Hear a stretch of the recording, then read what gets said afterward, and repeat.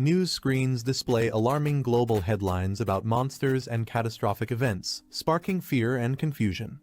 Outside the school entrance, students gather as someone complains that the trending news is just exaggerated hype, comparing it to past zombie rumors. The crowd shifts their attention to the appearance of the popular girl, Shui Kingzi. Students gossip about her breakup with her boyfriend. One student claims the girl was just settling for him, as she got accepted into a top university while he failed to even enter an ordinary college. They agree their futures were never compatible. Another student tries to remember the boyfriend's name, saying it might have been Fang Yi. Suddenly, Fang Yi appears in front of Shui Kingzi. Shui Kingzi calmly states that she has made up her mind and believes their relationship is no longer realistic. She explains that high school love often ends with a moment of realization, suggesting they were never truly right for each other. She adds that a lasting relationship needs equal standing and courage. She firmly says they should break up and adds that even if he tried everything, it wouldn't change her decision. Fang Yi stays silent with a blank expression, while the crowd watches. Internally, Shui Kingzi wonders if he's so stunned that he can't respond. The crowd mocks Fang Yi silently, assuming he'll beg her to stay since she's the school flower. One student even calls him a fool dreaming beyond his league. Fang Yi casually responds with "all right" and brushes it off. Shui Kingzi is caught off guard and stares in disbelief. Fang Yi says he'll leave if there's nothing more to say. As he walks away, she calls out for him to wait, while wondering if his cold reaction is genuine or just an act. He looks back at her and calmly asks if she has anything else to say. She angrily warns him that no matter what he thinks or does, she will never return to him. He coldly tells her not to overestimate her importance, referring to her as just the school flower. Shui Kingzi stands speechless as Fang Yi brushes her off, saying he's too busy to continue the conversation. As he walks away, a few students express disbelief that the breakup happened so quickly and easily. Fang Yi reflects to himself that Shui Kingzi and the others have no idea about the disasters coming. He's no longer the person they once knew, he's someone who has returned from the future to this timeline. He knows that in the face of what's coming, society's standards, money, degrees, and reputation will become meaningless. To him now, Shui Kingzi is just a figure from a past life that no longer holds any value. He reflects that petty gossip no longer matters to him. What lies ahead is far more important. In his mind, the world and its values will soon be overturned. He knows that the real threat isn't personal relationships, but the crisis that will soon endanger all of humanity. The story flashes back to the previous night. Strange visions and shattered images surround Fang Yi as he receives a mysterious cosmic message. A countdown is revealed: 361 days until the beginning of the spiritual energy revival, which will bring unprecedented and unpredictable changes to the world. The message declares that society's standards will be overturned, and a new era of spiritual practitioners will rise, where power will become the only measure of worth. Fang Yi, startled, reaches out as the vision unfolds. He, floating in a glowing cosmic space, faces a light and asks who it is. Suddenly, a surge of light and energy flashes toward him, catching him off guard. The screen revealing that a system from the end of the universe has activated. It uses a supreme algorithm to generate spiritual techniques based on the spiritual beings the user touches. The screen states that Fang Yi currently possesses 0 techniques as he reaches toward the interface, absorbing the gravity of this new power. Fang Yi silently reaches toward the glowing system panel, activating it with curiosity. Suddenly, a massive beast with glowing red eyes lunges toward him, jaws wide open in a violent surge of energy. The creature appears to emerge from the system itself, surrounded by lightning and chaos as Fang Yi floats nearby in shock. His eyes widen as he realizes the danger in front of him. Fang Yi sees the fate he once shared with countless ordinary humans. Beads of sweat roll down his face as he processes the memory. He questions if that was truly him in his past life. He recalls how, in that previous life, he was just a powerless person swept up by the disaster, fighting only to survive. Fang Yi recalls the darkness of his past as lightning strikes and mutated beasts roam the city. He remembers watching his homeland collapse, powerless to stop the destruction. His past self died in despair, consumed by a burning desire for revenge at the moment of death. In that final moment, the fire in his eyes burned with hatred, reflecting the pain that still lingered within him. He believes the system chose him because of his strong desire for revenge, giving him the chance to return 1 year before the spiritual energy revival. He acknowledges that almost no one senses the coming danger, but he's now fully aware of what's approaching. He reaches toward the glowing core, determined. He resolves to use this year to turn every spiritual event into an advantage, as light bursts around him and the transformation begins. The system initiates a new assessment process, scanning Fang Yi as energy begins to surge within him. His eyes glow with golden light. The system declares that the user is now bound to it and a new path has opened. Everything in the world can now be used to forge spiritual techniques, making him a powerful practitioner meant to save humanity.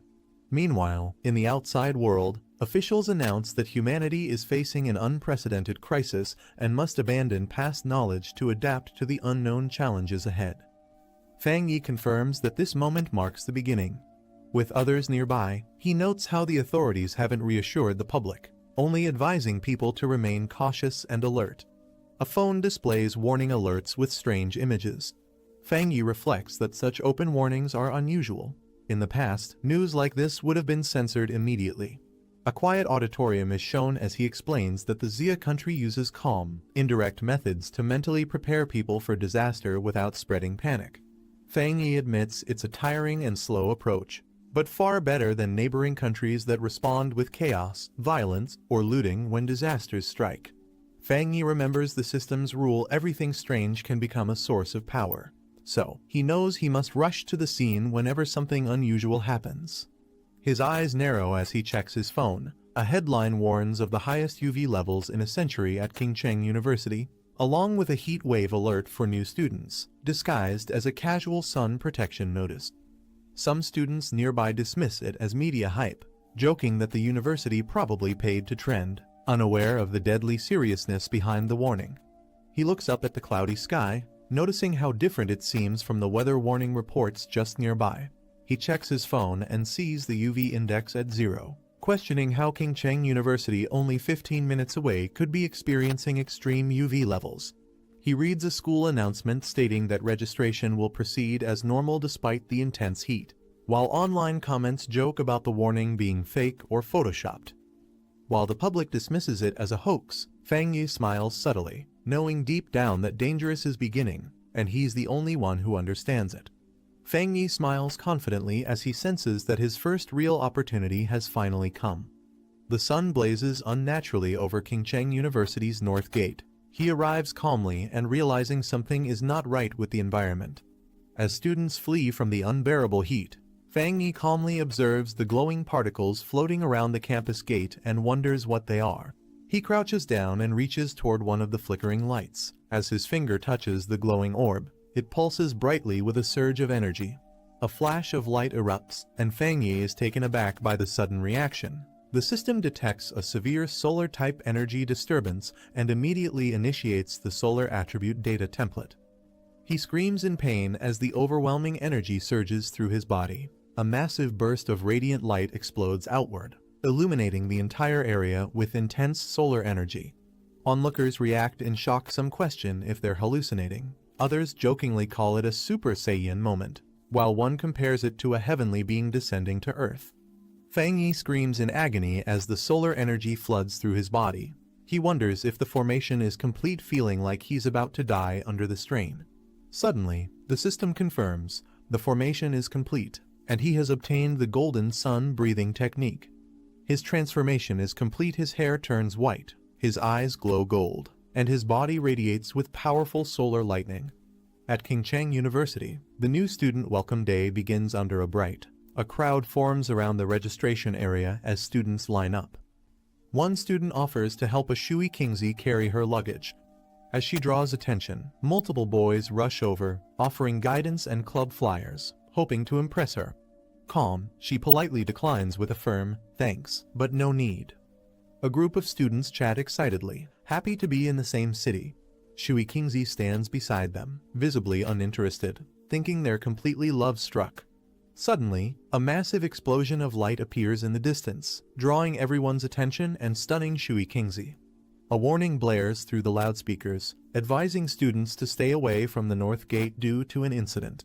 With a serious expression, she realizes strange things have been happening everywhere and decides she must investigate it herself.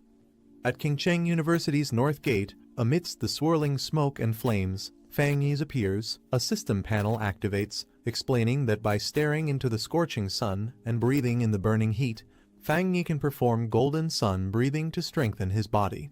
Without prior learning, a new skill is unlocked, and writing points are gained as golden energy continues to surge around his hands. Fang Yi looks at the system panel, which confirms that a new skill has been unlocked and 59 writing points have been gained. He questions what writing points are. After a brief pause, he decides it doesn't matter, thinking it's obviously something useful, and he'll figure out how to use it later.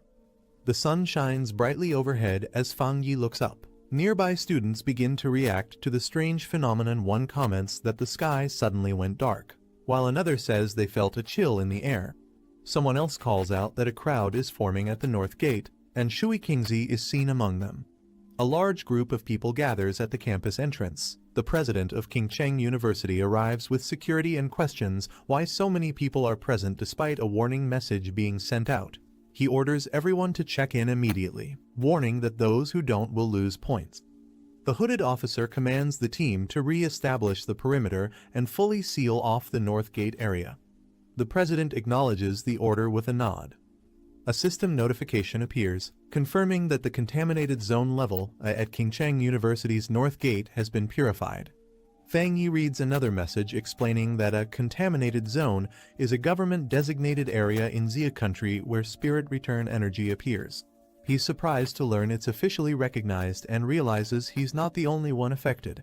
A broadcast alerts everyone that all unrelated individuals must evacuate the sealed North Gate area immediately, prompting Fang Yi to stay cautious. As military personnel take control, someone questions if they are from the army, while others in the crowd express confusion about the situation. Fang Yi realizes the disturbance has become too large and their presence has attracted too much attention. Without hesitation, he launches himself into the sky, deciding it's time to leave the area.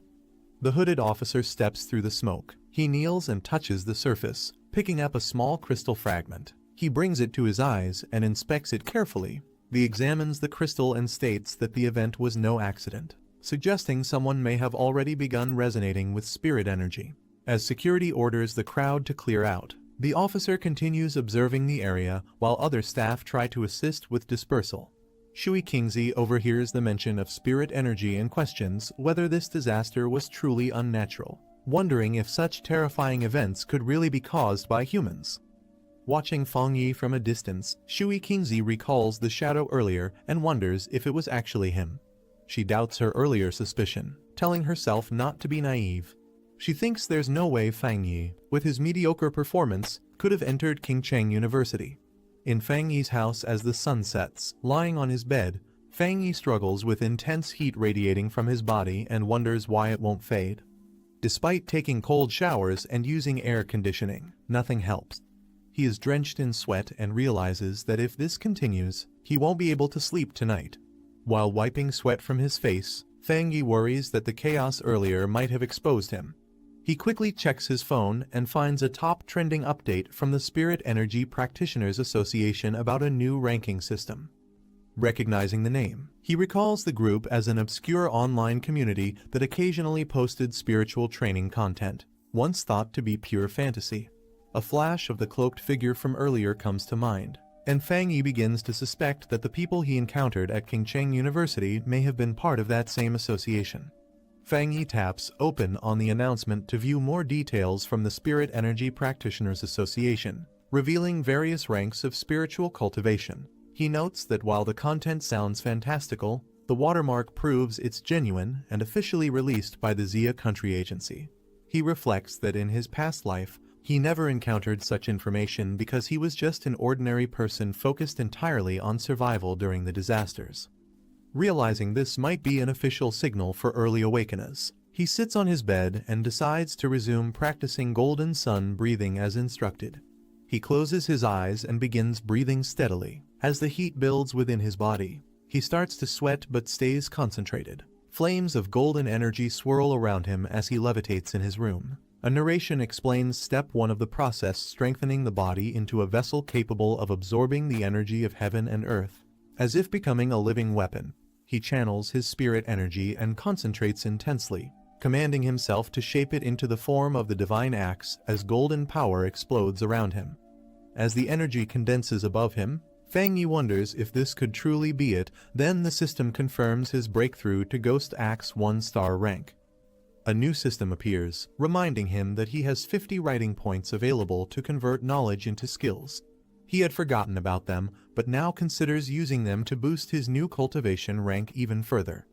Fang Yi reflects on the system's explanation, questioning what it means to forcibly embed power into anything. Curious, he holds out his glowing hand and wonders if a random object like a mug would qualify as anything. A system window appears, asking if he wants to use a writing point to embed the sun attribute into the mug. As the mug glows, he realizes his guess was right. Smirking with satisfaction, Fang Yi confirms to himself that this new ability has limitless potential. He realizes that forcibly embedding attributes means granting objects supernatural powers. He wonders what would happen if he used this ability on a weapon like a sword or a gun, rather than a mug. He looks at a sword in his possession, understanding that a weapon crafted specifically for him with supernatural powers will be crucial in the future. Fang Yi stares at the sword in its case, planning to experiment with the system and test its effects before committing to forging a true weapon. Determined, he resolves to fully prepare for the coming threat of mutated beasts. Under the moonlit night, a large mutated beast approaches the building from the forest. The mutated beast crouches in the darkness, watching intently. Inside the room, the sound of coughing echoes repeatedly and moonlight spills through the window onto the bed. Fang Yi lies in bed, sweating and coughing as he shifts slightly and murmurs. Suddenly, he slowly opens his eyes. He sits at the edge of his bed with his feet touching the floor. He walks into the living room and stops, noticing something while moonlight floods the space. He focuses on a sound, thinking that ever since he entered Ghost Axe, his sense of hearing has become sharper than normal, making it easy to hear noises from nearby houses. Still lying on the couch, he continues hearing repeated coughing sounds and realizes something isn't right. Fang Yi peeks out his apartment door and hears coughing echoing from the corridor. He spots a beast with glowing red eyes and black feathers in the hallway and identifies the sound source. It's there. Recognizing it, he realizes the creature is a mutated rabbit beast affected by the mutation. He recalls that even with distant memories from his previous life, seeing this beast again still sends chills through him. Meanwhile, a helicopter with a spotlight approaches the city. A girl with long hair stands on a rooftop under the moonlight, stating that the rabbit who consumed the dark spirit fruit is still on the loose, and that its speed is shockingly fast. She instructs to stay updated on any new developments while continuing to eat the lollipop. She leaps across rooftops, swiftly moving through the city. While midair, she suddenly senses something and turns her attention toward it. With force, she kicks off the building and accelerates toward the source. The girl reports that she has detected the beast's dark energy again, and that it fled 20 kilometers away to a residential area. She urges for immediate pursuit to protect the residents. She pushes off a building wall with force. While flipping through the sky, she warns others to be cautious. The beast has consumed a spirit fruit, and although its transformation isn't complete, it may still grow stronger. A man on the street looks up in surprise as a blur of light streaks across the night sky. Inside the Central Channel manga department, a man wonders if he's hallucinating from working too much. Another colleague scolds him, asking if he's done with the manga. He points out that they're on the 65th floor, shocked by what he's seeing outside, a figure leaping in front of the full moon. Meanwhile, the mutated beast charges toward Fang Yi, letting out a roar. Fang Yi's eye lights up with intense golden energy in response. He notes that ever since his breakthrough, his body has improved. He can clearly see the beast's slow movements, and his muscles react fast enough to dodge its attacks. Power gathers in his hand as golden energy crackles around it. He wonders if these terrifying mutated beasts are already appearing this early, as he charges forward with his energy ready to strike. He recalls from his past life that the beast hasn't fully transformed yet, but its current stage boosts its power and madness due to the dark energy. He prepares to strike, determined to stop it before the residents fall victim to its rampage. He grabs the beast firmly, unleashing his power through his glowing hand. A loud crack echoes as he slams the beast down with full force. He pins the beast down and stays focused as golden energy surrounds him. He realizes the beast's weak point is its tail and prepares to strike. He launches himself upward, shattering the ground as the beast is thrown into the air. His eyes glow fiercely as he channels energy into his glowing fist. A powerful golden beam shoots upward, blasting the beast mid-air. The beast screams in pain as it's struck directly by the concentrated energy attack. The mutated beast attempts to absorb a powerful glowing energy ball as it faces Fang Yi. Fang Yi strikes the beast directly with the yang element energy, questioning if it dares absorb it. The intense solar energy floods the beast's body as it begins to lose control. Fang Yi declares that the sun's power is too majestic and that the beast is bringing about its own destruction. A massive explosion erupts from the energy clash. The man in bed reacts to the explosion, wondering if it was thunder. He looks out the window, puzzled, trying to see what caused the noise. Fang Yi lands outside the building surrounded by glowing energy fragments, observing that there's nothing left. He reflects that the creature had acted desperately, as if it was starving and trying to consume all the energy from his body. As golden energy fades from his feet, a red eye rolls near Fang Yi. He stomps the ground firmly, cracking it beneath him. Fang Yi thinks to himself that although the beast used the darkness element, its attacks were wild and reckless. The yang element inside him suppressed its energy, revealing just how desperately hungry it truly was. Fang Yi reflects that if he hadn't awakened, he would have been devoured like the others by the mutated beasts whose hunger had already begun to manifest. He knows that to survive future threats, he must gather more spirit energy techniques. Meanwhile, under the full moon, the girl descends from the sky. She lands forcefully in the forest. She steps forward and questions if the target is truly dead. Kneeling down, she confirms the corpse has been torn apart and decides to begin collecting the remaining dark element energy. As she reaches toward the ground, she suddenly reacts to something unexpected. The girl winces in shock from the heat, pulling her hand back and wondering how intense the temperature is. She realizes the heat is due to a high-level yang energy, one with a pure concentration, similar to what's detected at Qingcheng University, and suspects it's no coincidence. Raising her hand to her earpiece, she contacts HQ, confirming the rabbit is dead and explains she wasn't the one who killed it. A new pioneer did, someone possessing a high-grade elemental affinity. Someone at HQ asks if the person who purified the polluted zone at Qingcheng University's northern gate and killed the mutated rabbit is the same individual. Another confirms the person isn't listed in the HQ archives and remarks on the unusual talent of a pioneer with such pure elemental power. They insist the association must reach out to him immediately. The girl agrees, activating flames and energy in her hands as she prepares to store the sample. She seals the yang element energy carefully inside her cloak. HQ instructs her to postpone all other missions and focus entirely on tracking the new pioneer and gathering any information about him. They hope to persuade him to join the Spirit Energy Association. The girl calmly unwraps her lollipop. She acknowledges the command with a quiet "understood" as she places the lollipop in her mouth. Still chewing, she casually says that before anything else she just wants a cup of milk tea. Fang Yi wonders who this mysterious person is, recognizing that such overwhelming power must belong to a true expert. He silently vows to meet him no matter what it takes. Fang Yi stretches his arms wide in front of a large window as sunlight pours in. He states that the whole day's plan starts in the morning and acknowledges the dazzling sunlight. He removes his shirt, revealing a muscular physique, and mentions that waking up early helps with his cultivation. As he stands in the sunlight, glowing energy begins swirling around him while he activates the golden sun breathing technique, directing himself to feel the morning sun and operate the technique.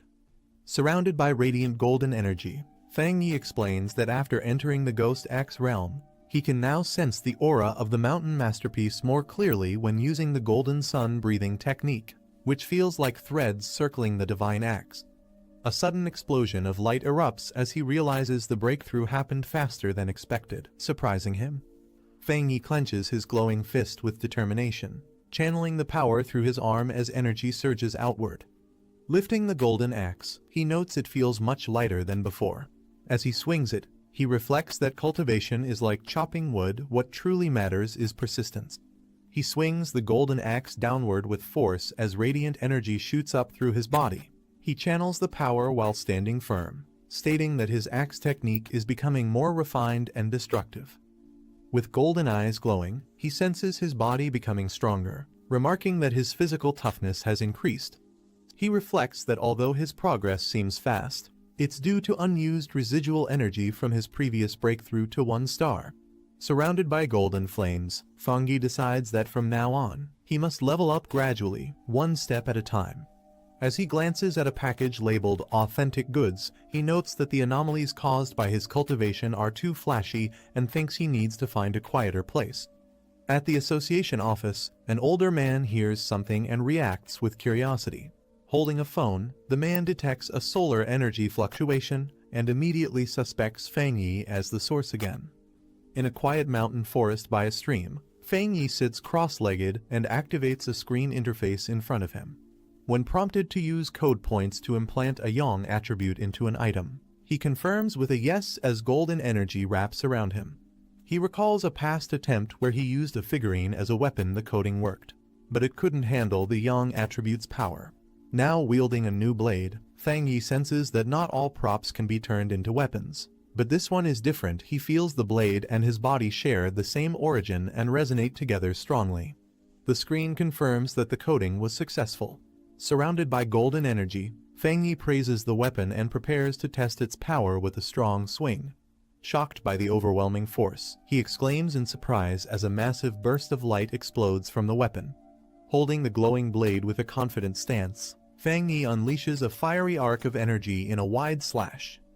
Fang Yi unleashes a massive slash that nearly causes a wildfire, relieved that the situation didn't get worse. Seeing the smoke and destruction, he realizes it was too loud and he's probably already been noticed. He prepares to leave quickly. Meanwhile, the girl rushes toward the scene, frustrated and yelling repeatedly in anger.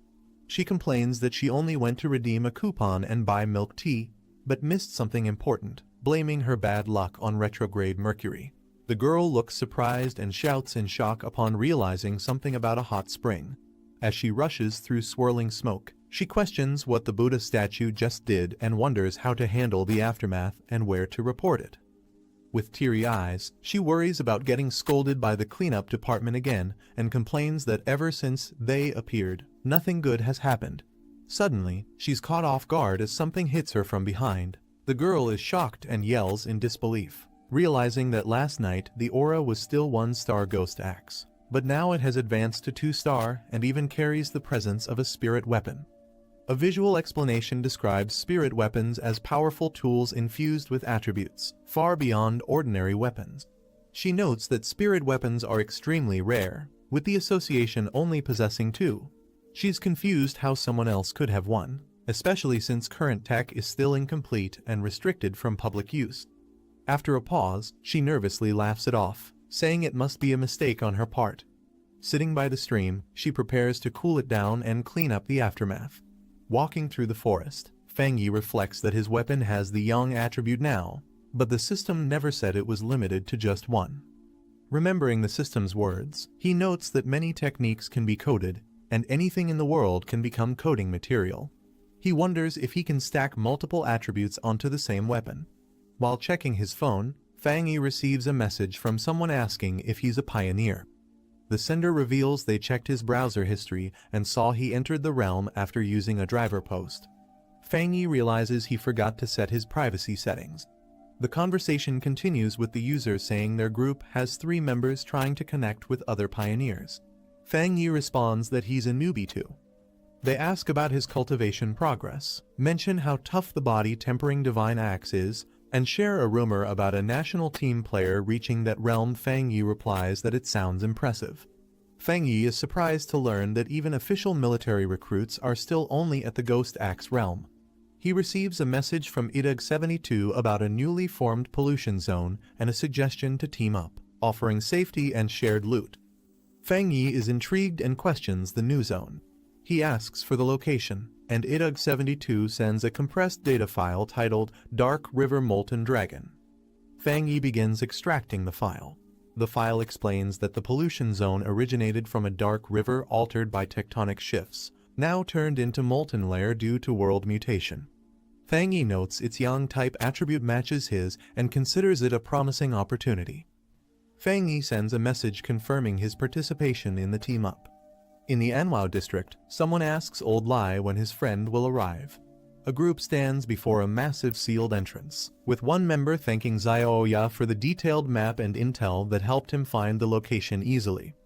Another member expresses gratitude for the group's support and reminds everyone that once they're inside, they'll need to watch out for each other. Zhang Xiaoya, a staff member from the Ministry of Culture's Spiritual Energy Cultivation Association, laments that there don't seem to be any standout pioneers to recommend this time.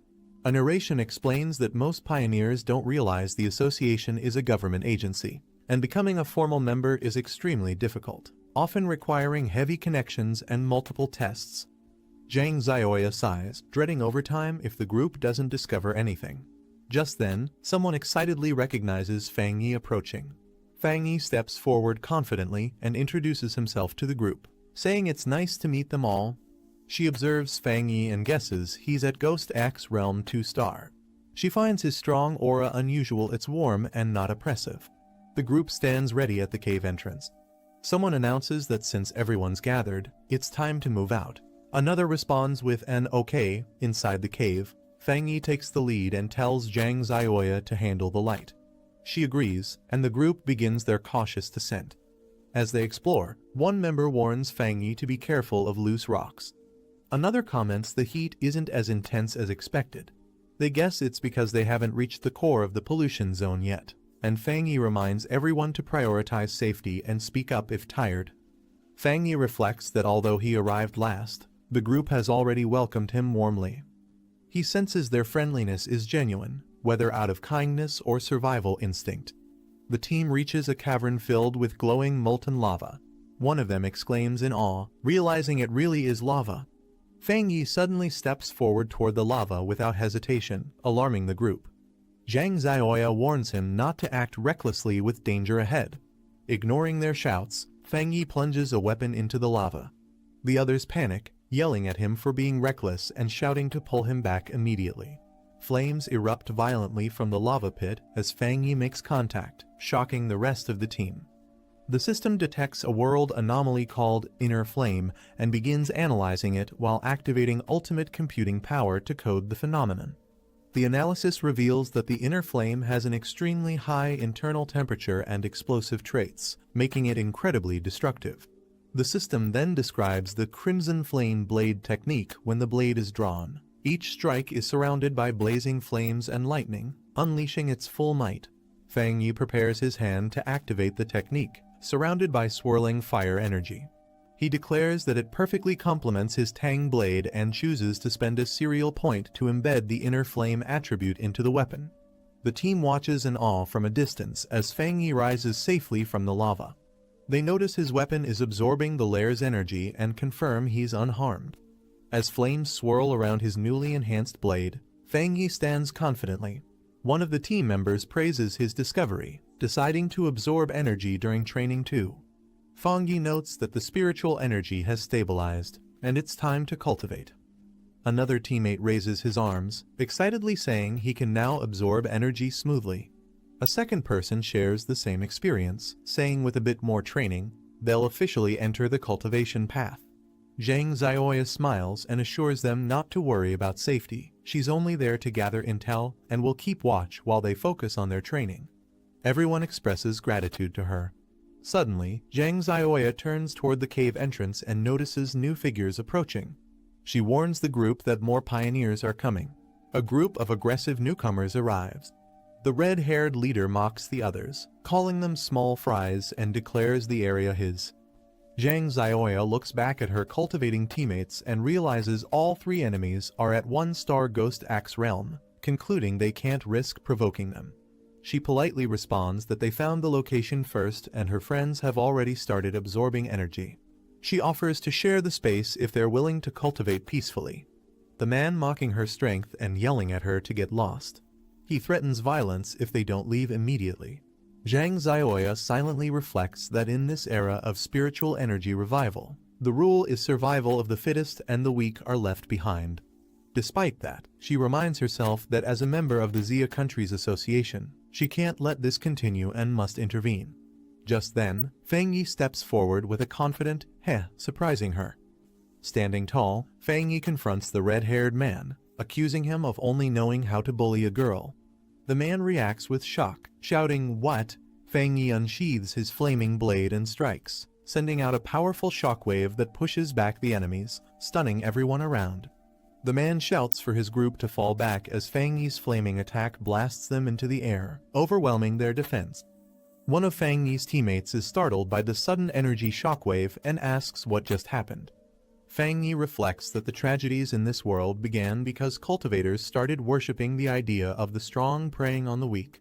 But he concludes that such people aren't swayed by words or moral teachings, only power can stop them. Fang Yi unleashes another fiery slash, telling the enemy to get lost as the attack erupts with explosive force. The leader is stunned by the second explosion, panicking and questioning what kind of monster he's facing.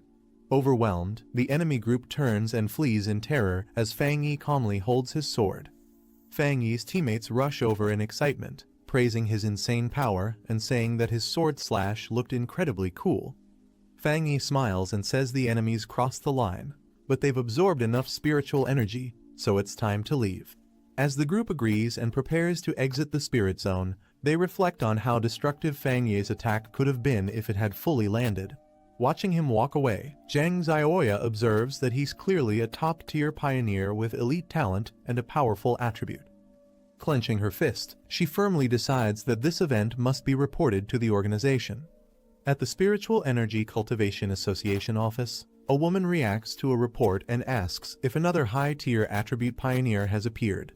Zhang Xiaoya on the other end is shocked to hear the word "another." Caught off guard, the girl nervously denies anything suspicious while secretly confirming she recorded the event and should be contacted for any updates. She ends the call, saving the data, as instructed.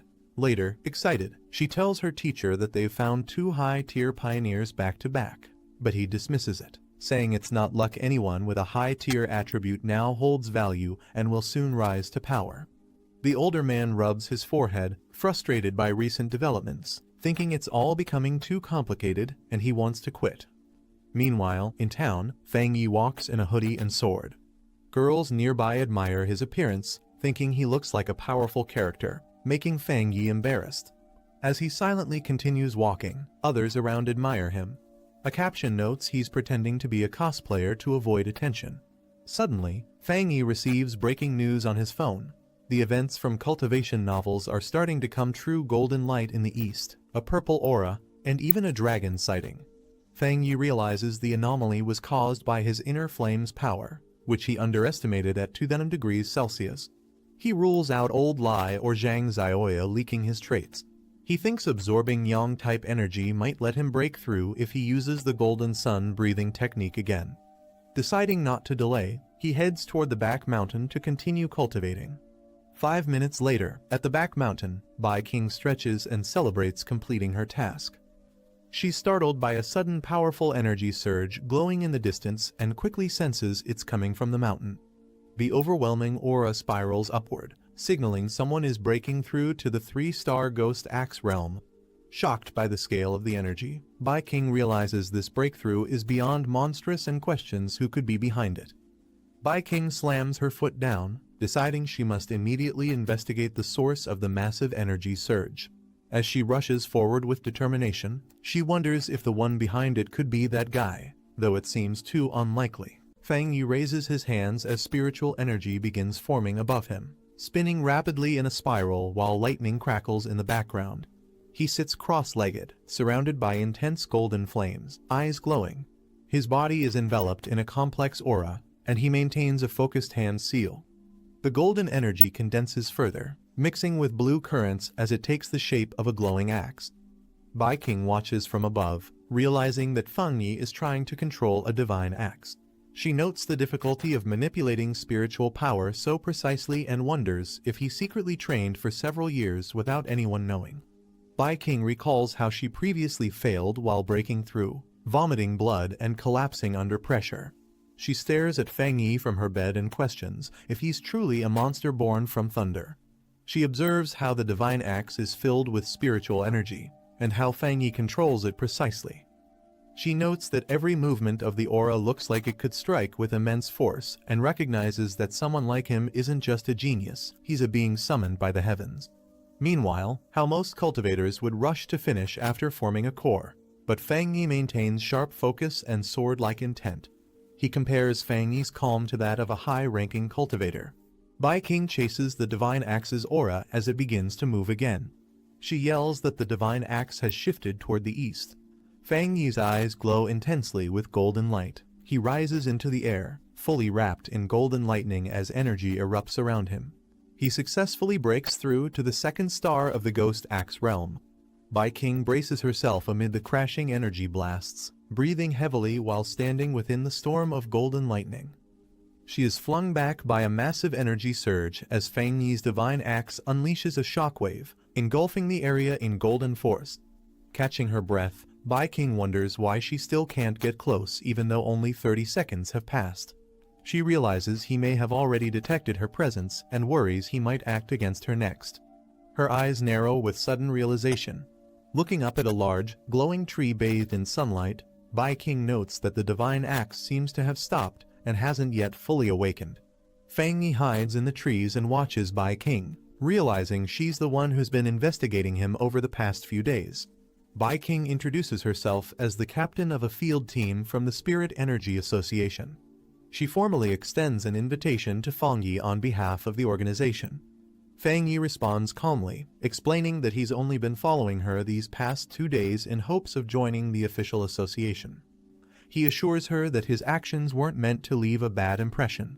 He adds that while the association hasn't made a public announcement yet, all internal documentation is already formalized.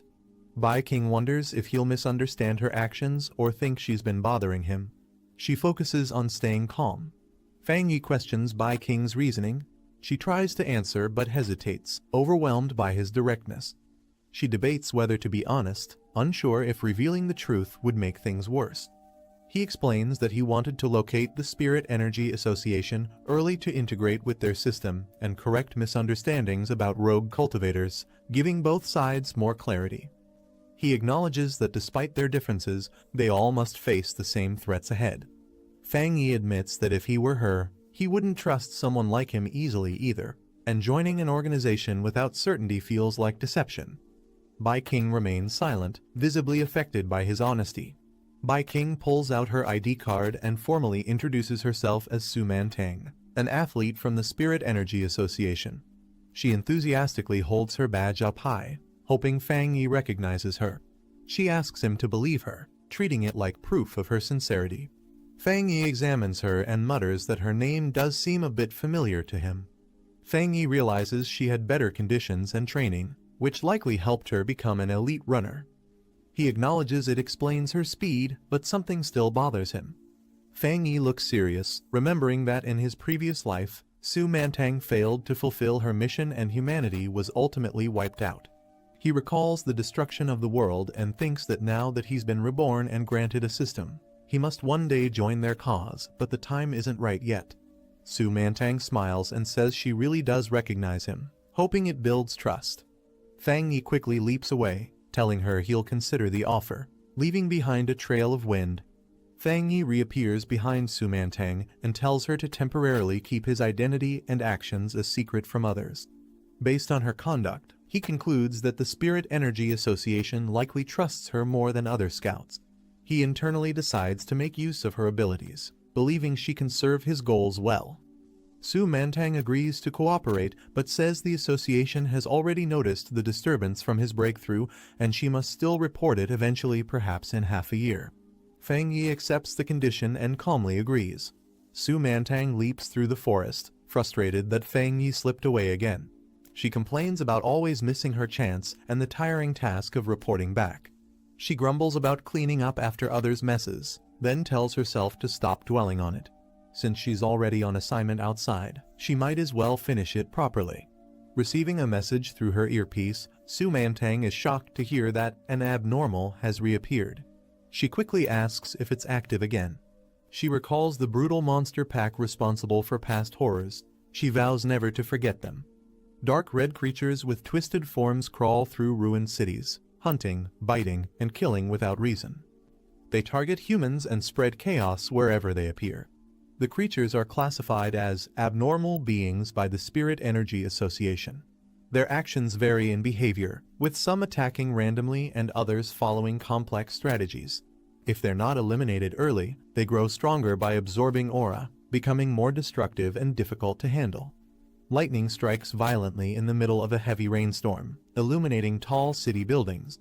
Fang Yi steps into a puddle as rain pours heavily. Emergency warnings flash on electronic screens, announcing that the area has entered a dangerous state and civilians should evacuate immediately. Passers-by comment on how frequent these anomalies have become. Fang Yi looks up. He notes the intense lightning pressure in the atmosphere and realizes that the center of the storm is still moving. Fang Yi climbs a flight of stairs in the rain. He stops before a distant mountain struck by purple lightning and mutters that the signal is coming from there. Without hesitation, he leaps forward into the storm. He lands with speed, sprinting up the slope toward the mountain. He receives a system alert confirming the area ahead is contaminated. Target location, Jade Peak. Another display identifies Jade Peak as a 545-meter mountain and a notable landmark in the city. Fang Yi approaches through the misty, skeletal forest littered with bones. The system reports that the contamination level is currently unknown. Fang Yi continues forward without hesitation. Suddenly, Fang Yi's eyes sharpen as he senses something unusual nearby. A massive bolt of bright blue lightning strikes down in front of him. The meeting begins with a report showing a mountain struck by lightning. They explain that the spiritual energy levels are rising, and the danger level of Yuhuang Peak is increasing rapidly. A man in a suit says this is a serious situation. The original cleanup team was reassigned, so the emergency meeting was called. He then asks King Yin to continue the briefing.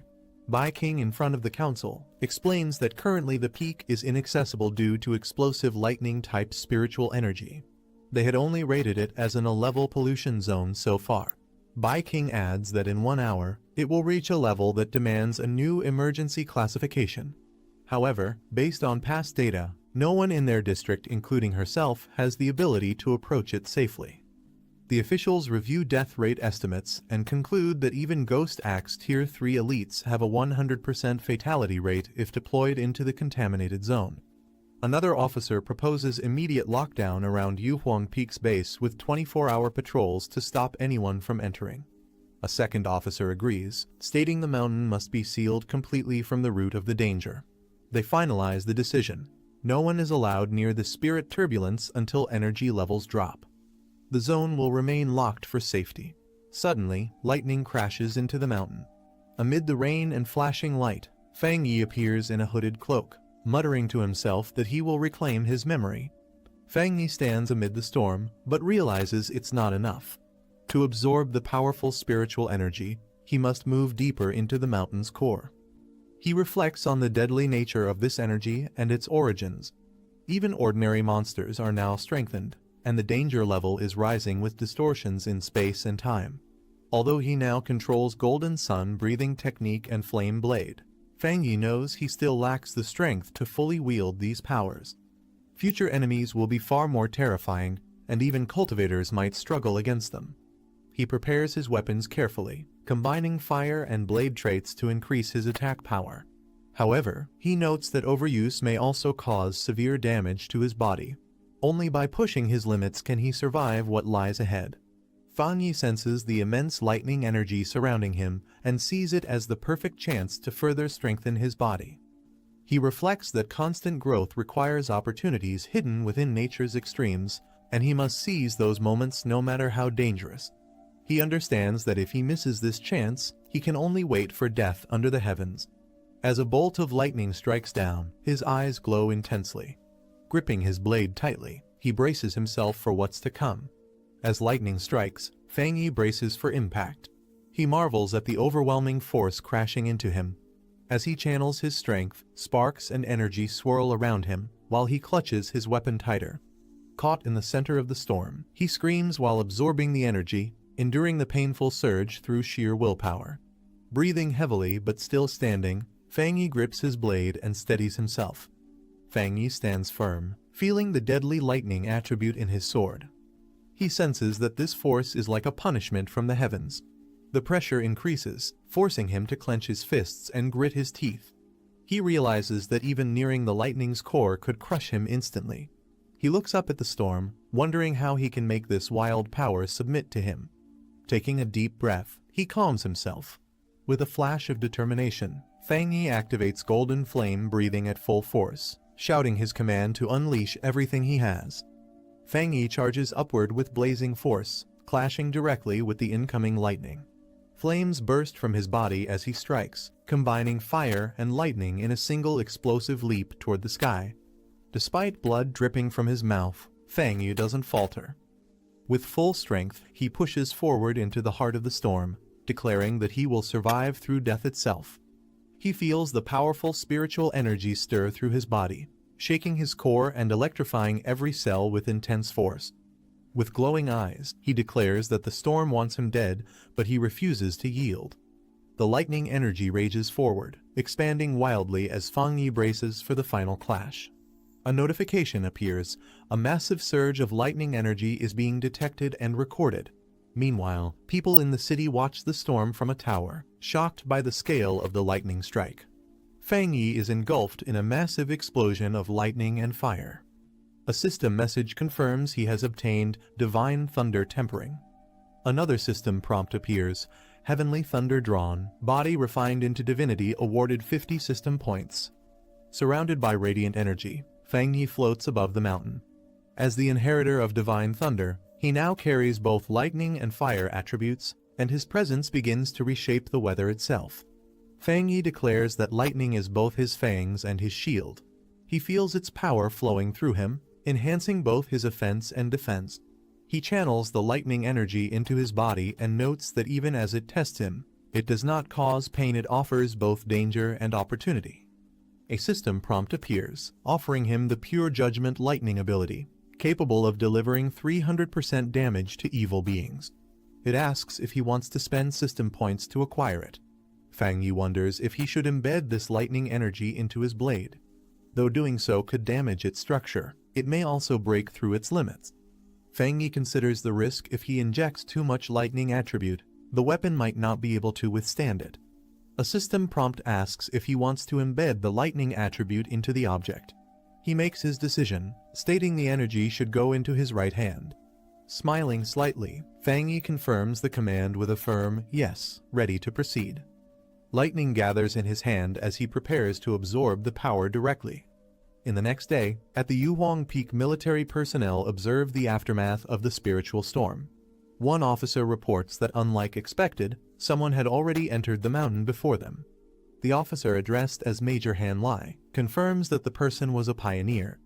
Bai King is surprised to hear this and rushes forward to ask if the person survived. Kneeling on the ground, Bai King remains silent as the wind blows around her.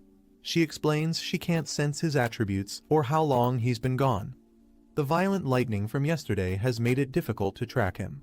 Bai King learns the incident occurred around 6 or 7 a.m., with the person entering the mountain just before the team arrived. She's surprised and asks why they didn't detect him. The officer explains that the spiritual burst time matched their association's earlier predictions exactly 7 a.m., and the person might have entered before the data was finalized. Standing over the lightning-scorched peak, the officer says the pollution level was expected to reach this rank, but afterward, the spiritual density dropped drastically. He suspects the intruder may have lightning-based powers, which helped him absorb the energy. He concludes that the person not only survived, but possibly used this event as a rare opportunity. The outcome was too precise to be a coincidence, and the person acted faster than their entire team.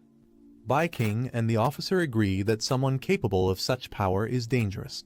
They question where this person truly stands, friend or threat. If he's a danger to society, they say, he must be found quickly, as his presence could lead to disaster greater than any anomaly. Meanwhile, Fang Yi wakes up casually in his home, rubbing his head while his sword rests beside him. Back at the command center, the officer declares that no matter the cost, the mysterious person must be located. He assigns a code name, Tyrant, Someone says they hope the association can recruit tyrants soon. They plan to seal the information and begin an investigation. One of them mentions that a high-level pioneer is trying to establish contact. Another orders Xiao Su to report to Major Han. Bai King looks surprised and says, "Eh?" The commander explains that the pioneer is the one who purified the anomaly at the A-rank pollution zone near Qingshan University. Bai King silently panics, thinking she can't let anything slip. She says she has tried to make contact recently, but the person's whereabouts are strange. She recalls finding a mutated rabbit beast's corpse and suspects the person has a Yang Flame attribute. She plans to get close to investigate how he purified the north gate of Qingshan University. In her thoughts, Bai King panics, thinking she has already done her best by mixing truth with lies to make it believable and worries that saying nothing would backfire. The commander mutters Yang Flame attribute while thinking seriously. The commander thanks Xiao Su for her hard work and says they need young talents. Bai King salutes and replies that it's her duty and she will continue doing her best. The commander says they'll release false signals disguised as natural disasters and ends the discussion. He adds that he doesn't support posting spiritual energy info online due to risks. Bai King stays silent, and the older man beside the commander chuckles awkwardly. Bai King thinks it's finally over. In Fang Yi's home on a rainy night. Inside, Fang Yi activates the golden sun breathing technique while holding a glowing coat. The coat sparkles as Fang Yi lifts it, now completely dried and clean. Fang Yi puts on his coat and says he can clearly feel the difference after infusing it with the thunder attribute. He observes that his right hand has physically transformed, becoming the strongest part of his body with a muscle buff due to the thunder attribute. As his body glows with blue energy, Fang Yi feels he's on the verge of another upgrade. He notes that the thunder attribute, despite its domineering nature, has become tame and controllable after merging with him. He recalls the pain he felt when he first unlocked the Yang attribute while using the golden sun breathing technique. He wonders if the energy weakens after being absorbed. With both the Yang and thunder attributes coexisting, he becomes eager to test the results. He turns as his phone lights up, his hands still glowing with thunder energy. Looking at the alert, he wonders what happened again. He recalls setting notifications to special alerts after the last incident. The screen displays major news, and a message states that during times of upheaval, Xia country will issue immediate danger warnings to protect civilians. Fang Yi reflects that while these warnings are for safety, the opportunities within them are extremely tempting for pioneers like him, even if it means risking death and annihilation. He feels compelled to act. Fang Yi notices news about an explosion at a chemical plant with no reported casualties. He reads further that it caused pollution in the city and suspects there might be something more behind such a large event. He scrolls through online comments. Some describe a cold, evil aura near the site, others dismiss it, while a few mention it felt eerie, oppressive, and apocalyptic. Fang Yi thinks the cold and evil aura feels oddly familiar. Suddenly, he recalls a terrifying evil presence from his previous life and realizes it might be related to this incident. A creature with glowing red eyes tells someone not to move. More creature beings appear with glowing red eyes. Fang Yi wonders if these creatures are the same ones he remembers. He recalls that those things tend to appear during dark and shadowy hours. Originally, he thought it was just his imagination, but now he realizes they possess terrifying powers that surpass human perception, strength, and threat level. Fang Yi looks at his electrified hand and states this threat is far more dangerous than the mutated rabbit beast. He decides he must act tonight to stop them from spreading. Power surging around him, Fang Yi declares it's time to test his 300% critical hit in real combat. Meanwhile, agents are seen leaping through the city as they track the anomaly. One of the agents reports that the destroyer squad is tracking anomaly file No. 2 but has temporarily lost the target. The current threat can merge with darkness and conceal its form. One of the agents reports that the creature emits a faint sizzling sound when close and has a tendency to eat humans. He requests assistance in updating the anomaly file. As lightning strikes in the background, another agent notes that with this weather, the creature is definitely going out to hunt. An agent in a hood says they can't allow this to happen. Meanwhile, a staff member confirms submission of supplemental data for File 7, Candle Night. Inside the control room, an officer announces that the extermination request has been submitted as Priority B, with a resolution expected within 12 hours. A command is given to the destroyer squad to continue pursuit but prioritize their safety above all else. One squad member acknowledges the order, responding with "understood" as they descend through the rain. Observing the situation, another member reflects that 12 hours isn't fast, but it's the best headquarters can do. He notes that with anomalies reviving everywhere across Xia country, even headquarters struggles to keep up. A warning comes from the control room stating that the area being approached contains Spiritual Energy Cultivation Association agents. King system confirms that team leader Dong Su Qingying is conducting pioneer observation there and can be temporarily notified for support. As the agents fly through the rain, one requests Su Qingying's quick assistance, saying he's heard of her achievements. She wonders when she became so famous. Su Qingying arrives on a rooftop and confidently asks if they're the ones calling her in for overtime. A member of the squad informs Su Qingying that the Candle Night anomaly eats people, saying this mission isn't just about overtime. She questions if that's really the tone they use when asking for help. Su Qingying sarcastically notes that the destroyer squad seems so elite that they don't need help, and says her Ying squad will leave. One of her members nervously wonders what will happen if someone gets eaten, to which another replies that it's their problem, as their missions are also dangerous. A man from the destroyer squad urgently calls out, asking them to wait. He admits his earlier tone was too harsh and politely asks for help in tracking the anomaly. He explains that without their tracking and locating skills, the dangerous Candle Night anomaly could wipe out the entire city. Even if the squad gets eaten, civilians would still be at risk. Cloak's squad stands on a rooftop overlooking the city in the rain. One of them detects something and announces they've found it. The portal unleashes a strange force, spiraling down into the city. A creature with red eyes emerges in the shadows. File number 7 Candle Night likes darkness, dampness, eating people. The squad receives the command. The man confirms, Destruction Squad, begin operation. As they prepare to engage, the monster Candle Night stirs, its glowing red eyes fixate on the squad's direction. Candle Night leaps from its position with explosive speed. One of the squad members shouts that the target has detected them and commands the squad to deploy formation. The monster Candle Night lunges forward, but members of the squad dash in from multiple directions. One shouts east, others respond in unison, surrounding the target from all sides with precise coordination. The squad yells in unison, as they close in on the monster with intensity. As the team positions themselves, Candle Night lets out a roar, and one squad member rises from the shadows to kill it. The strike hit hard at the monster, as he lets out a sharp squeal and pounces in response. Then, the monster swipes through debris, showing its physical power. Its eyes glow red as it snarls in rage. With a furious roar, Candle Night spins into a vortex of energy, launching into a terrifying spiral attack. King warns the squad to dodge quickly, shouting that a soundwave attack is incoming. A spiraling shockwave tears through the battlefield, sending squad members flying as the vortex smashes the surroundings. King checks on their leader, asking if he's okay. The captain, bleeding from his arm, admits that if he hadn't backed off in time, the impact would have shattered his bones. He warns that with its dark attributes and destructive force, Candle Night will cause catastrophe if it stays in the city. Candle Night's body glows green as it channels corrosive dark energy. A massive green shockwave erupts beneath the creature as it unleashes its power into the ground. The monster starts digging rapidly, melting through the earth with corrosive breath in an attempt to escape. King shouts that it's trying to burrow underground. Another warns that its dark attribute corrodes anything it touches instantly, and they lack a high tier counter attribute to stop it. A squad member explains that while Candle Night can corrode the ground, it can't tunnel out instantly. He urges the team not to break formation, reminding them their role is intel and tactical support.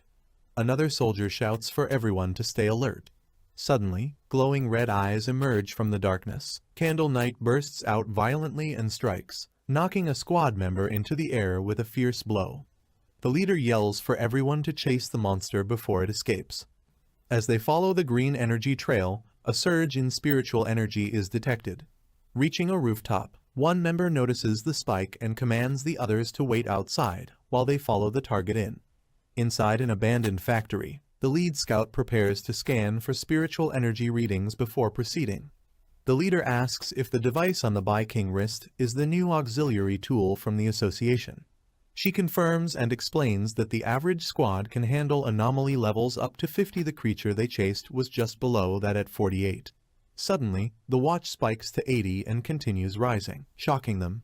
She realizes there's more than one anomaly present. As the group enters the factory, a dark serpent looms above. They both turn in alarm as a loud crash behind them confirms they're not alone. Another threat has arrived. Bi-King realizes they were tricked. Candle Knight lured them in to trap them with another anomaly. She tells the group they must retreat immediately. The leader suggests heading to the door. If the anomaly wants to stop them, it will have to reveal itself. Together, they fire an attack to force the door open. As they run, Bi-King is struck by something and collapses, gasping in pain. She realizes her senses and body are being overtaken by the poison gas as a dark creature looms in the mist. She calls out to the others but gets no reply. Alone in the mist-filled factory, she suspects they're nearby but unable to respond. Holding her communicator, she pieces it together. Candle Knight lured them in, but the poisonous place belongs to another anomaly, likely a giant serpent. The serpent's face emerges from the toxic fog. She realizes that unlike Candle Knight's dark powers, this mist is poisonous and began affecting them the moment they entered. The gas not only paralyzes senses but drains spiritual energy rapidly. She knows if she tries to attack now, her energy will run out. She's already close to collapse. Lying on the ground, she questions what kind of anomaly could possess such intelligence and overwhelming power. It feels like they're being toyed with. Her body collapses completely. A faint light breaks through the ceiling above, but she's too weak to move. As her eye barely opens, struggling to stay conscious as she senses something approaching. Fang Yi crashes down from above, descending with confidence. He lands firmly on the ground, cracking the floor beneath him with sheer impact. Standing tall, he faces the looming serpent and confirms it's a dark attribute anomaly, unfazed and fully in control. The black serpent lunges with jaws wide open, aiming to devour the intruder. He dodges swiftly, but a second creature, Candle Knight, crashes into him from above. He's forced back, growling in frustration as both enemies close in. Realizing the truth mid-battle, he confirms there are two anomalies working together. He smirks, realizing one anomaly lures while the other harvests. He mocks Candle Knight, biting him, saying it must enjoy it too much. Power surges through him as he activates thunder energy. He slashes through the serpent, burning its body with a blazing attack enhanced by thunder. With lightning crackling, he turns to the next enemy and challenges it to handle fire next. The black serpent opens its mouth wide, revealing sharp fangs as green liquid drips from its eye. Fang Yi swings his glowing golden weapon in a fast motion toward the black serpent. He tells the serpent to focus on the blade. The black serpent coils its massive body, facing the glowing attack ahead. Fang Yi strikes down the black serpent's head with his glowing blade. He lands and faces the black serpent as it looms forward. Fang Yi notices something unusual, then sees the black serpent's mouth glowing green. Observing the serpent's attack, Fang Yi notes that it had a follow-up move as expected. The black serpent's head is struck by a surge of blue lightning, causing it to react in shock. The serpent roars as the lightning spreads violently through its body. Fang Yi notes that sensing the attack in advance was fortunate, as the serpent's dark aura is more dangerous than Candle Knight's. He explains that while wielding the Tang sword and using the power of infernal flame, he controlled and retracted the force, then used the sword to channel thunderbolt power into the serpent's body. He explains that while Candle Knight is fierce, its power is weak and can only harm a few humans, but the black serpent is different. He notices purple marks on his arm and identifies them as snake scales. Fang Yi realizes the black serpent is a cunning mutated species with improved intelligence, capable of deadly sneak attacks. He notes its poison has a built-in paralyzing effect that kills silently without leaving a trace.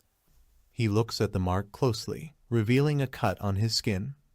Fang Yi feels a sharp pain, but notes it must be due to the circulating golden sun breathing technique in his body.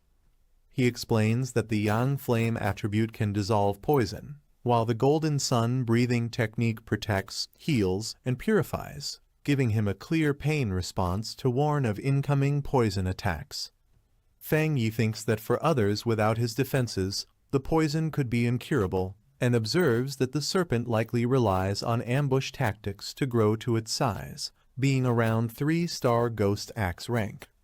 He adds that with Candle Knight as its partner, it becomes the perfect trap for elite pioneers, and it has likely devoured many people who never reached the association. The black serpent burns away, leaving only its skeleton as Fang Yi notes that no matter how dangerous it was, its end is ash and dust. He reflects that while the infernal flame was strong, the thunder attribute's triple critical hit was the highlight, making his combat ability decent among pioneers. Fang Yi stands silently in front of the blazing flames. He walks away, leaving the fire burning behind him. Fang Yi senses that someone is still present near the flames. He approaches as coughing is heard through the smoke. Bai King appears, staying silent. Fang Yi recognizes her as someone from the association, recalling her name starts with Su, while another person tells her there's no need to pretend. Fang Yi tells Bai King that her act of playing dead needs improvement.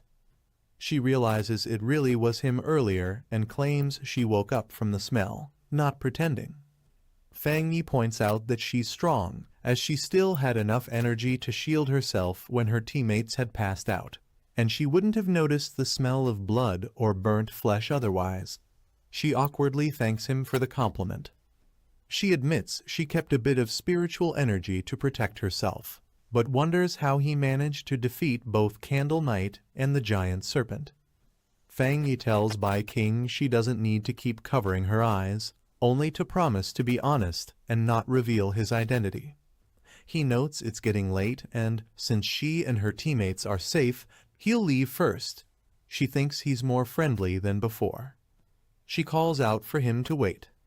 Fang Yi declines, saying too many words spoil things, and leaves the scene to her. Fang Yi leaps away from the scene. He's relieved the white-haired girl didn't see him trying to absorb the dark attribute earlier, finding the discomfort and eerie coldness disgusting. He considers that the dark spiritual energy might have been disturbed, causing his body to reject it, and notes the system didn't respond, deciding to review it later at home. Bai King laments not getting a good look at his face, realizing he still hasn't let his guard down around the association. She tells Commander to wake up, saying it's over. Commander slowly regains consciousness. He exclaims that they were ambushed, while she remains silent. Both are surprised as they stand near the black serpent's massive burned skeleton. The group sees the serpent's remains and questions the overwhelming yang attribute, as Bai King explains that a pioneer came to help them. She thinks it should be the target of her mission, which was to track a high-level yang attribute pioneer. She admits she hasn't identified him yet and was instead counter-tracked, as others are amazed someone could defeat both Candle Knight and the giant serpent alone. The commander asks about Candle Knight's corpse and suggests cleaning up the scene and submitting the remains to the association. He uses green energy to examine the remains, but suddenly steps on a spot emitting a blue electric charge. He reacts to the violent energy as Captain Su watches. Bai King asks Captain Su if the target was yang attribute, noting the residual electrical charge is far too intense. Captain Su examines the body, confirming the thunder attribute is pure and high tier, and wonders if two high-level pioneers worked together to kill both the Black Serpent and Candle Knight. Captain Su realizes only one person appeared and thinks no one would believe a single person carried two extreme high-level attributes. She notes that just having one of them would make someone a top-tier genius. She calls it a dual high-tier attribute pioneer, something nearly unheard of, identifying one as the young Flame Walker. She identifies the other as the Thunder Tyrant. Fang Yi stands surrounded by lightning, holding a fiery weapon, while someone questions what kind of person he is. He thinks about how it was a good decision to have his team stationed outside the factory, knowing they would report to the association if he stayed inside too long. Bai King is hugged by two people who express relief that she is alive and say they thought they had lost her forever, wondering what they would have done if she had died.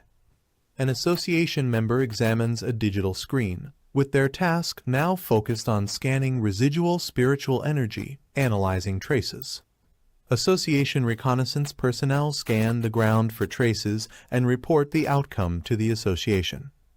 A member explains to both captains that based on trace comparisons, whether from combat habits or kill patterns, all evidence points to a single person responsible for killing both anomalies. Captain Su states there is a 99% probability it's the same individual. One man remarks that it really is a dual high-tier attribute pioneer, admitting he thought they had made a mistake. Captain Su agrees, noting either of the anomalies alone could have wiped them out, and another adds that this powerhouse defeated them in a single strike. Even though they are all in the Ghost Axe realm, the power gap is enormous. Bai King says her surveillance target has appeared, the data has been updated, and she needs to report to the higher-ups. She reports that both Tyrant and the North Gate of Qingcheng University were her assigned targets. A man on the phone responds that he understands the situation and tells Xiao Su to pause her mission for now.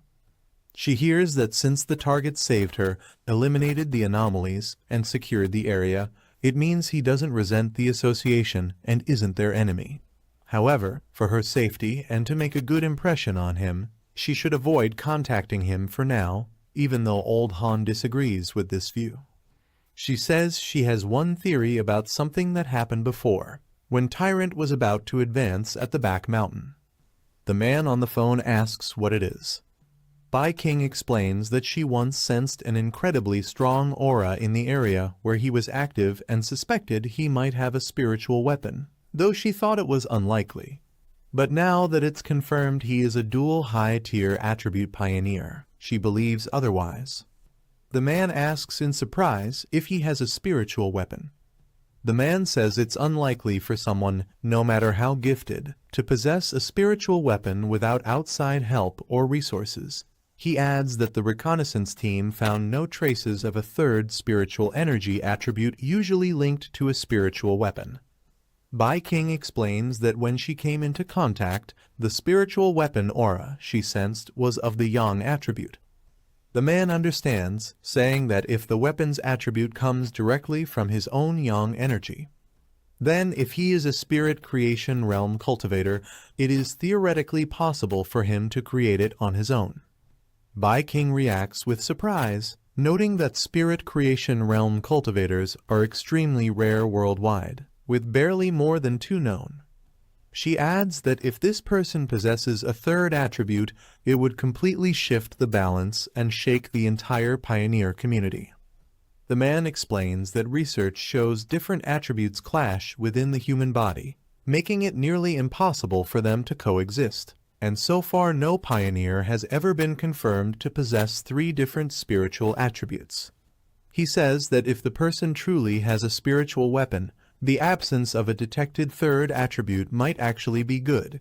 He hopes such a powerful pioneer never becomes humanity's enemy. Meanwhile, the man believed to be the subject showers quietly. Fangyi notes that there's less than a year until the official spiritual energy revival, yet anomalies and phenomena are already erupting everywhere, becoming highly active. He mentions that many pioneers, including himself, have started cultivating on their own. He explains that once the interface between the body and the spiritual world is opened, people become more sensitive to changes in heaven and earth, like those in the underground river before. He adds that even without Xia country's official recognition, self-trained pioneers have generally reached the level of 1-star ghost penetration realm. He notes that with Xia country reaching out to wild pioneers like him, it shows that both official and wild pioneers are in a relatively peaceful phase of mutual exploration. Anomalies remain within controllable limits, and there is no serious conflict among pioneers yet. As he dresses, he reflects that although the government has established the Spiritual Energy Cultivation Association, it has not gone public. People everywhere are discussing local instability and unexplained phenomena, showing the government's attempt to both protect humanity and issue early warnings. He points out that the problem lies in the government's lack of confidence in launching a full-scale cultivation era. Fang Yi reflects that with such a large population, if information goes public before full collapse, internal unrest will cause chaos and death. Even recognized pioneers can't yet stabilize societal upheaval, and both internal and external threats will only hasten the collapse. He thinks the government's cautious approach isn't wrong, as human hearts are more dangerous than ghosts or gods. However, what worries him is that anomalies are developing faster than he expected. He recalls that what he encountered today was a typical mutated product of dark attribute contamination. From touching the black mist, he could tell it belonged to a sub-branch of the dark attribute known as the shadow attribute, a natural enemy to pioneers. These anomalies are more intelligent than typical exotic beasts, do not rely solely on instincts, and see pioneer bodies as valuable resources. They may even work together to trap and kill pioneers. Fang Yi notes that while these anomalies are not yet at the same level as the true dark-type anomalies he has seen before, a single one of those could destroy a country or even a continent. Fang Yi notes that if he hadn't tracked them today, the squad and the one trying to recruit him might not have survived. He reflects that even as a sub-attribute, dark attribute powers are extremely dangerous. If it's labeled temporarily unabsorbable, it means he might eventually be able to absorb it once conditions are met, possibly turning the tide. He now possesses the Golden Sun burning technique of the Yang attribute, the Divine Thunder technique of the Thunder attribute, and the Crimson Flame Blade technique, a sub-attribute of Yang. These high-tier attributes are paired with techniques that perfectly suit him, and with his current strength as a 3-star Ghost Axe realm, there are very few pioneers who can rival him. However, he admits it is still not enough. Fang Yi's phone rings, and he notices the caller ID. Surprised, he answers, realizing it's his aunt, and wonders why she called so suddenly. His aunt asks how his health has been lately and explains that his cousin will be studying near him. She says she doesn't feel safe letting her stay alone in a hotel and asks if she can stay at his place for a few days. Fang Yi reacts with surprise, repeating the word cousin as he visualizes her. Fang Yi recalls that the only thing he remembers about his cousin is that she was a student obsessed with studying, and he doesn't even remember what she looks like. He tells his aunt to just have her come over since there's a spare room at his place, asking when she will arrive. His aunt says she'll give her the address so she can come over by herself. His aunt mentions that his cousin will bring him some specialty snacks. Fang Yi thanks her and says he won't hold back. She adds that his cousin should arrive by tomorrow afternoon and apologizes for the trouble. He replies that it's no trouble and says he has something to do, so he'll hang up. Somewhere else, a person in a hooded outfit is at a computer, reading and replying to messages about the Spiritual Energy Revival Martial Arts Vanguard team. The person in the hood ends a conversation with a message telling their aunt to take care and visit next time. They look at an online article with the headline, Rumor Alert, Internet Famous Town Renamed Death Town, 3 More Vanish, Still Accepting Pork Beast Challenge. They read the location name Yonghuo Town aloud. Someone at the door asks if they have finished packing, surprising the person at the computer. The girl says she's packed but doesn't want to bother her cousin, preferring to stay at a hotel. Her guardian insists it's safer to stay with her cousin and says she trusts him. The guardian reminds her not to cause trouble while staying there and to help out around the house when possible. The girl agrees. Wearing her hood and mask, the girl leaves through the door. She thinks to herself that she will handle one hurdle at a time and that no matter what her cousin is like, he won't be harder to deal with than an anomaly. The sun shines over the city as people walk through the streets. The girl walks with her suitcase towards her destination. She checks her phone, which shows she has arrived at her destination. Looking up, she confirms to herself that this should be the place. This is the end of the video. If you guys want to see the next part, then don't forget to subscribe and like the video.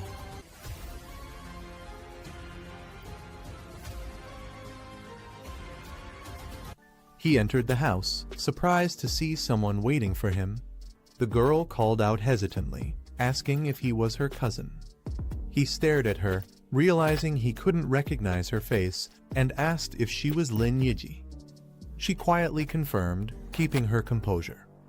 Later, the two sat together in the living room. He told her that if she ever needed anything, she could simply call him. She politely thanked him, addressing him as cousin, while the silence between them lingered. He handed her a spare key, mentioning that her room was just across the hall. She politely thanked him and apologized for troubling him during these few days. As he left, she thought to herself that her cousin seemed easy to get along with and wouldn't pry into her matters. However, he quietly observed her, sensing something unusual. He wondered if it was just his perception, or if she wasn't hiding her presence properly. Earlier, when she sat on the couch, he had faintly felt an unfamiliar trace of spiritual energy. The thought struck him, could she already be a pioneer too? As he watched, her body emitted a glowing aura of energy, making him question whether her excuse about coming for summer camp was actually hiding a deeper reason. She checked her device, receiving messages about cultivation techniques and the importance of keeping her spiritual energy hidden. Deciding it was too risky, she told herself not to cultivate for now, since being caught by her cousin would be difficult to explain. 3 days later, she realized that living with him actually disrupted her training. Meditation and breathing techniques were constantly interrupted, making cultivation harder than expected. Meanwhile, he sat cross-legged, practicing the golden sun breathing technique. Radiant light flared around him, brighter than he anticipated. Concern crossed his mind, such a flashy technique might easily draw attention.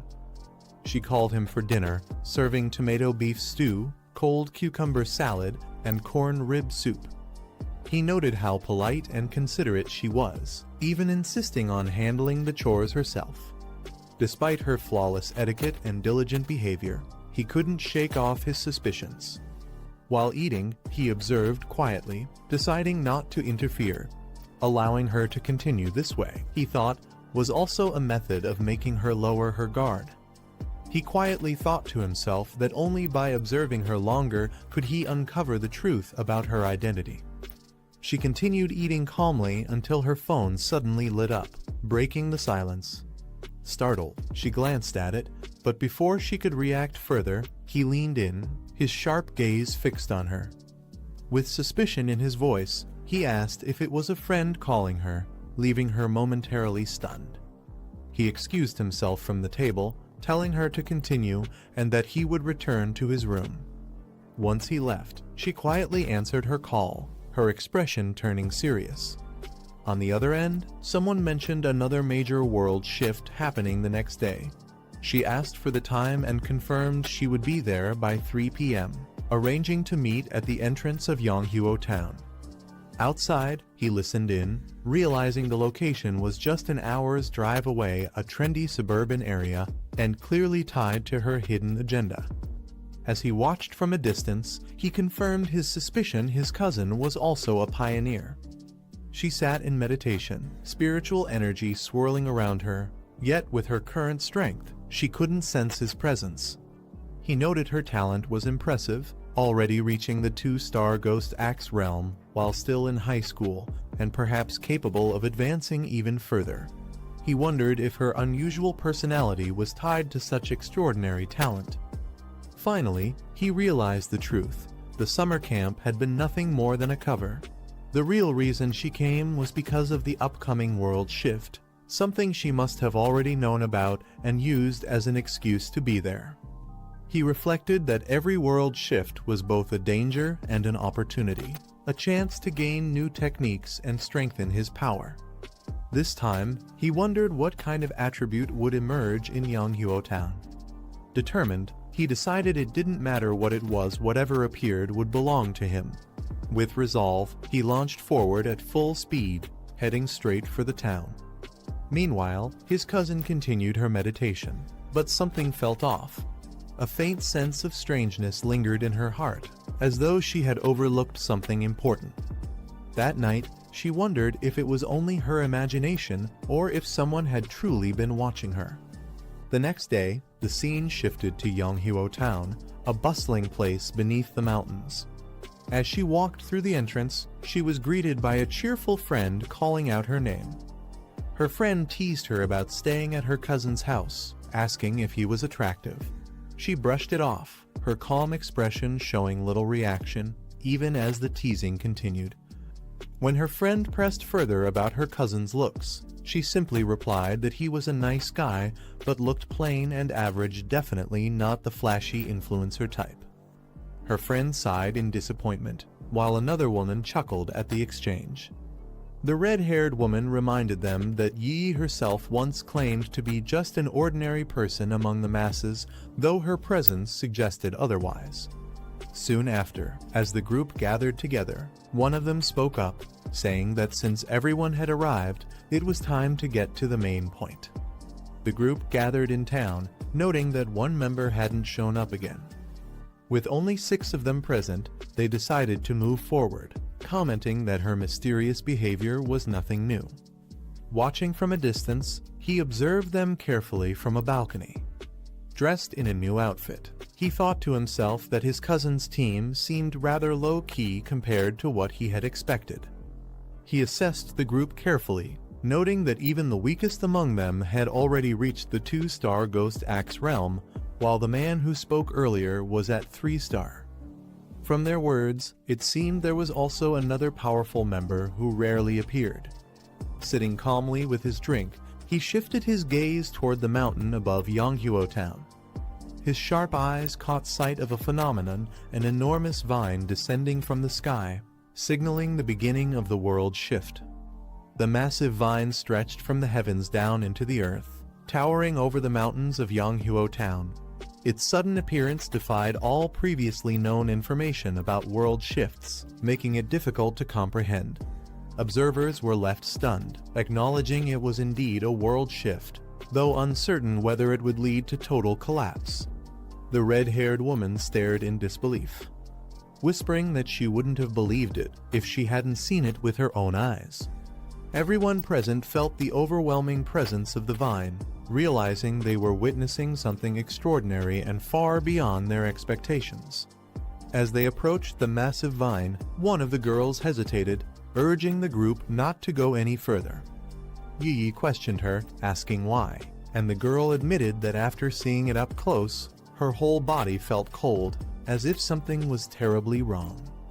Another mentioned the rumors circulating on the internal forums. A red-haired woman listened closely as the girl explained that she knew someone from a team who had tried to make contact with the vine during its last appearance. Those people weren't weak, they were far stronger than her, real pioneers, and not low-level by any means. The implication left the group uneasy, the danger of the vine suddenly feeling much more real.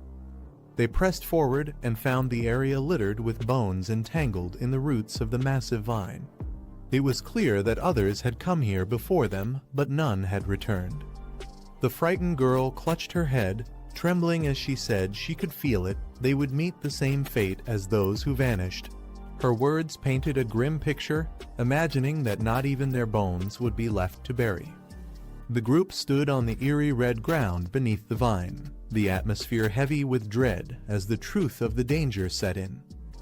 He thought he could take on the pioneer's gamble and either succeed or die trying, but the sight of the anomaly filled him with instinctive fear.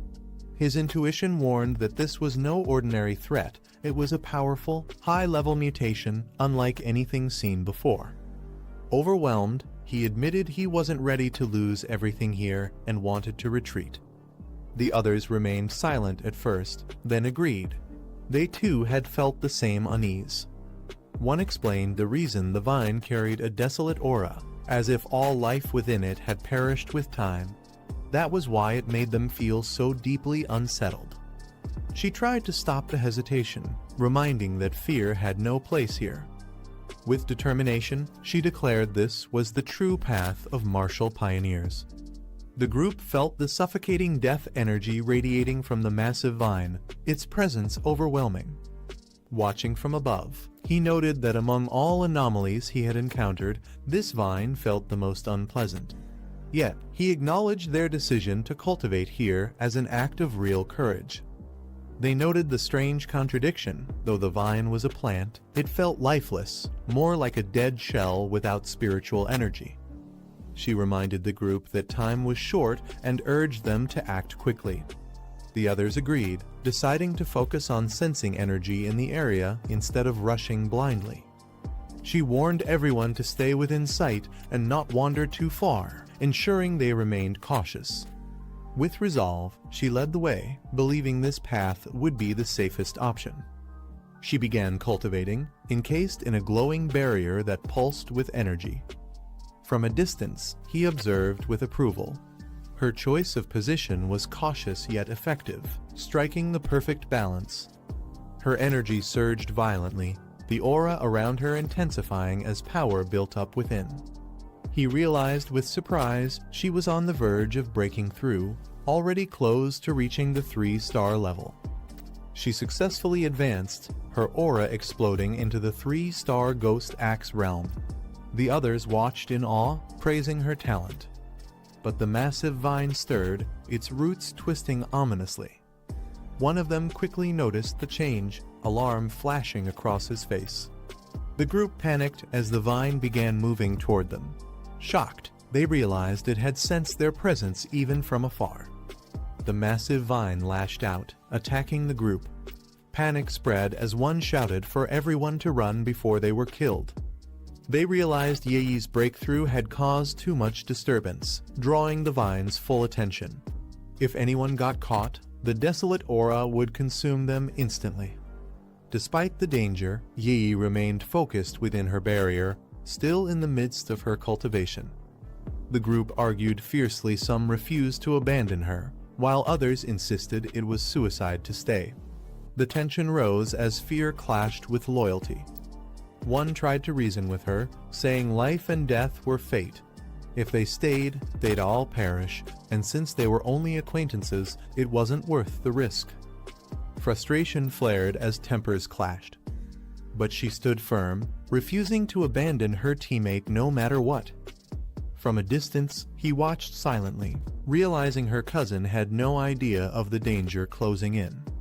Yi struggled within the tightening vines, their overwhelming power threatening to crush her barrier.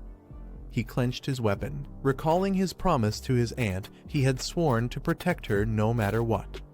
Meanwhile, the others fought desperately, slashing at the spreading vines in a bid to hold them back.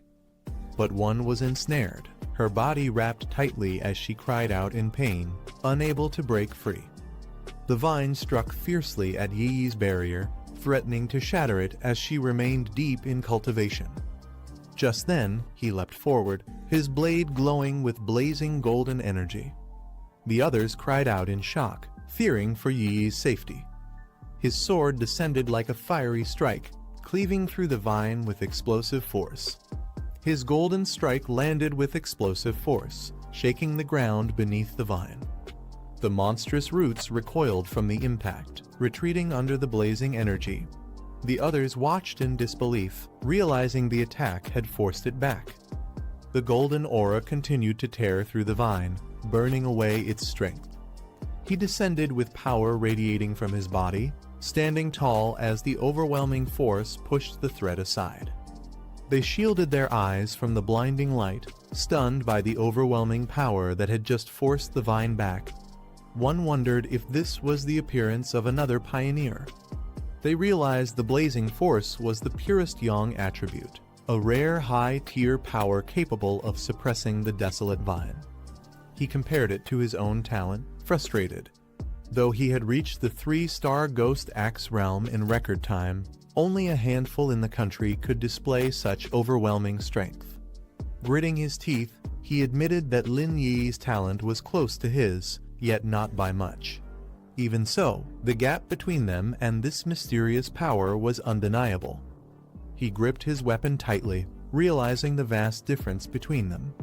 If such powerful pioneers existed, then what did that make the rest of them? From below, they stared at his radiant figure, admitting that his power had crushed not just one of them, but all of them. They questioned what kind of existence he truly was, his presence towering like something beyond human. Meanwhile, another marveled at the vine's terrifying technique, calling it a perpetual engine that could endlessly absorb life energy from its surroundings.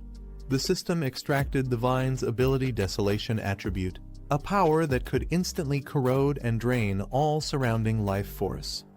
He opened his glowing green eyes, realizing why the vine had only thrived in such harsh terrain.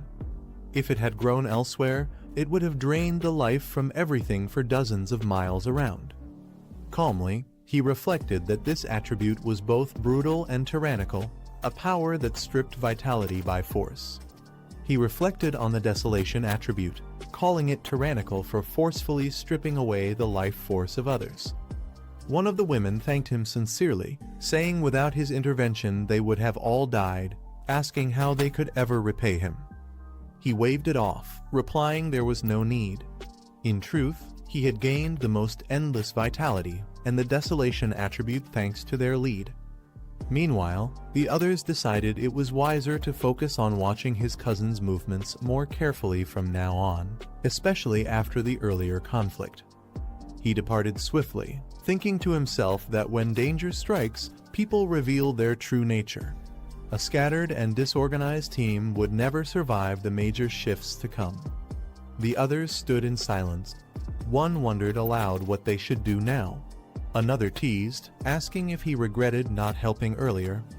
They concluded that with the threat gone and Lin Yi having advanced to the third level, their best option was to stick with this team for as long as possible.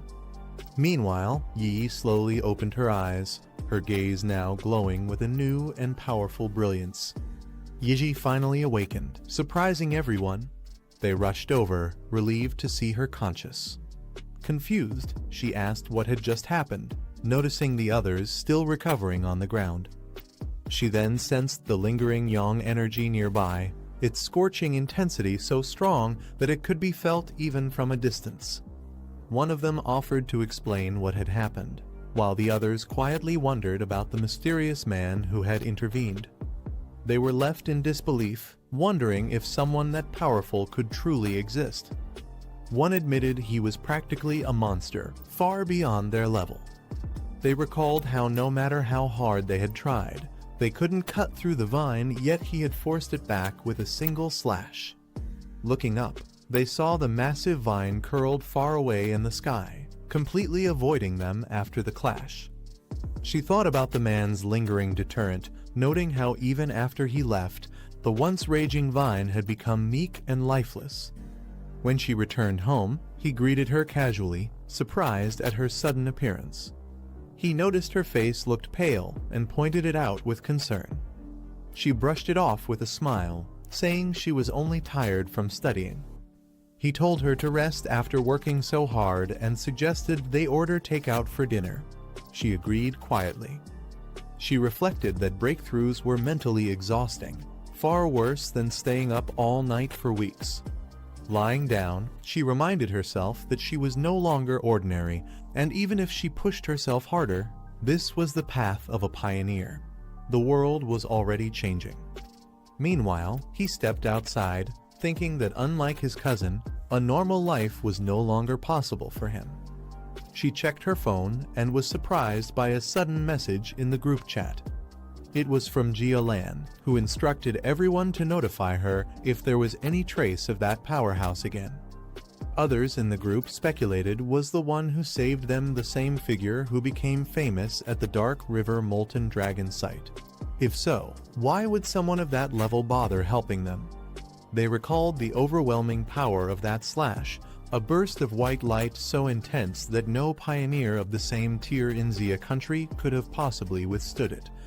He prepared to leave, thinking that Lin Yi would now likely lower her guard, allowing him to observe her movements more freely. Riding his bike through the night, he reminded himself it was time to figure out how to properly carry the desolation attribute. He reflected that the attribute leaned more toward plant-type entities, making it unique compared to others. But he also realized its sinister, corrosive nature could be dangerous. Placing it directly into his body might lead to severe negative effects. He considered that directly merging the desolation attribute with his body might conflict with his thunder attribute. Instead, he decided the best approach was to use an external medium, just like the strange ghost vine that had evolved after sensing spiritual energy revival. With determination in his eyes, he muttered that he now knew exactly where he needed to go. Under the moonlit sky, he rode his bike through the quiet mountain road, heading toward his next destination. He arrived at City Forest Park, parking his bike under the shade of a large tree. Walking into the field of flowers, he decided he needed to find a plant that resonated best with his spiritual energy, one that could become the lucky one. Closing his eyes, he calmed his mind, preparing to connect deeply with the surrounding energy. Soon, green spiritual light swirled around him, lifting his body as the plants began responding to his call. The plants around him began glowing faintly, seemingly responding to his spiritual energy. He noted the reaction was intense, yet still not sufficient for what he needed. Surrounded by swirling green light, he muttered that something stronger was required to succeed. Suddenly, he paused, sensing something unusual, his eyes lifting under the moonlight with sharp focus. In the glowing field, a single flower began to shine brighter than the rest, catching his attention. He wondered if this was the one. He slowly reached out his hand toward the flower, testing its resonance. As his finger touched the petals, the flower emitted a radiant green light, responding strongly to his energy. With a soft exhale, the flower fully bloomed under his touch, its glow intensifying as it accepted the bond. He examined the glowing wildflower, noting its unusual reaction to spiritual energy. It felt almost alive, clinging to his touch like a loyal pet. The flower's glow pulsed softly in his hand, fully resonating with his spiritual energy. He acknowledged its strong response and declared it the perfect vessel for embedding the desolation attribute, asking if it was ready. With a surge of green energy, he initiated the process, spiritual power swirling violently around the flower. As the system prompt appeared, asking if he wanted to embed the desolation attribute into the flower, his eyes glowed with determination. Without hesitation, he firmly answered yes, sealing his decision. The flower shone brilliantly in his hands, absorbing the green energy that surged wildly around him. The embedding process began, merging his power with the spiritual potential of the chosen flower. This is the end of the video. If you guys want to see the next part, then don't forget to subscribe and like the video.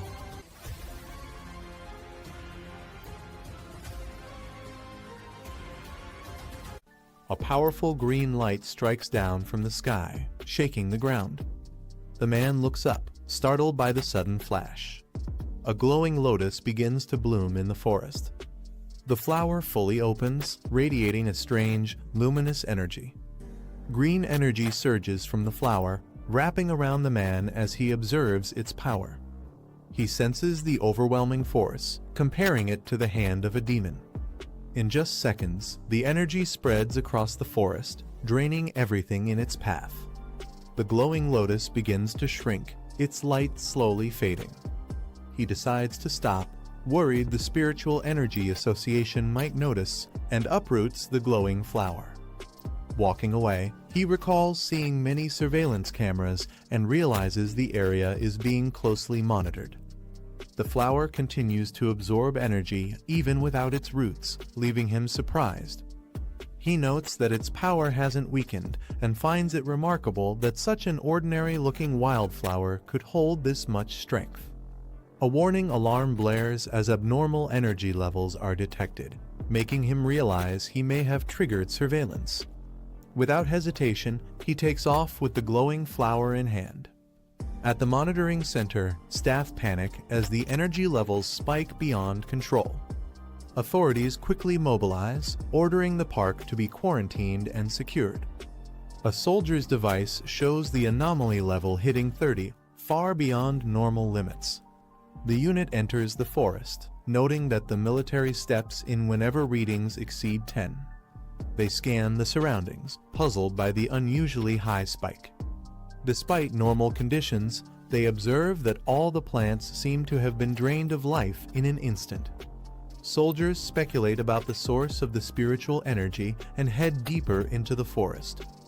A commander yells for them to stop, warning them not to go closer. He explains that the power they sensed belongs to the desolation attribute, shocking the troops. He then asks if they know about the mysterious vine hanging from the sky. Soldiers realize the vine has already been classified as an O-rank mutation. Their leader explains that its deadly power comes from the desolation attribute, which drains all surrounding life. One soldier trembles at the thought of what could have happened if he had entered. The commander warns that plants with the desolation attribute create death zones, devouring the vitality of anyone who steps in. They recall data of another desolation plant that turned a forest into a deadly forbidden zone. The commander explains that desolation is the strongest plant attribute, and now a new one has appeared. An officer steps forward, stating he's already aware of the situation. The soldiers recognize him immediately, calling out to Major Hen. Soldiers order all research staff to put on protective suits and join them in the contaminated zone. Researchers quickly gear up, preparing to enter the area. The team advances cautiously through the dead forest. Despite no source being found, they notice the desolation aura has already dropped to 25, spreading unnaturally fast. The team decides to continue their investigation, moving deeper into the zone. They unleash blue spiritual energy, preparing for potential danger. The energy surges forward, lighting up the dark forest. It condenses into a powerful sphere, pulsing with intensity. At home, he places the glowing flower into a pot, joking about raising one for the first time. He notes that the desolation attribute makes it valuable in combat, while its plain appearance keeps it inconspicuous. He reflects that true battles depend not just on strength, but on hidden trump cards. Suddenly, his phone rings. Old Wang from next door is calling. He's surprised to see Old Wang calling, realizing it's his childhood friend who joined the army 3 years ago. A memory shows them walking together as desk mates through school before Wang left to become a soldier. Answering the call, he's greeted warmly by his old friend, who's excited to see him back. Wang suggests they meet up for a drink at their usual spot. Old Wang excitedly tells him over the phone that he has a huge secret to share. Later, Wang places his phone on the table, meeting with higher authorities. He reports that he has completed the task as instructed, but raises one concern. Wang asks if the person they're targeting turns out to be innocent. Could his safety be guaranteed? The commanding officer coldly orders him to focus only on completing the mission. She adds that if the target isn't the person they're searching for, he may at least give a final warning as a friend before cutting ties completely. The two of them raise their glasses and cheer together. The man thinks that looking at Fengyi now, his life in the military must have been tough. He also notices that Fengyi seems much more mature compared to before.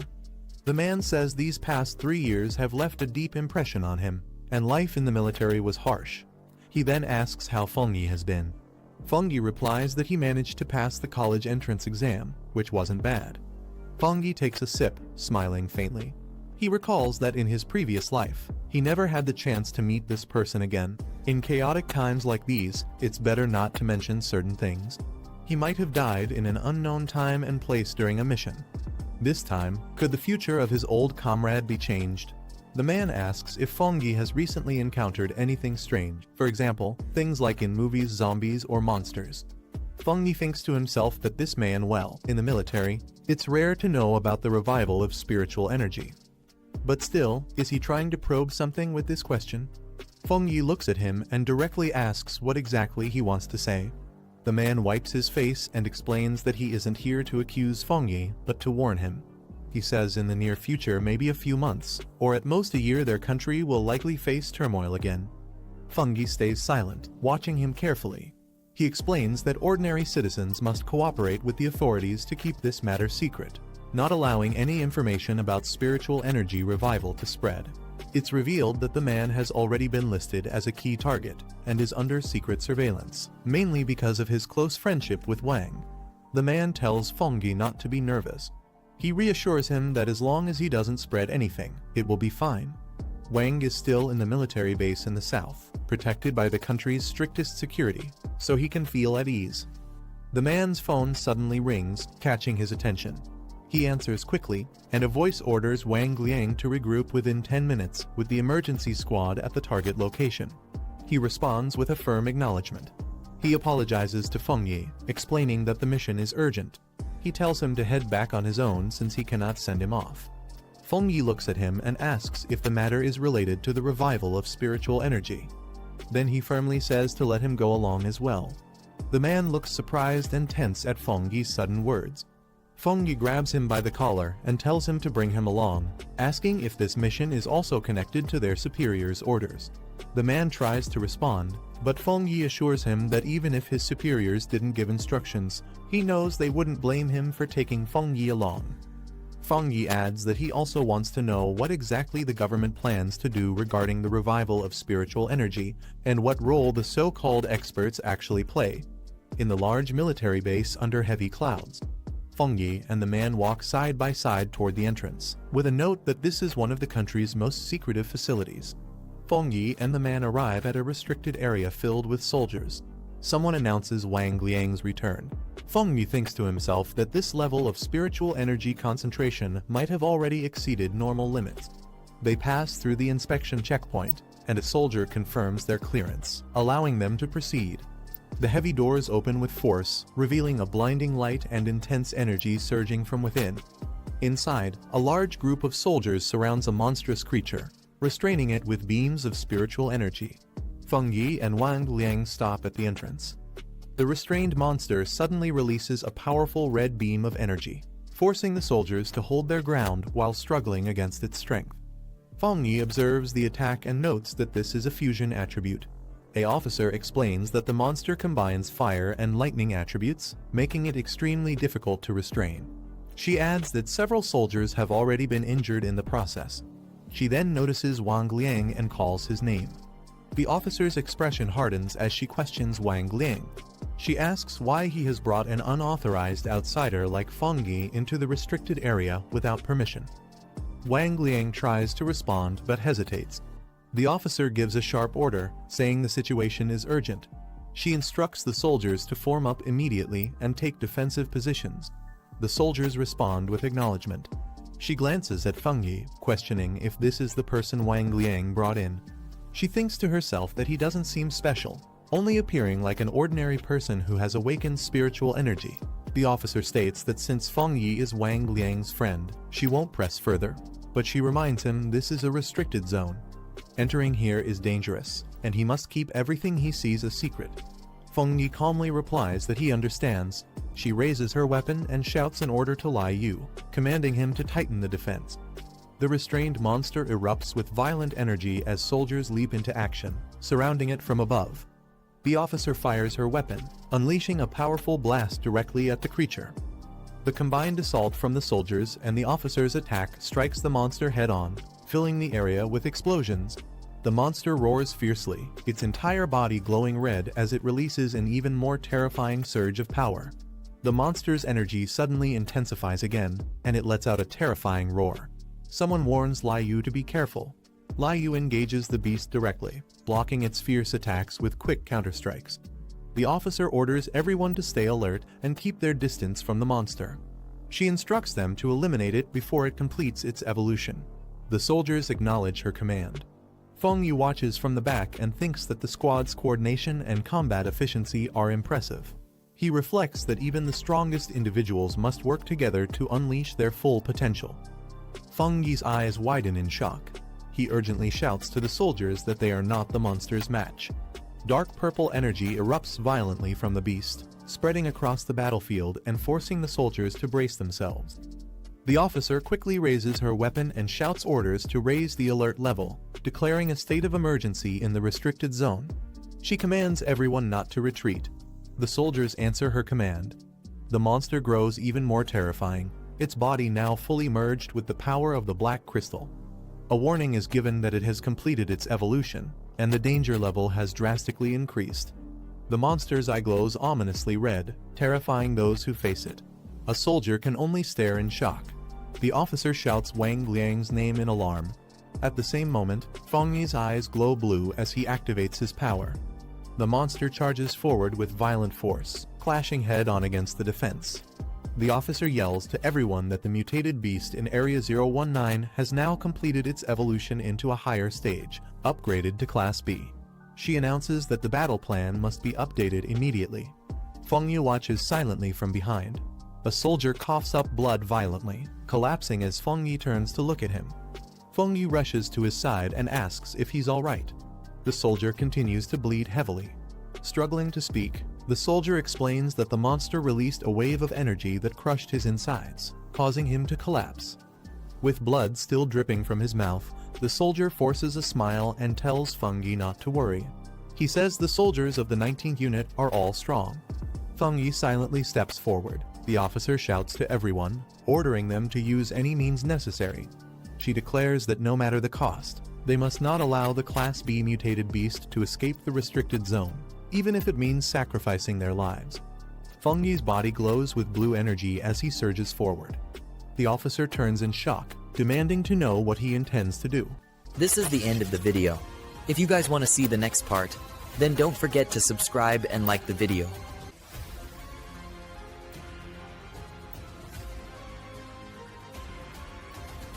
He charges forward, his body wrapped in crackling blue lightning. His glowing eyes lock onto the beast ahead, and he mutters if it thinks madness alone can overwhelm him. The monstrous creature roars, its blood-red eyes flashing as it swings its claws with murderous force. The impact splits the ground, yet he stands firm, raising his arm as lightning surges to meet the attack. Without hesitation, he thrusts himself upward, lightning wings bursting from his back. The beast snarls in fury, but its movements can't keep up with the blinding speed of his assault. With all his strength, he channels the divine thunder into a devastating strike. The beast's head is consumed in a massive explosion of blue energy, its roar drowned out by the crack of lightning tearing through the air. The beast is struck head-on by the violent surge of blue lightning, its body consumed in the explosive blast. The shockwave tears across the battlefield, sending soldiers stumbling back as debris scatters in every direction. One man stares in disbelief, questioning if he saw it right. He realizes this is the kind of abnormal mutation even high-ranking officers can't handle alone. Another soldier turns to his superior in shock, asking if his brother could truly be the one behind this power. The red-haired officer, sweat on her face, admits none of them are mistaken. The beast collapses, its body scorched and smoking as he stands tall amidst the aftermath, lightning still flickering around him. With a cold stare, he remarks that the creature isn't fully dead yet, but this much is enough. He then orders the officers and others nearby to fall back.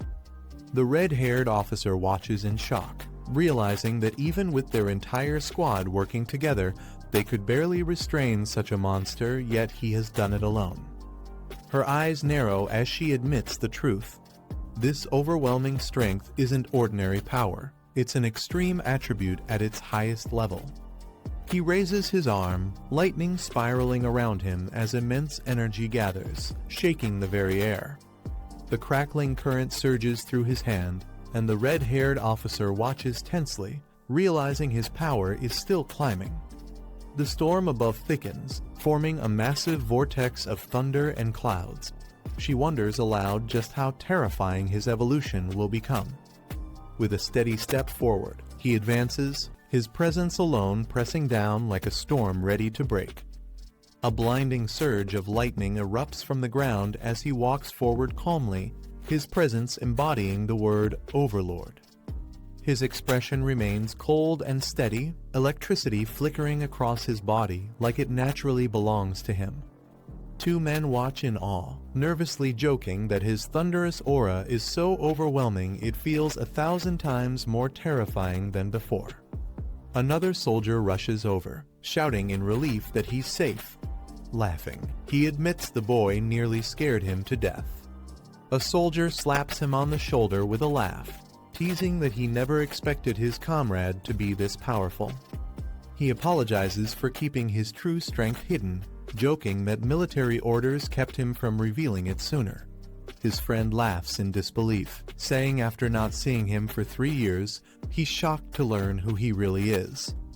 Turning away, he exchanges a brief glance with the red-haired officer, the battlefield calm after the storm. The officer steps forward with a serious expression, extending her hand as she sincerely thanks him for his help. He smiles faintly, his crimson eyes glowing with calm confidence after the intense battle. When the officer thanks him, he responds modestly, saying it was simply to protect his friends. The red-haired officer formally introduces herself as the guardian of Base 019 and requests his contact information, promising to report everything truthfully. He agrees without hesitation, while those around watch in quiet awe at the respect the officer shows him. The red-haired officer acknowledges his strength, admitting it surpasses even the elite task force members. She expresses her strong desire to have him join the recovery army. Yet, in her thoughts, she notes something even more shocking: his growth and potential far exceed the level of an ordinary awakened soldier. He calmly asks if she's truly willing to invite someone like him into their ranks. He insists there's no need for flattery, since he doesn't see it as anything special. The officer explains that the order to recruit him didn't come from her alone, but from the higher-ups. Whether he accepts or not, they will eventually come for him themselves. He laughs softly, admitting it's not as serious as they think. He explains that he actually admires their determination to risk their lives protecting others, something he hadn't truly witnessed before. The red-haired officer listens in silence, slightly moved by his words. He continues with a calm smile, saying they can rely on him in the future whenever trouble arises, just as past generations once protected humanity. However, he sets one condition: his freedom must never be restricted. The officer is left speechless, her expression tightening as she processes his demand. He announces that time is running short and prepares to take his leave. The officer agrees, saying she and her men will handle the remaining cleanup and escort him back safely. As he walks away, he reflects on the true value of the army, its role in navigating dangerous spirit zones, ensuring safe passage while maintaining the advantage in battle. At the same time, he realizes the army also acts as a shield, drawing a clear line of defense between ordinary humans and the extraordinary threats that roam the world. One soldier whispers that after what they've seen today, describing him as merely not simple no longer fits. In truth, today's display was only the tip of the iceberg of his true power. As he floats above the crowd, his overwhelming aura leaves everyone stunned. They whisper that to reach such a level so quickly, he must possess knowledge and strength beyond ordinary means. A soldier suggests they cannot simply let him slip away, hinting that if the officer won't recruit him, they should hand the task over to him. The red-haired officer immediately silences him with force, ordering him and the others to follow her command without question. Later that night, under the quiet sky, the scene shifts to a building glowing with light, marking the beginning of what comes next. While meditating, he reflects that although his identity has been exposed, the true extent of his power remains hidden. He knows their cautious attitude toward him is far from unnecessary. He concludes that this so-called extraordinary ability is kept highly confidential, with strict restrictions placed on its spread. To the outside world, it barely exists at all. In truth, the authorities are not only monitoring him, but also ensuring he doesn't slip beyond their control. To them, he is both a weapon and a liability that must be contained. He recognizes the balance at play. The army acts as guardians, imposing discipline and defense, while the Spirit Association handles purification and stabilizes cities. Together, they maintain the fragile peace of ordinary life. The city remains under strict watch, with authorities dividing districts between normal citizens and the extraordinary.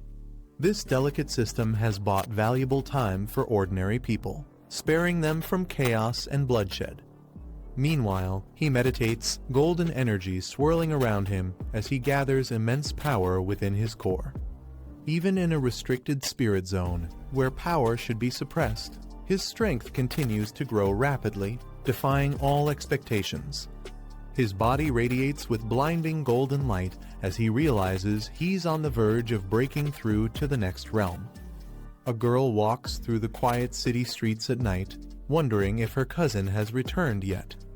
She thinks about asking him to test her training progress, though she isn't sure if he's available. Suddenly, a brilliant golden light erupts in the distance, cutting through the dark skyline and drawing everyone's attention. She stares in shock, her eyes wide as she whispers in disbelief, struggling to understand what she's seeing. Her eyes widen in shock as she realizes what she's witnessing. It looks like the terrifying phenomenon of a demonic breakthrough. Above the city, a radiant golden core bursts open, its violent energy twisting into the sky. She senses that this aura is far beyond anything she imagined. The explosion of light intensifies, forming a colossal golden pillar wrapped in arcs of lightning, as if the heavens themselves are being torn apart. A golden light tears through the sky, forming an enormous hand that descends over the city. The girl looks up, stunned, as the overwhelming force shakes the streets. People around her freeze in disbelief, unable to process what they are witnessing. The giant hand clenches, radiating waves of destructive energy. Its brilliance spreads across the clouds like thunder. The girl realizes this is no ordinary attack, but a spirit weapon, something that shouldn't even exist here. The sheer power feels unstoppable. She stands rooted in place, her gaze locked upward. Shock fills her eyes as she wonders how such a weapon could appear so suddenly. The sight leaves her both fearful and curious, as though an ancient force has awakened right before her. Far away, in a dim control room filled with glowing red screens, alarms ring out sharply. Military officers urgently shout reports, warning that the energy levels have spiked to 99%, a critical danger threshold. The entire system flashes warnings, confirming that this incident is not just unusual, but a major threat to the city. Emergency orders are issued as officers shout for units to head straight to the city center. A girl with white hair looks alarmed as she hears that the anomaly won't stop spreading and could cause even greater destruction if left unchecked. Inside the command center, soldiers gather around a glowing city map projection. The energy surge is highlighted in bright orange, shaking everyone with its intensity. Officials question whether this wave could trigger a large-scale disaster beyond their control. A senior officer yells into his communicator, declaring that aside from protecting the central region, all ground forces must be fully mobilized. The urgency in his voice makes it clear that this threat is far greater than anything they have faced before.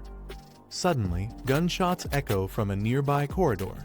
One officer quickly reports that enemy infiltrators have broken through, and he calls for immediate reinforcements. His eyes widen as the situation escalates faster than expected. A man smirks, his sharp gaze showing he already knows more than he reveals. His calm demeanor contrasts with the chaos unfolding outside. He places a hand on his chin, reflecting quietly. Aside from the strange energy disturbance, he suspects there is a much deeper issue behind all this. His phone vibrates with a new message. He checks it immediately, recognizing the sender as someone important. The screen displays a long exchange of texts about the ongoing incident. They discuss the dangerous outbreak and confirm it is not a coincidence. After reading the messages carefully, He sits back on the couch in silence, his expression unreadable as he processes the weight of the information. The man reviews information on his tablet, his eyes glowing with a faint red light. The data confirms that the recent surge is tied to dangerous spirit weapons, capable of overwhelming both defense systems and energy barriers at once. The door creaks open, and the girl steps inside quietly. She states simply that she has returned, her expression serious as if she senses the weight of the situation. She looks around the room and asks if he has also noticed the disturbance shaking the city. He acknowledges her presence and tells her to sit down while he prepares tea, keeping his calm demeanor despite the chaos outside. Her eyes narrow with concern. She admits that what's happening isn't normal and insists that the mysterious wave cannot be ignored. It's the sign of something far more dangerous lurking behind the scenes. The man scrolls through his phone, analyzing the reports. He notes that while the authorities are suppressing news of the anomaly, the situation is escalating too quickly to be contained. If left unchecked, it could turn into a full-scale disaster. The girl listens silently, her face calm but her eyes reflecting unease. In the background, the faint sound of alarms continues as the outside world grows more chaotic. She throws herself onto the bed, muttering that the authorities might already know more than they are revealing. She suspects that certain powerful families or organizations are involved, and whatever their plans are, it won't end well. Meanwhile, the man narrows his eyes at a video playing on his screen. Flames engulf buildings, and the destruction spreads at an alarming rate. He realizes this isn't just another accident. This firestorm is part of something much bigger. On his phone screen, live footage shows the city consumed by raging flames. Reports confirm that the explosion originated from a powerful energy source, and the fire continues to spread uncontrollably. The man lowers his phone, his expression calm yet sharp. He recalls past events involving powerful figures, wondering what role they might play this time. His thoughts hint at a dangerous connection between the current disaster and past schemes. Elsewhere, a large university gate comes into view. Crowds gather outside, whispering anxiously about recent events. Some wonder aloud if this sudden closure has ties to the massive energy surge reported in the city. Two figures walk toward the gate with steady steps. One of them comments that the closure is officially for safety, but the timing suggests there's much more hidden beneath the surface. At the university gates, soldiers raise their weapons as the man and the red-haired woman approach. The crowd watches in shock, whispering about who these people could be and why security is treating them with such caution. The gates open, and the pair walk in side by side. Their confident steps and calm expressions make it clear they are not ordinary visitors, but people of significant influence. Inside, the destruction becomes visible. Buildings are reduced to rubble, smoke rises into the sky, and flames still burn in the distance. The man remarks that this devastation is far beyond normal accidents. It's the result of something deliberate. Meanwhile, helicopters hover over a forest consumed by raging fire. The inferno spreads rapidly across the mountains, and officials question whether this disaster was truly a coincidence or part of a greater plan. The red-haired woman tells the man she's heading to the office and asks if he plans to check the site of the explosion. He nods, agreeing to investigate personally. She warns him to be careful before they part ways. The man walks alone toward the restricted area, his steps calm and steady. The site is heavily damaged, surrounded by caution tape and silence. He crouches down near the ruins, noting that the blast's traces point directly to spirit energy. It becomes clear to him that yesterday's massive fire wasn't a natural accident, but a deliberate act. His expression hardens as his red eyes narrow. He realizes that the clues lead to something much larger, and someone he knows may already be connected to this destruction. The man suddenly notices two girls in uniform approaching. Recognizing them, he questions why they are here at such a dangerous site. One of the girls calls out his name in surprise, pointing out that she didn't expect to see him so close to the explosion zone. The other girl, cheerful and lively, teases him. She says she already knew he wasn't just an ordinary student and hints that he's been hiding his true abilities all along. The red-haired woman at her side remains composed, observing the exchange. The man's eyes narrow, glowing faintly red. He mutters the girl's name, realizing she might be connected to something bigger. His voice carries suspicion as he wonders if she has been involved in the recent incident. A group of students notices the man and the red-haired woman. They question whether he belongs to their school, mocking the situation and wondering how an outsider could casually be here after such chaos. One outspoken girl points at him, accusing him of sneaking around. She argues that if the school is under strict security, then he must be breaking the rules by being here. Her tone makes it clear she doesn't trust him. The red-haired woman frowns, her expression growing heavier. She quietly mutters that this isn't the time for baseless suspicion, as the real issue is far more serious than the students realize. Another woman turns to the man, asking bluntly if this red-haired companion is his friend. Her question hangs in the air, sparking tension between the two groups. The man calmly introduces the red-haired woman, explaining that she is simply a former high school classmate. His casual tone surprises the others, who didn't expect such a connection. The red-haired woman smiles faintly, her sharp gaze hidden behind tinted glasses. Her expression carries a hint of amusement, as though she knows more than she lets on. Two girls look shocked, whispering to each other in disbelief. They wonder why someone like her would be acquainted with him, sensing that this relationship isn't as simple as he makes it sound. The red-haired woman speaks seriously, reminding him that the principal has called for everyone to regroup at the designated area. She stresses the importance of acting cautiously until they understand the full extent of the crisis. The man replies briefly, agreeing with her words, though his eyes remain cold and unreadable. Security guards order the crowd to step back, declaring the area sealed. No one is allowed to approach, and the atmosphere quickly grows tense. The red-haired student steps forward, her tone sharp as she questions why such extreme measures are being taken inside the school.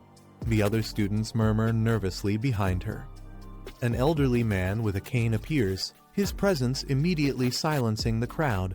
He explains that the school has strict rules and that even the smallest disturbance cannot be ignored. His words carry authority, making it clear that he is a powerful figure in charge. The students whisper among themselves, realizing this elder must be someone important. One girl jokes lightly, suggesting that if even he has come forward, then the situation involving the red-haired woman and the man must be far more serious than they thought. The red-haired student remains silent, her expression unreadable. The man and the red-haired woman are led forward by guards until they stand face to face with the elder. The tension in the air is heavy as everyone watches closely. The elder greets him warmly, shaking his hand. He introduces him as the new representative tied to Fang's name, making it clear that his arrival holds special significance. The elder then gestures toward the waiting cars, saying arrangements have already been made. He instructs him to board immediately, signaling that the meeting ahead is of great importance. Nearby, the red-haired student steps forward with a commanding voice, ordering all unrelated bystanders to back away. Her sharp tone leaves no room for argument, and the students quickly retreat in silence. Guards spread their arms to block the crowd, ordering everyone to step back. The students protest loudly, questioning why someone like him deserves such treatment from the school's leaders. Among the crowd, the red-haired student looks uneasy. She wonders aloud what kind of influence the man holds to be recognized so highly, far beyond what any ordinary person could achieve. Lowering her head, she recalls the words of the principal, who once hinted that Fang's background was far from simple. The thought unsettles her, leaving her unsure how much she truly knows about him. Nearby students whisper in disbelief. They argue that this level of respect is impossible unless Fang is connected to someone of great power or influence. The realization begins to spread among the crowd, shifting their perception of him. In the middle of the crowd, a girl with long red hair steps forward. The attention shifts instantly to her as whispers spread among the students. They realize that throughout the entire incident, the boy never once acknowledged her status as the school's beauty and center of attention. The revelation leaves the crowd in shock, deepening the mystery around his true nature. At Kingcheng University, everything seemed normal until a series of strange incidents began to unfold. One night, a field suddenly burst into flames. The fire burned uncontrollably, and not even the fire trucks could put it out. Fortunately, no students were present at the time, and the authorities quickly sealed off the area to prevent further danger. Not long after, another field caught fire, followed by more incidents. What started as something explainable soon became mysterious. Witnesses reported seeing crimson flames falling from the sky and fire floating in mid-air with no visible source, making the situation even more unsettling. Although most of the fires across the fields were eventually extinguished, one blaze continued to burn stubbornly. The group stood before it, realizing this was no ordinary fire. He notices the air thick with smoke, the burnt smell heavy and suffocating. The group observes the fire burning around the basketball hoop, confirmed as the only spot where the flames refuse to be extinguished. A device is revealed, showing a reading of 11, drawing everyone's attention. It's explained as a spiritual power detection device. If the reading goes beyond 10, the area becomes too dangerous for ordinary people, as human life cannot withstand anomalies above that level. The detector suddenly spikes, showing an alarming reading of 60, shocking everyone. It's explained that the threshold is far too high if left unchecked. The anomaly could spread beyond the university and threaten the entire city. Urgent action is required. In the chaos, someone rushes past the restricted zone despite the danger, drawing urgent shouts from the group. The figure leaps into the flames, immediately engulfed in a violent explosion of fire. The detector surges again, shooting up to 110, confirming the anomaly as an S-grade threat. The group panics, realizing someone has already rushed inside. They question what to do now as the danger rises beyond control. Within the blazing fire, a massive fiery beast begins to take shape, its presence overwhelming. Amid the flames, a lone figure walks forward calmly, facing the inferno head-on. He recalls how the young attribute once shielded him from the dangers of fire, and believes this heavenly flame will be no different. Before him, a massive fiery dragon emerges, its form blazing with overwhelming power. He knows he must get as close as possible to the origin of the flame. The dragon roars, its maw wide open as it lunges to consume him. Unfazed, he steps forward, golden energy radiating from his body as he prepares to counter the flame's might. He calls upon his power, releasing the golden sun armor as flames swirl around him. The fiery dragon lunges at him with overwhelming force, jaws wide open. He braces himself, his body engulfed in blazing energy as he's pushed back by the intense heat. Despite the unbearable pressure of the heavenly fire, he resolves firmly he must absorb it, no matter the cost. He successfully obtains the Heavenly Fire Attribute Technique 9 Dragons Heavenly Fire Sealing Technique, a power that purges evil, suppresses demons, and seals wicked entities. Fiery dragons coil around him as the technique activates, already unlocked without the need for further training. The flames surge violently, manifesting into a terrifying formation of dragon heads towering before him. Calm and determined, he focuses his will, ready to wield the newfound power against the overwhelming blaze. He activates the 9 Dragons Heavenly Fire Sealing Technique, his eyes glowing red with fierce determination.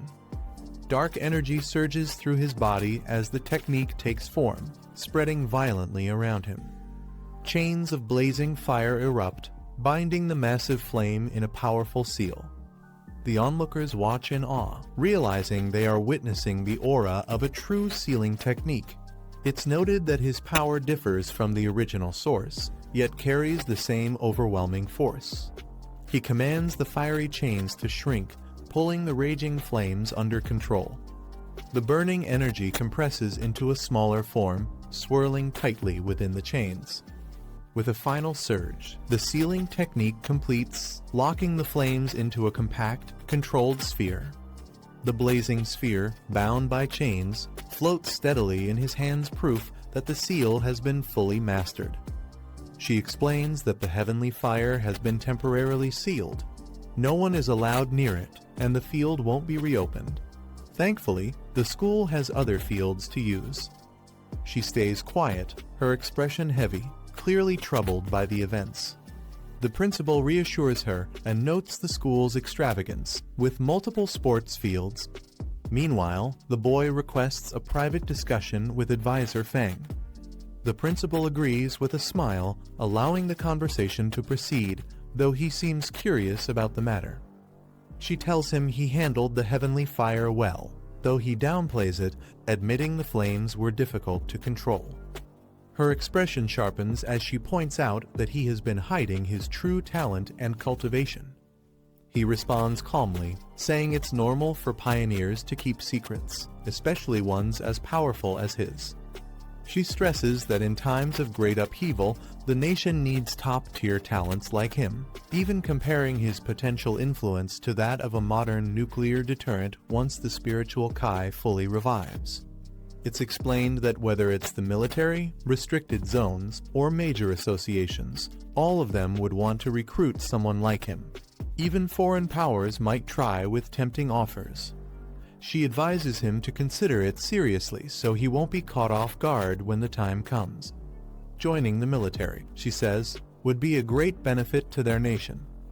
He pauses, then questions why neither she nor Wang Liang have ever tried recruiting him directly into their restricted zone. He wonders if they see him as unworthy. She admits the truth. Their legendary military district is unusually strong. That's why she thought he might be more interested in joining them instead. He reacts with interest upon hearing about a top-level group.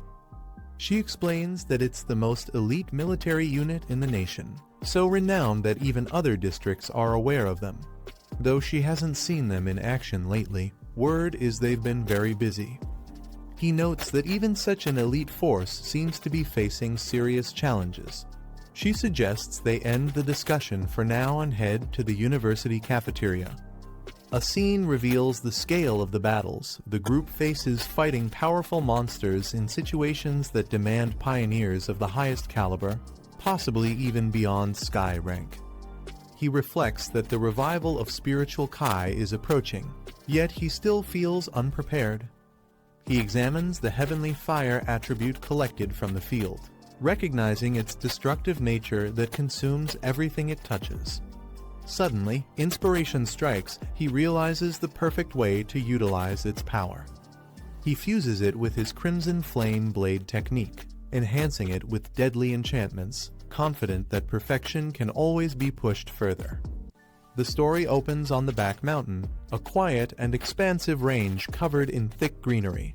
The man pauses for a moment, recognizing the area and sensing something unusual about it.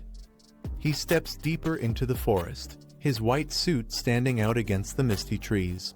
Holding his sword casually at his side, his expression sharpens as he grows more alert, trying to understand why this place has been marked off. Ahead, he finds a large wooden sign warning travelers not to climb any further. This surprises him, as the mountain shows no abnormal activity. He reasons that only someone with knowledge of his movements like the Spirit Kai Association could have arranged this so quickly. A faint smile spreads across his face as he connects the pieces. Instead of seeing the warning as a barrier, he interprets it as permission. If they want him to treat this mountain as his own ground for experiments, then he's more than willing to accept. His sharp eyes narrow as he suddenly senses something unusual in the forest. He halts, realizing even weak creatures have managed to sneak into the back mountain. The aura he feels now matches the one he encountered earlier at the factory, though slightly weaker. Remaining calm, he continues forward, keeping his focus on the surroundings. From above, a shadow stirs, moving quickly among the trees. A monstrous beast drops from the branches, its red eyes glowing fiercely as it prepares to attack. He observes the blade and realizes it now has the ability to gauge an enemy's strength before attacking. Gripping the weapon tightly, he prepares to test its power. A system prompt appears, offering him the chance to infuse the Tang blade with the heavenly fire attribute. Without hesitation, he accepts. The sword erupts in blazing flames, radiating righteous energy. Golden fire courses through his body as he merges with the weapon's newfound strength. With fiery determination, he combines the heavenly fire with his crimson fire blade technique, eager to see what devastating effect the fusion will unleash against his opponent. With flames blazing around him, he unleashes the empowered blade, aiming it directly at the beast. The creature's eyes widen in shock as it senses the overwhelming power descending upon it. The fiery strike engulfs the monster, twisting into a blazing whirlwind that scorches everything in its path. The beast howls in agony. As the flames settle, he calmly observes the destruction. The power is far stronger than his original Crimson Fire blade technique, and the energy itself leaves no effect on him personally. He inspects the blazing blade, running his hand across it calmly. Despite its fierce flames, he remarks that it feels cold to the touch. With a confident look, he decides to continue forward, determined to track down the intruder he sensed earlier. Meanwhile, a live stream begins elsewhere. A phone on a tripod records as a cheerful girl insists to her viewers that she isn't a scammer, claiming she has always been lucky since childhood. She smiles brightly at the camera, explaining that even though it's her first day streaming, exciting content seems to come her way naturally. Comments flood her feed, with some doubting her and others challenging her to prove herself. The girl continues her live stream confidently, unaware of the danger closing in around her. Suddenly, a beast lunges forward, striking her down and shattering her equipment in the process. Her phone falls violently to the ground, the screen cracking as the live broadcast continues. Pinned beneath the monster, she screams in pain while the audience watches in shock. Some viewers assume it's staged, dismissing the attack as fake, while others demand to know what just happened. The girl struggles beneath the beast's grip, her face streaked with fear and tears as she weakly pleads for it to stop. The monster roars ferociously, its jaws dripping as it prepares to finish her off. Suddenly, a blazing dragon-shaped flame bursts forth, tearing through the scene with overwhelming power. The fiery dragon crashes down, shocking both the beast and the girl. Viewers watching the stream are stunned, questioning if what they're seeing is real or just high-level special effects. The live stream viewer count skyrockets past 13,000 as the intense battle unfolds. The girl, still shaken but alive, looks up in shock and recognizes someone emerging from the chaos. Her trembling hand grabs the phone tightly, determined to capture what's happening. Through the blazing inferno, she records the moment, shouting that someone is standing within the flames.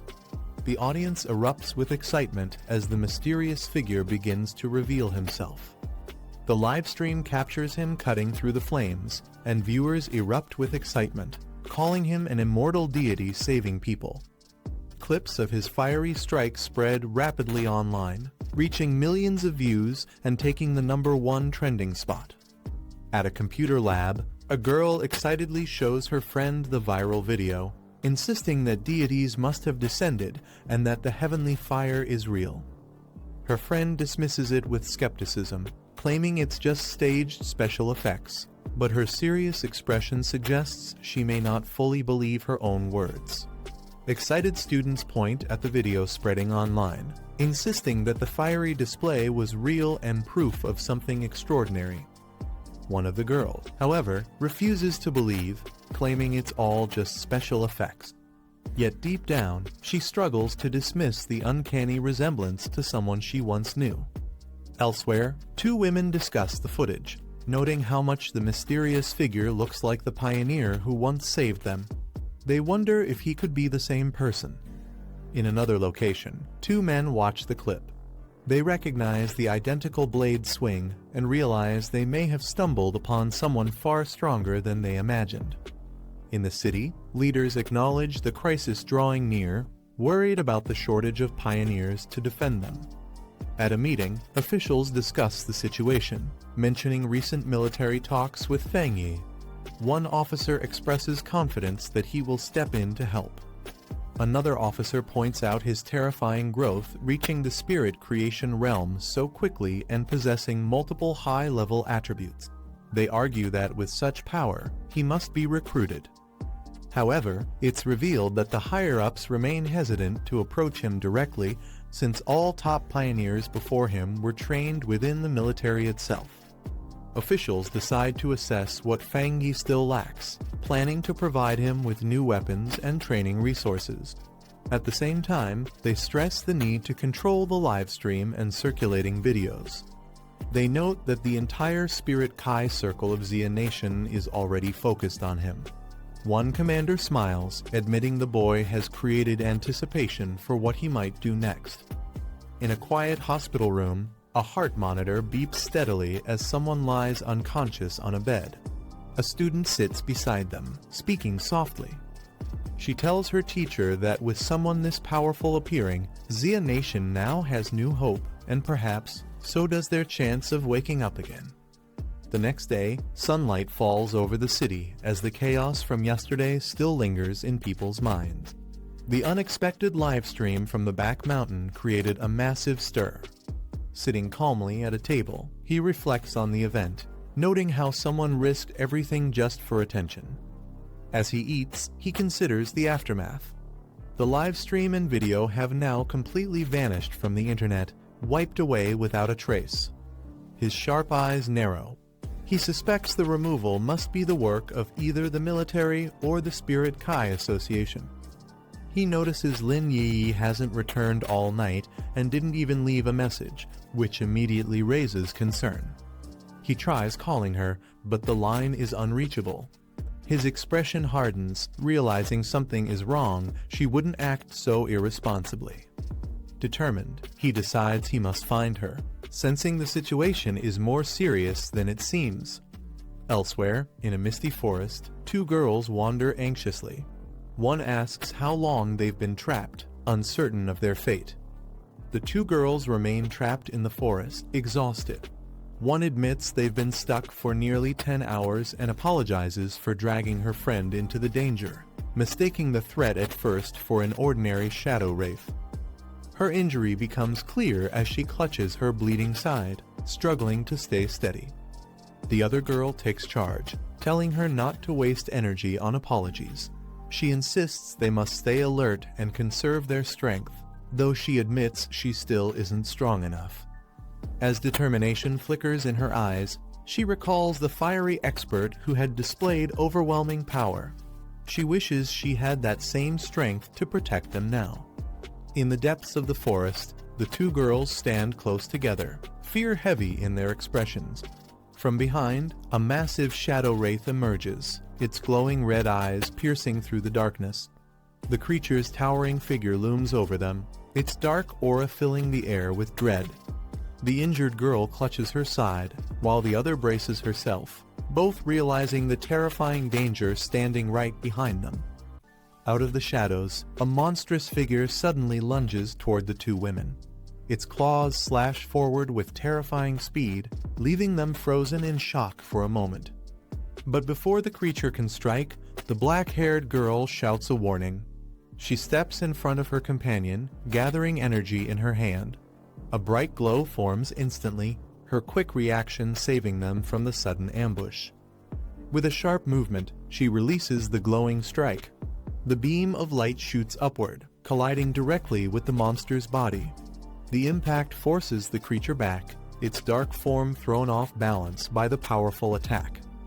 Yet the danger is far from over. More distorted figures crawl out from the darkness, their twisted bodies moving unnaturally. As she stares at them, realization hits these are not ordinary monsters. They are the very people who were trapped here before, twisted into these horrifying forms after their deaths. The two women stand over fallen corpses, realizing something is wrong. Their attacks have no effect on the black fog, and even the spirit energy they release is useless. The enemy doesn't seem harmed at all. They look around cautiously. It feels as though the fog is waiting for them to exhaust every ounce of their strength. The oppressive force surrounds them like a cage, treating them as prey trapped with no escape. The red-haired woman's eyes narrow, her expression tense. A single bead of sweat runs down her face, showing the weight of the situation pressing in on them. Suddenly, a crimson eye appears in the swirling darkness above. Its gaze locks on them, radiating overwhelming malice. Both women freeze in shock, realizing the true threat has just revealed itself. The crimson eye pulses violently, its glow growing more intense. Dark energy swirls around it, making the air heavy with dread. Suddenly, multiple smaller red eyes begin to split off, multiplying within the vortex. Each one stares down at them, as if the abyss itself is alive and watching from every angle. Fury replaces fear. The black-haired girl lashes out, unleashing her power while shouting at the monstrous entity. Blazing energy erupts, slamming into the fiery eyes as she demands its destruction. She steadies herself, warning her companion not to falter. The creature is losing patience, and any weakness now could mean the end for them both. Her sharp gaze shows determination, refusing to let despair take over. The girl's eyes widen in silence, reflecting the eerie glow of the crimson light.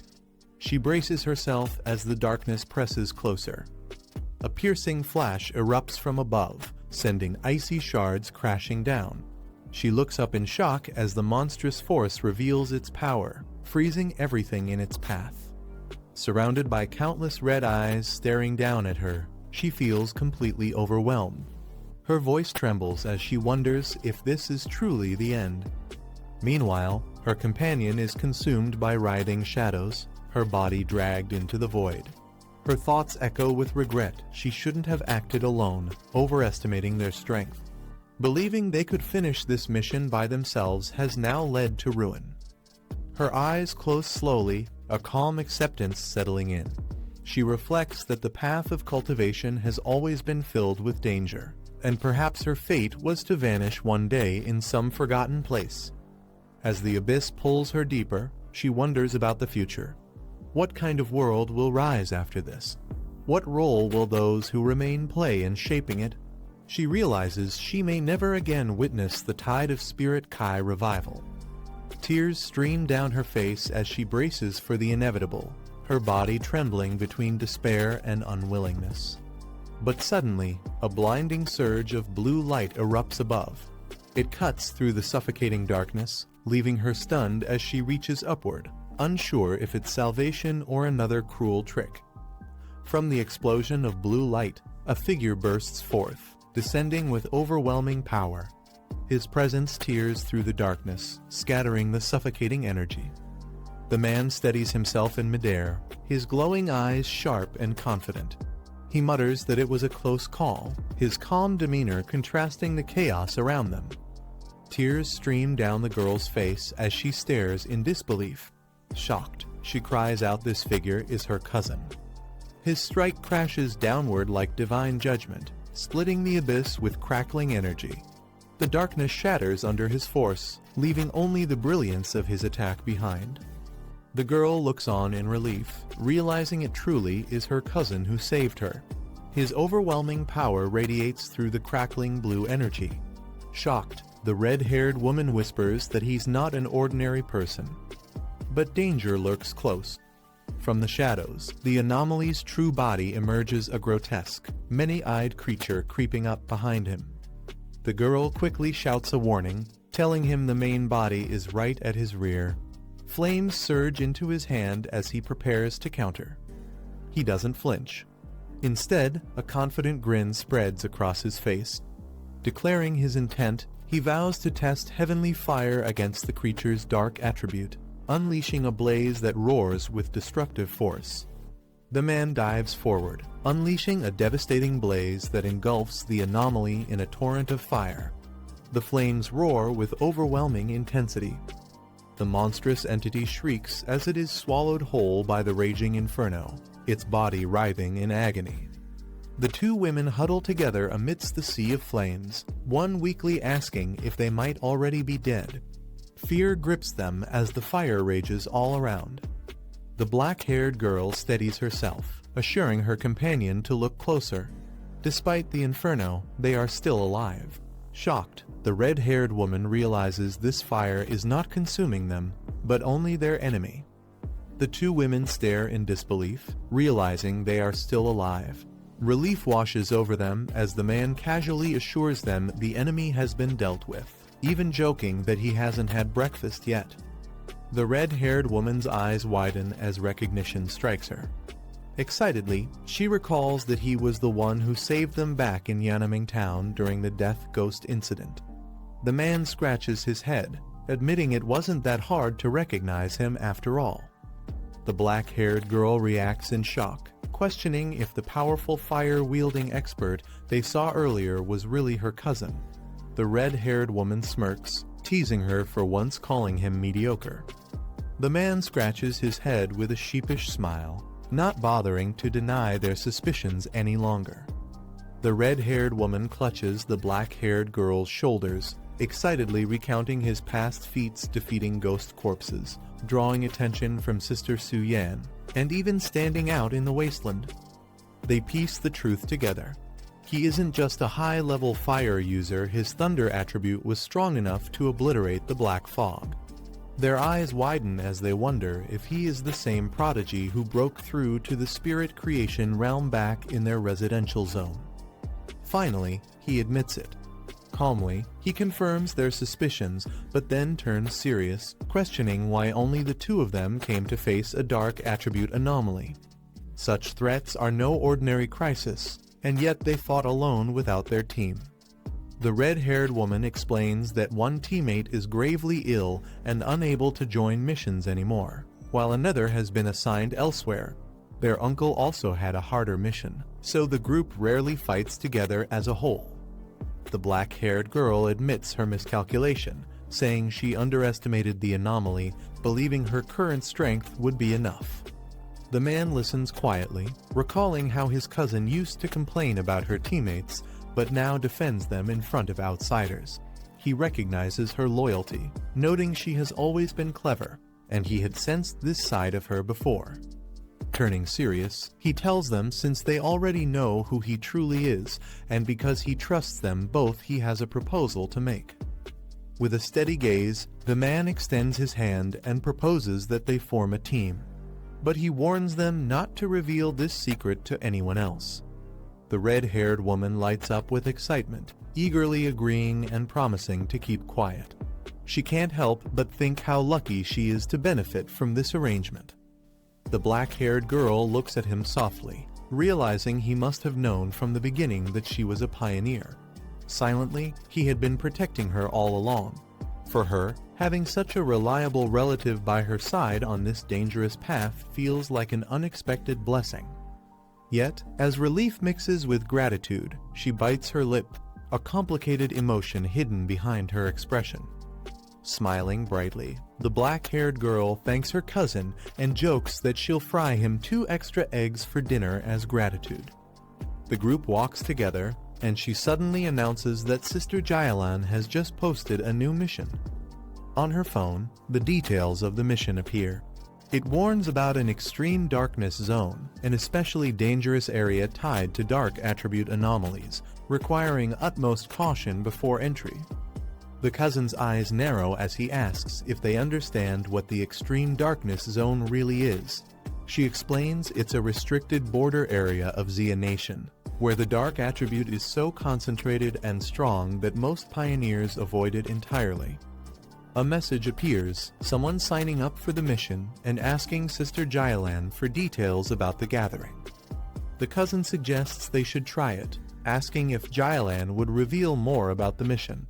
But the girls explain that she's always been mysterious and rarely says more than a few words. He frowns, thinking it through. For Jailan to arrange something this dangerous, she must hold an unusual status. Perhaps she's a rogue fighter with high-level skills, or someone tied to the military or the Spirit Kai Association. Again, the same message repeats Fong Heju, asking what exactly they are gathering, for though the answer remains hidden in mystery. A new message from Sister Jailan appears. The mission's target is revealed, to collect something called Withered Bloom. She warns that this task is far more dangerous than before, as the extreme darkness zone's energy is far stronger than anything they've faced. She urges everyone to team up before proceeding. The two girls stare at the message in surprise. They whisper that Jailan has never been this detailed before, leaving them unsettled. Elsewhere, Jailan walks through a corridor surrounded by armed escorts. Her expression remains calm as she remarks that the rest will depend on someone else. Meanwhile, the cousin studies the message carefully, raising an eyebrow. He smirks, saying the words, "strong and reliable pioneers" sound almost too direct. It's as if Jailan is calling them out personally, challenging them to accept the mission. The cousin smirks, his eyes sharp with confidence. He tells his companion that Jailan's message feels like a direct challenge, as if she's personally calling him out.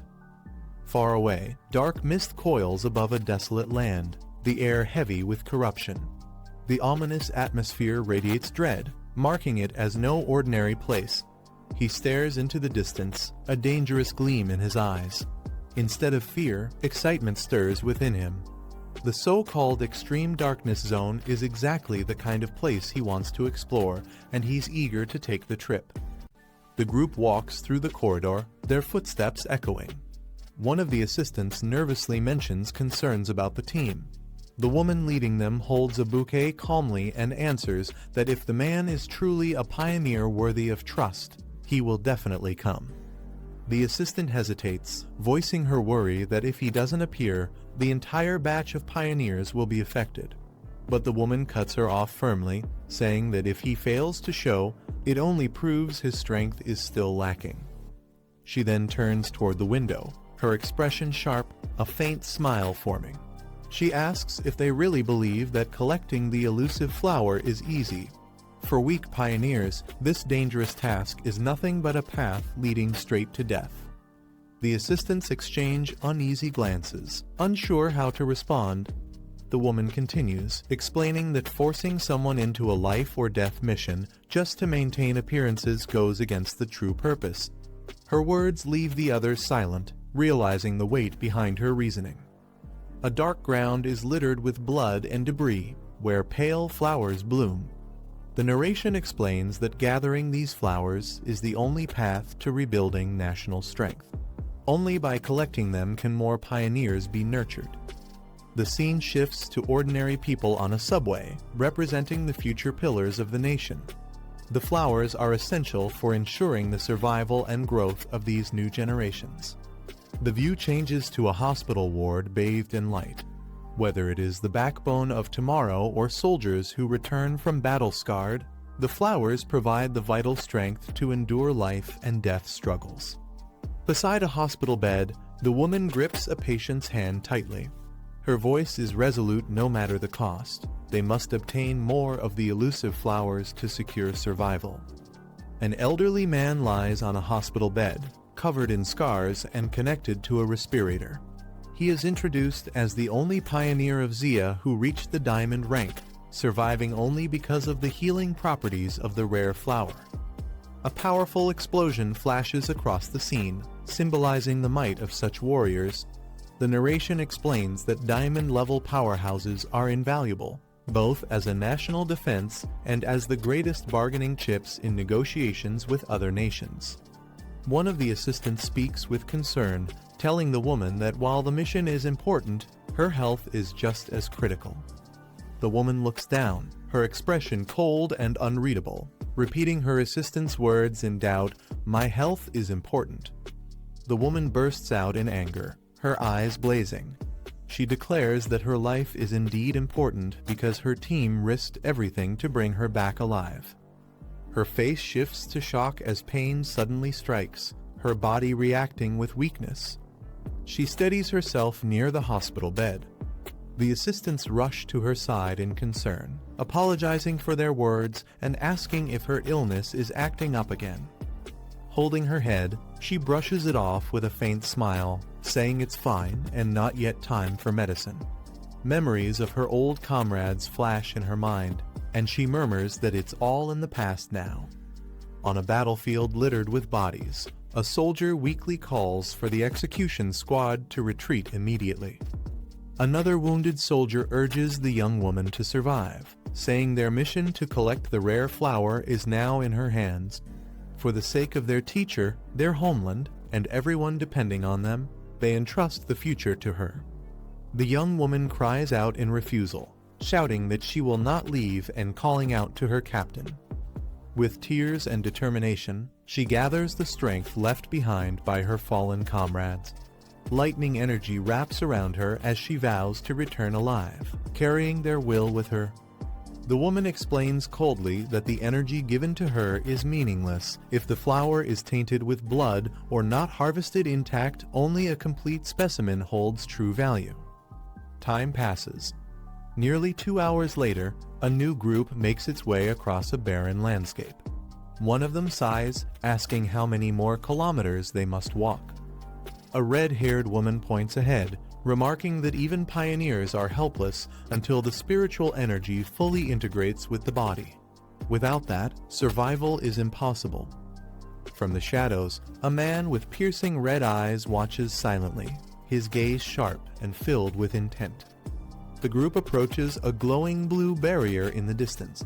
One of them confirms that this is the edge of the restricted zone. The black-haired man narrows his eyes, noting that even with layers of defense, the corrupted aura seeps through, leaving an unsettling feeling. The red-haired woman trembles, saying the sinister energy here is far worse than the anomaly they encountered before, hundreds of times more terrifying.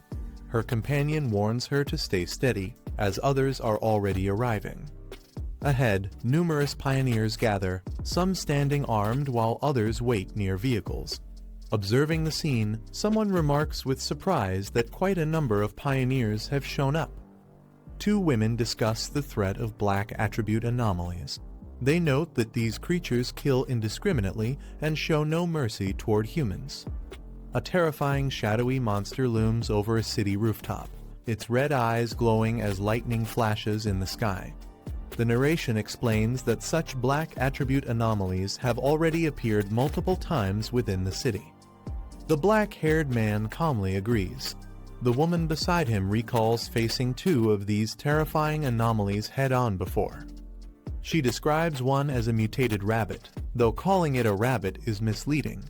With its twisted form and razor fangs, it resembles more of a nightmarish rodent than anything else.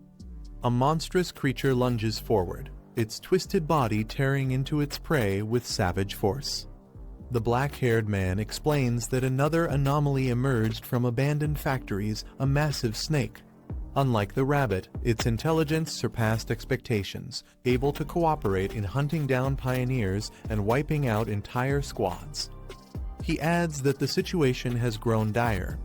The city's outer defenses, built to contain such threats, are now showing cracks as more anomalies appear.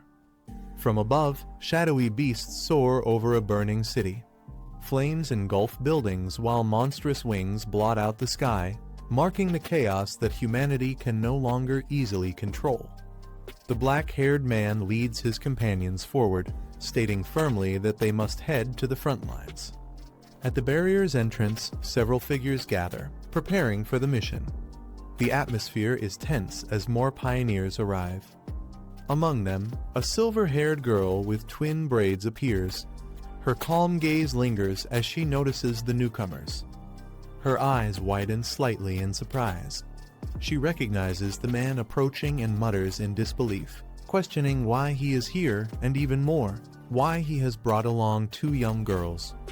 The silver-haired girl suddenly covers her mouth in shock as her companion calls out to her in confusion, asking what's wrong. Nervously sweating, she mutters to herself, praying that he won't notice her presence. But when the black-haired man glances her way, she forces a smile and awkwardly addresses him as Captain Sue.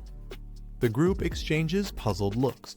One of them whispers in surprise, wondering if this eccentric girl could really be the assistant of the envoy. Flustered, the silver-haired girl waves her hands defensively, insisting that it's all just a huge misunderstanding. The black-haired man smiles faintly, introducing the silver-haired girl as his assistant. She quickly bows in agreement, though her nervous posture betrays her discomfort. From the side, a mocking voice laughs, calling them arrogant children who speak too boldly without realizing their place. At the barrier's entrance, a heavily armored commander steps forward with his men. He ridicules the pioneers, saying most are inexperienced and wouldn't last without the protection of stronger forces. The red-haired woman clenches her fists in anger, but is held back by her companion. She warns that their arrogance could lead to trouble, especially without knowing the true status of the people they're facing. The red-haired woman steps forward confidently, staring down the armored commander. Her tone is sharp, warning him not to underestimate them. The commander smirks, dismissing her words. He mocks her, saying that in the darkness of the restricted zone, it won't be long before people like her regret such arrogance. His expression shifts, eyes narrowing as he mutters under his breath, clearly annoyed by the confrontation. Suddenly, the roar of an engine cuts through the tension. A vehicle approaches the gathering, drawing everyone's attention as the situation grows heavier. The rumbling of an engine stops, and the vehicle door swings open. From inside, a tall woman in a white coat steps out, instantly drawing everyone's attention. Gasps ripple through the crowd as someone recognizes her identity. Shock spreads, this is none other than Sister Lan. She strides forward with confidence, her long coat flowing behind her. Witnesses confirm in awe that it truly is her, leaving the atmosphere heavy with respect. Whispers spread among the pioneers, marveling at her presence and wondering what her true identity might be. With such authority, she is clearly the one responsible for opening the path ahead. With a determined look, the woman stands before the massive glowing barrier, her eyes reflecting the surge of energy. She steps forward confidently, the blue light of the gate swirling like a storm, illuminating her figure. Raising her hand, she reveals a glowing key-shaped artifact, channeling her power into it. The artifact activates with a blinding flash. Energy cascades down like waterfalls of lightning, and the barrier begins to split open under her command. As the artifact's power reaches its peak, the barrier trembles violently, releasing a surge of blinding red and blue energy. The gate erupts with a thunderous roar, tearing open with overwhelming force. The sky itself seems to split under the pressure. The woman stands firm at the center of it all, her figure illuminated by the chaotic storm of light and energy. With the final burst, the great gate opens completely, marking the beginning of their dangerous mission beyond. The dark portal finally stabilizes, and the group is given permission to enter.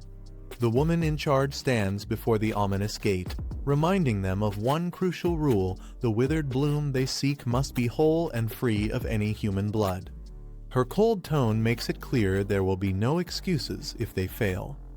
The recruits gather nervously, some glancing at the swirling entrance with unease. One man mutters bitterly that they're being sent in to risk their lives without proper pay or protection. To him, it feels less like a mission and more like a death order, and the lack of compensation only fuels his frustration. Another man quickly silences him, warning that complaints are useless. If they die inside, the officials won't acknowledge it as their fault. Instead, they'll simply be reported as missing, leaving no trace of accountability. The grim reality hangs heavy in the air as the group slowly moves toward the gate. Nearby, two men exchange hushed words. One points out that if death truly awaited them, their families would mysteriously receive huge sums of money. To him, that payout is nothing more than an admission that the officials are sacrificing them on purpose. The armored man beside him stays silent, his stern expression confirming the bitter truth that everyone already suspects. As the group approaches the portal, the silver-haired girl quietly analyzes their surroundings.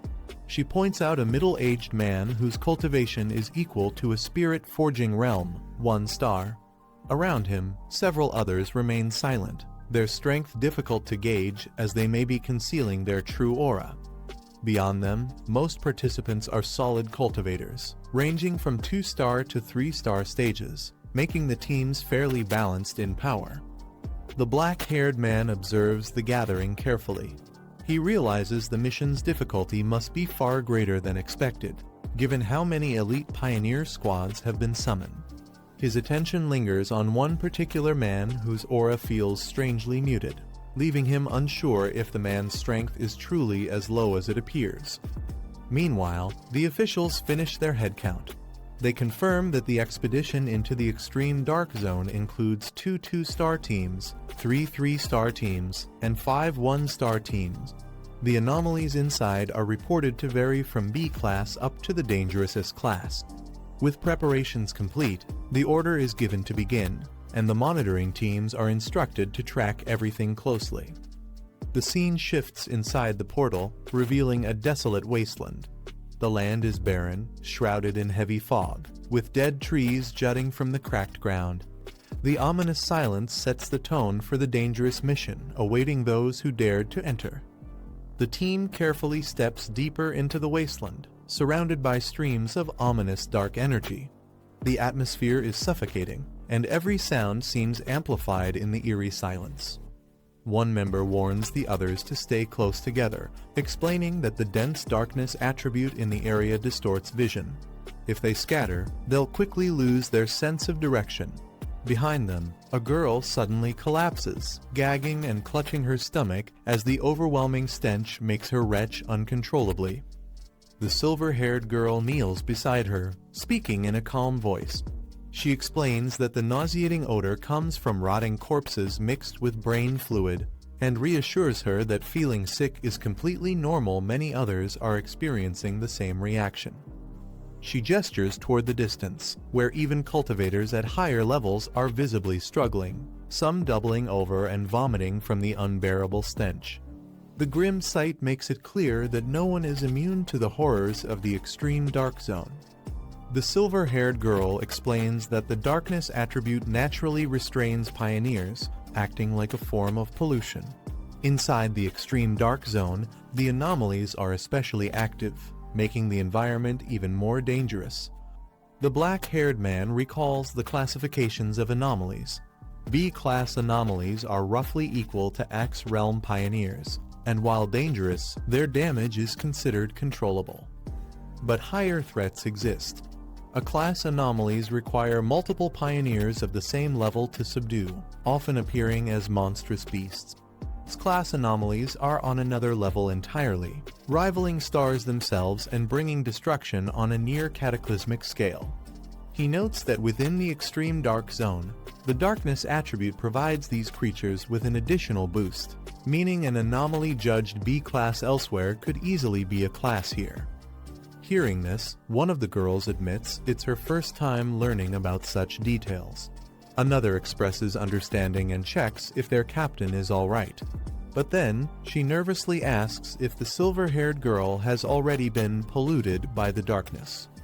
The silver-haired girl reassures the others not to worry, saying her squad is used to handling cases with such foul stench. She reveals that Captain Su has already broken through to Axe Realm 3-star and has recently mutated his water attribute into an ice attribute, pushing himself even harder. One of the teammates notes that such rapid progression comes with risks, warning them to stay cautious around him. Still, they agree to prioritize the mission, urging the group to move quickly and stay close together to avoid distractions. The black-haired man halts the group, telling them they've reached the right spot. He orders everyone to conserve their strength and remain alert, warning them not to let the darkness exploit any weakness. Despite the oppressive environment, he reflects that his own body hasn't felt too affected since entering. His sun and lightning attributes seem to repel the darkness effectively. He considers another possibility that his recent advancement to Spirit Forging Realm may have strengthened his aura, allowing him to resist the corruption far better than before.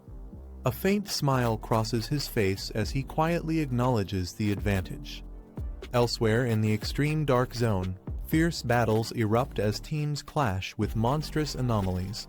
A man slashes through a beast with ease, mocking that the so-called dangers of this place are nothing more than this. Rallying his comrades, another fighter shouts that they must seize the withered bloom and show the younger pioneers what true strength looks like. Together, they charge forward with confidence, blades gleaming in the darkness. Back with the main group, tension rises when one of the girls, Yi, coughs violently from the overwhelming atmosphere. Her companion immediately calls out her name in concern, steadying her as she struggles to breathe. The black-haired man glances back at them with a faint smile.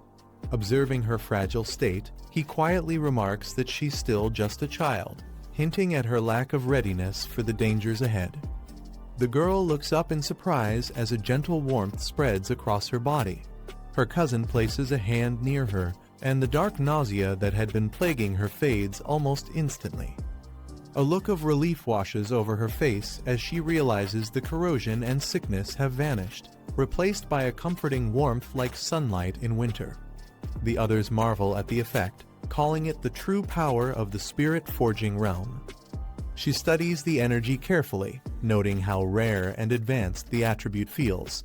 Since breaking into Axe Realm 3-star, her senses for attributes have deepened, allowing her to recognize its uniqueness.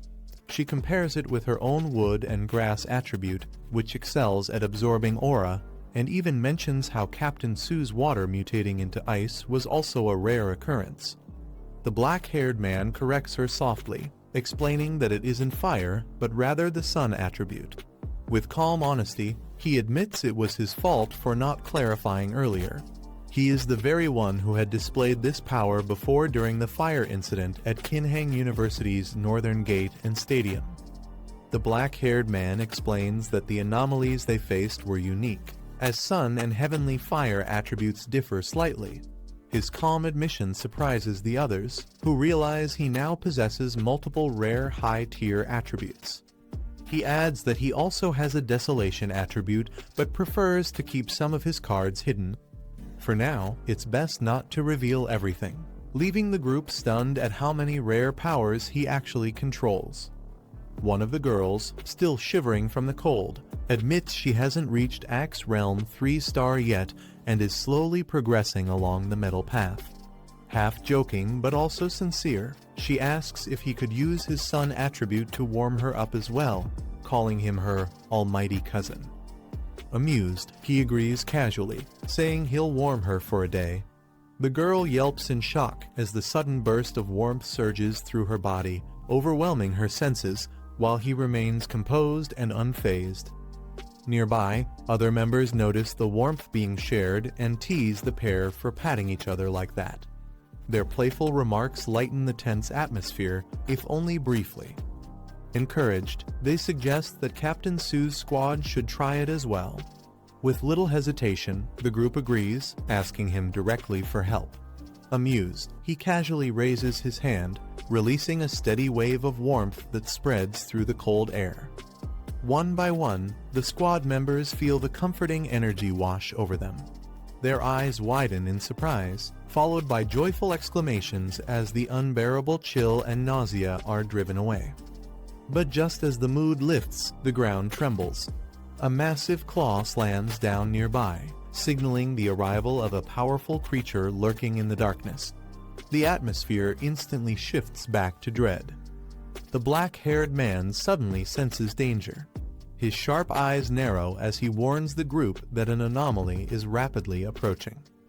The ground splits open, and a violent surge of energy bursts forth.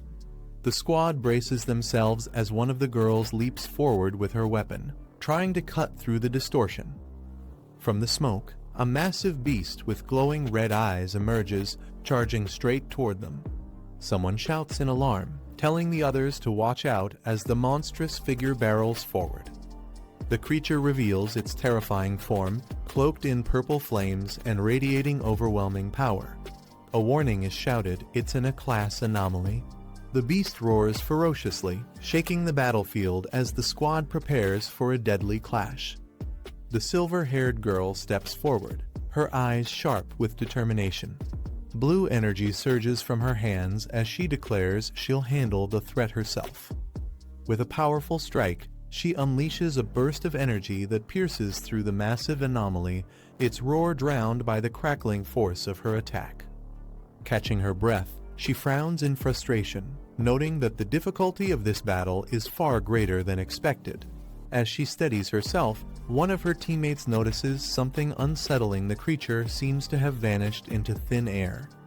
But before they can process it, the black-haired man turns, his crimson eyes narrowing. Behind him, a horde of eerie figures with glowing red eyes emerges from the fog, advancing silently yet menacingly toward the group. The group finds themselves surrounded as countless red-eyed creatures close in from every direction. Their glowing eyes pierce the darkness, and the squad braces for an overwhelming assault. The black-haired man steps forward calmly, his voice firm as he tells the others to move aside.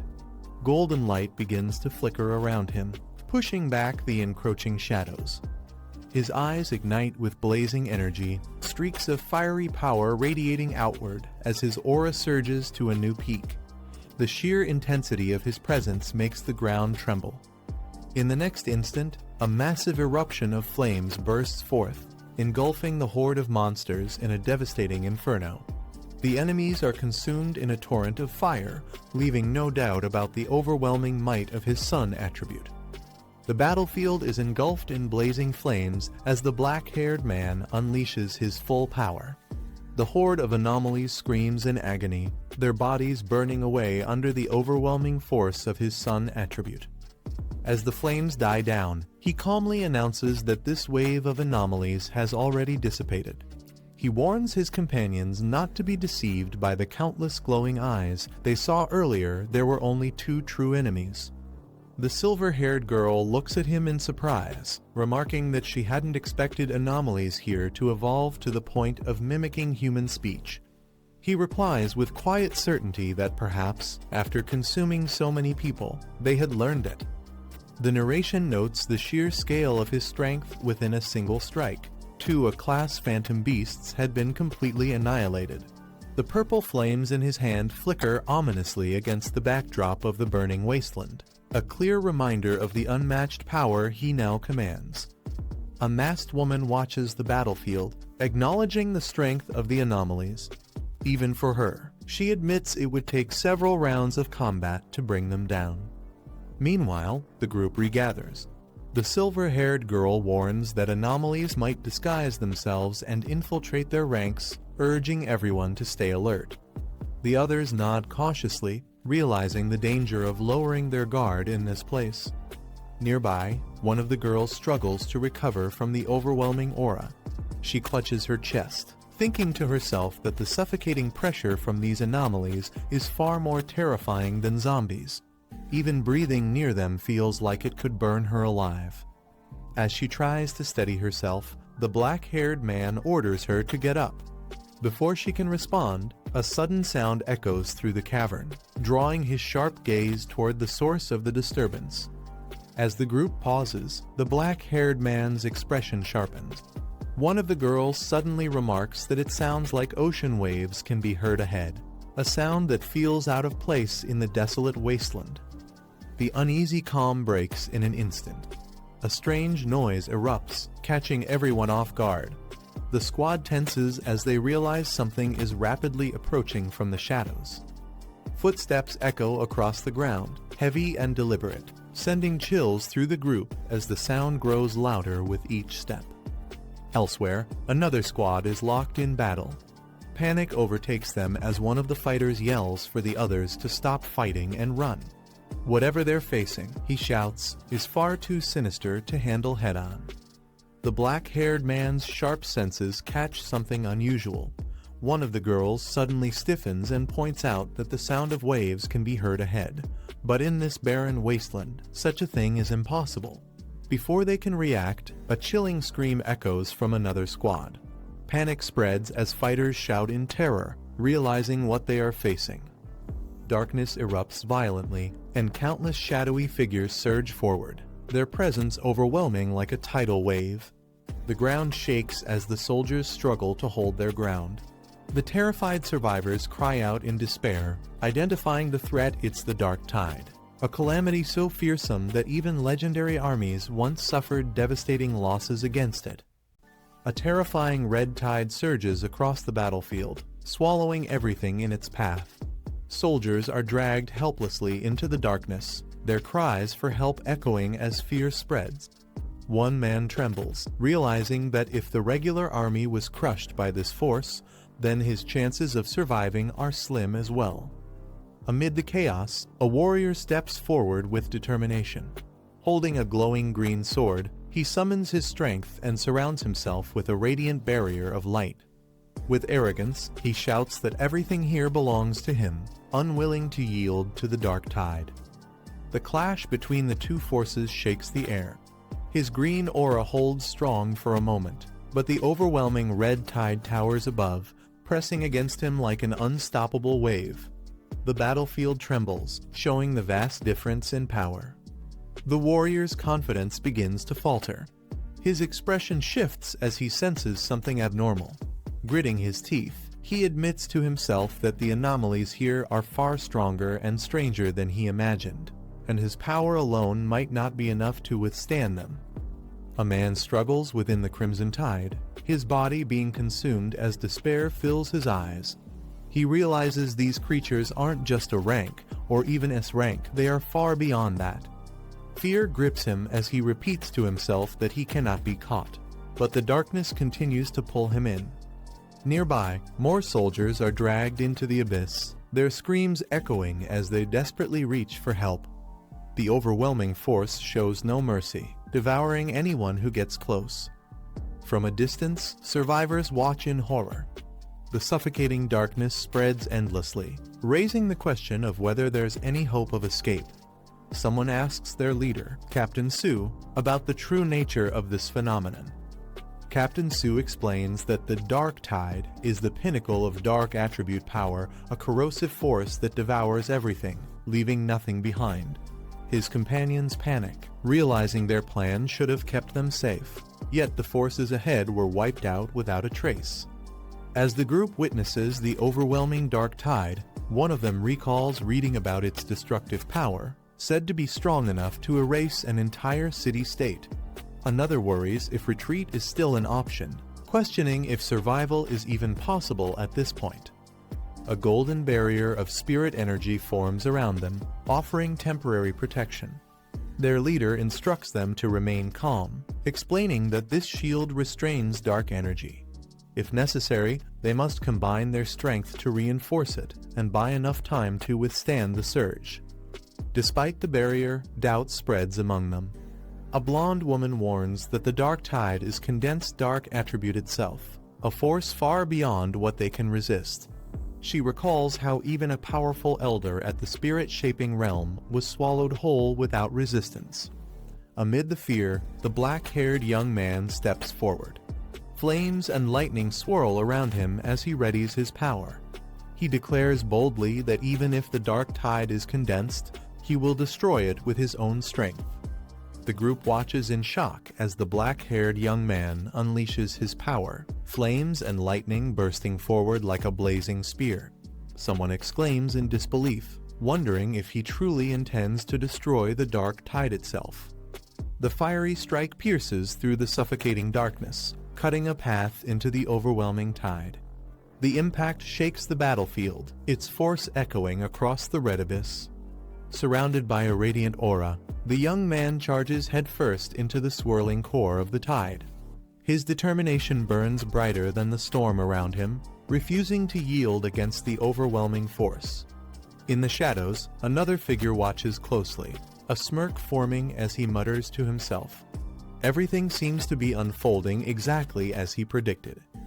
The young man finds himself surrounded by grotesque, red-eyed monsters born from the Dark Tide.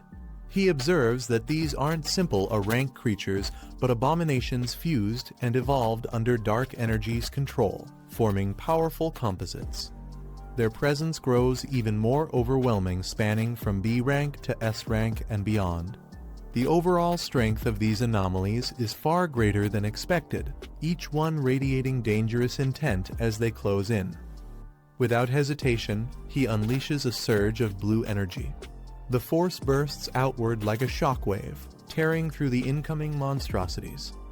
His sword cuts through the swarm, striking directly at the towering creatures. The light from his attack pierces their dark forms, momentarily holding back the tide of horrors pressing down on him. A monstrous anomaly with glowing red eyes lunges toward the black-haired young man, its presence radiating killing intent. Without hesitation, he counters with a blazing strike of fire, slicing through the creature in an instant. Normally, such a powerful attack would only injure an A-rank anomaly, but within the Dark Tide, even these terrifying beasts can be destroyed outright. He steadies himself, eyes sharp, observing the battlefield as if waiting for something more. His gaze locks onto a figure cloaked in flames of corruption. Recognition flashes across his face. It's someone from earlier, now twisted by the Dark Tide. He coldly asks if that person is still alive inside, testing whether any humanity remains. The corrupted man writhes in agony, his body nearly overtaken by the dark energy. Yet traces of spirit energy still flicker within him, showing that he hasn't been fully consumed. The young fighter notes that while this man's foundation in the spirit-shaping realm isn't as firm, he is still a genuine cultivator, meaning there's a sliver of hope left. With determination, the young man raises his hand, summoning overwhelming power. Lightning surges around him as he prepares to unleash a decisive technique. He roars his attack Divine Thunder, 100 refinements, as a colossal bolt of energy tears downward, shaking the entire battlefield with its force. The attack lands with devastating impact, blasting through the corruption.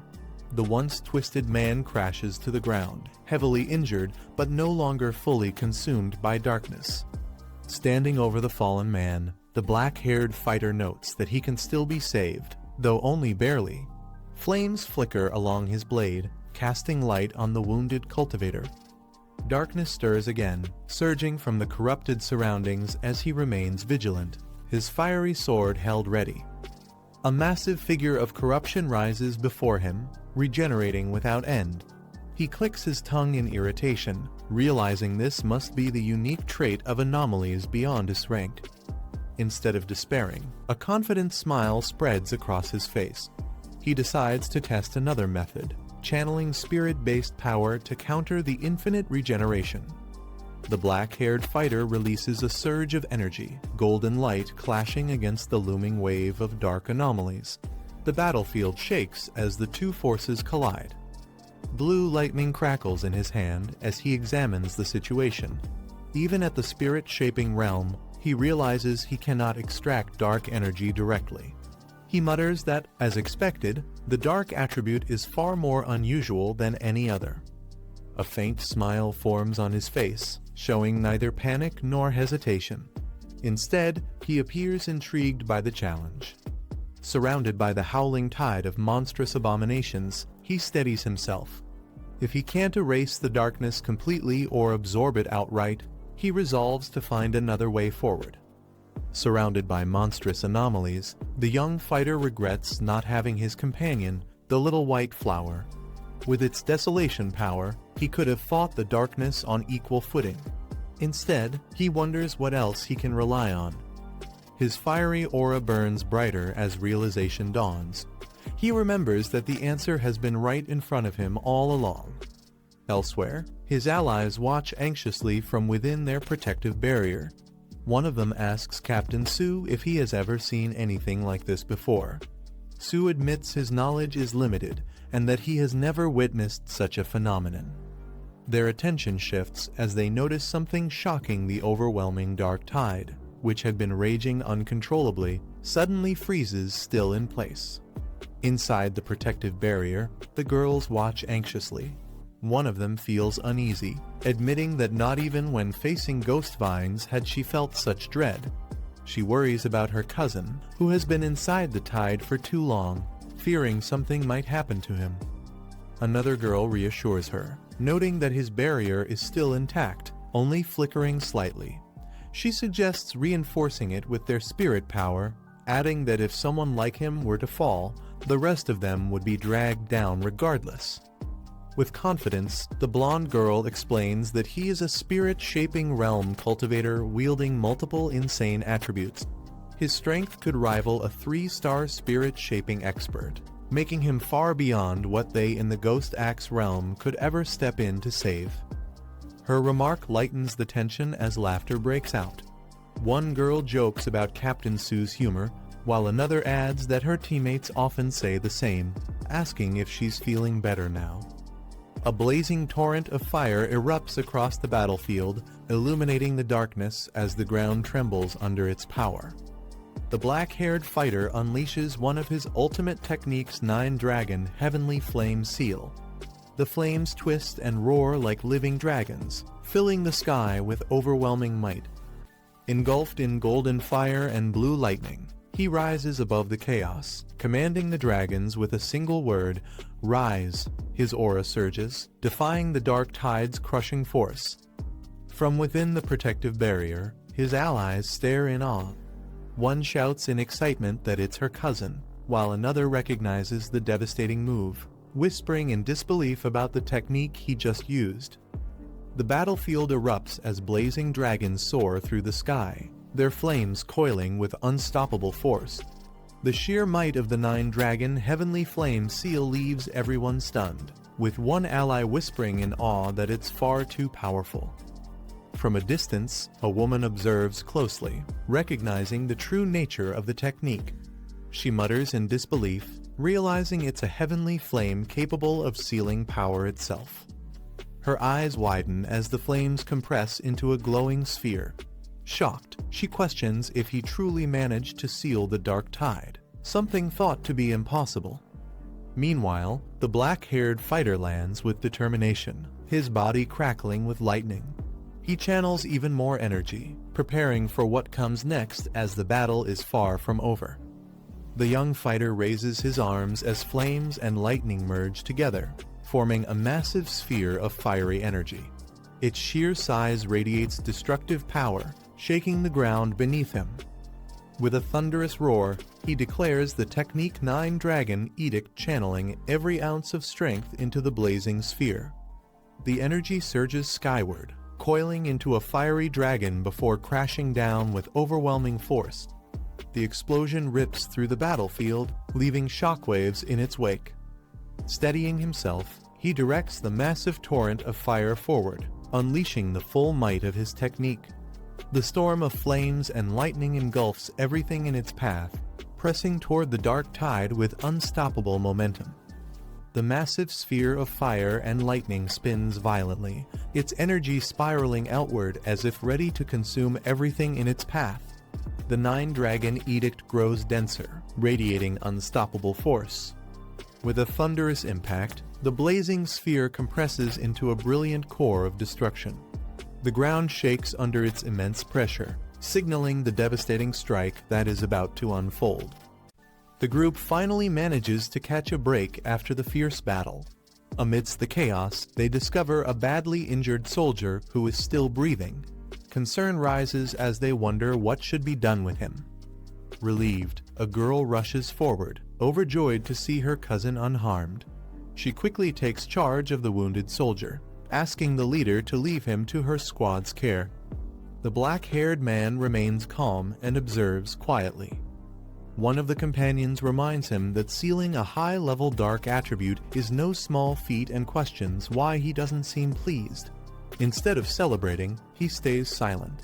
They recall his earlier words about wiping out the dark tide, realizing now that he truly did it, and the sight leaves them speechless.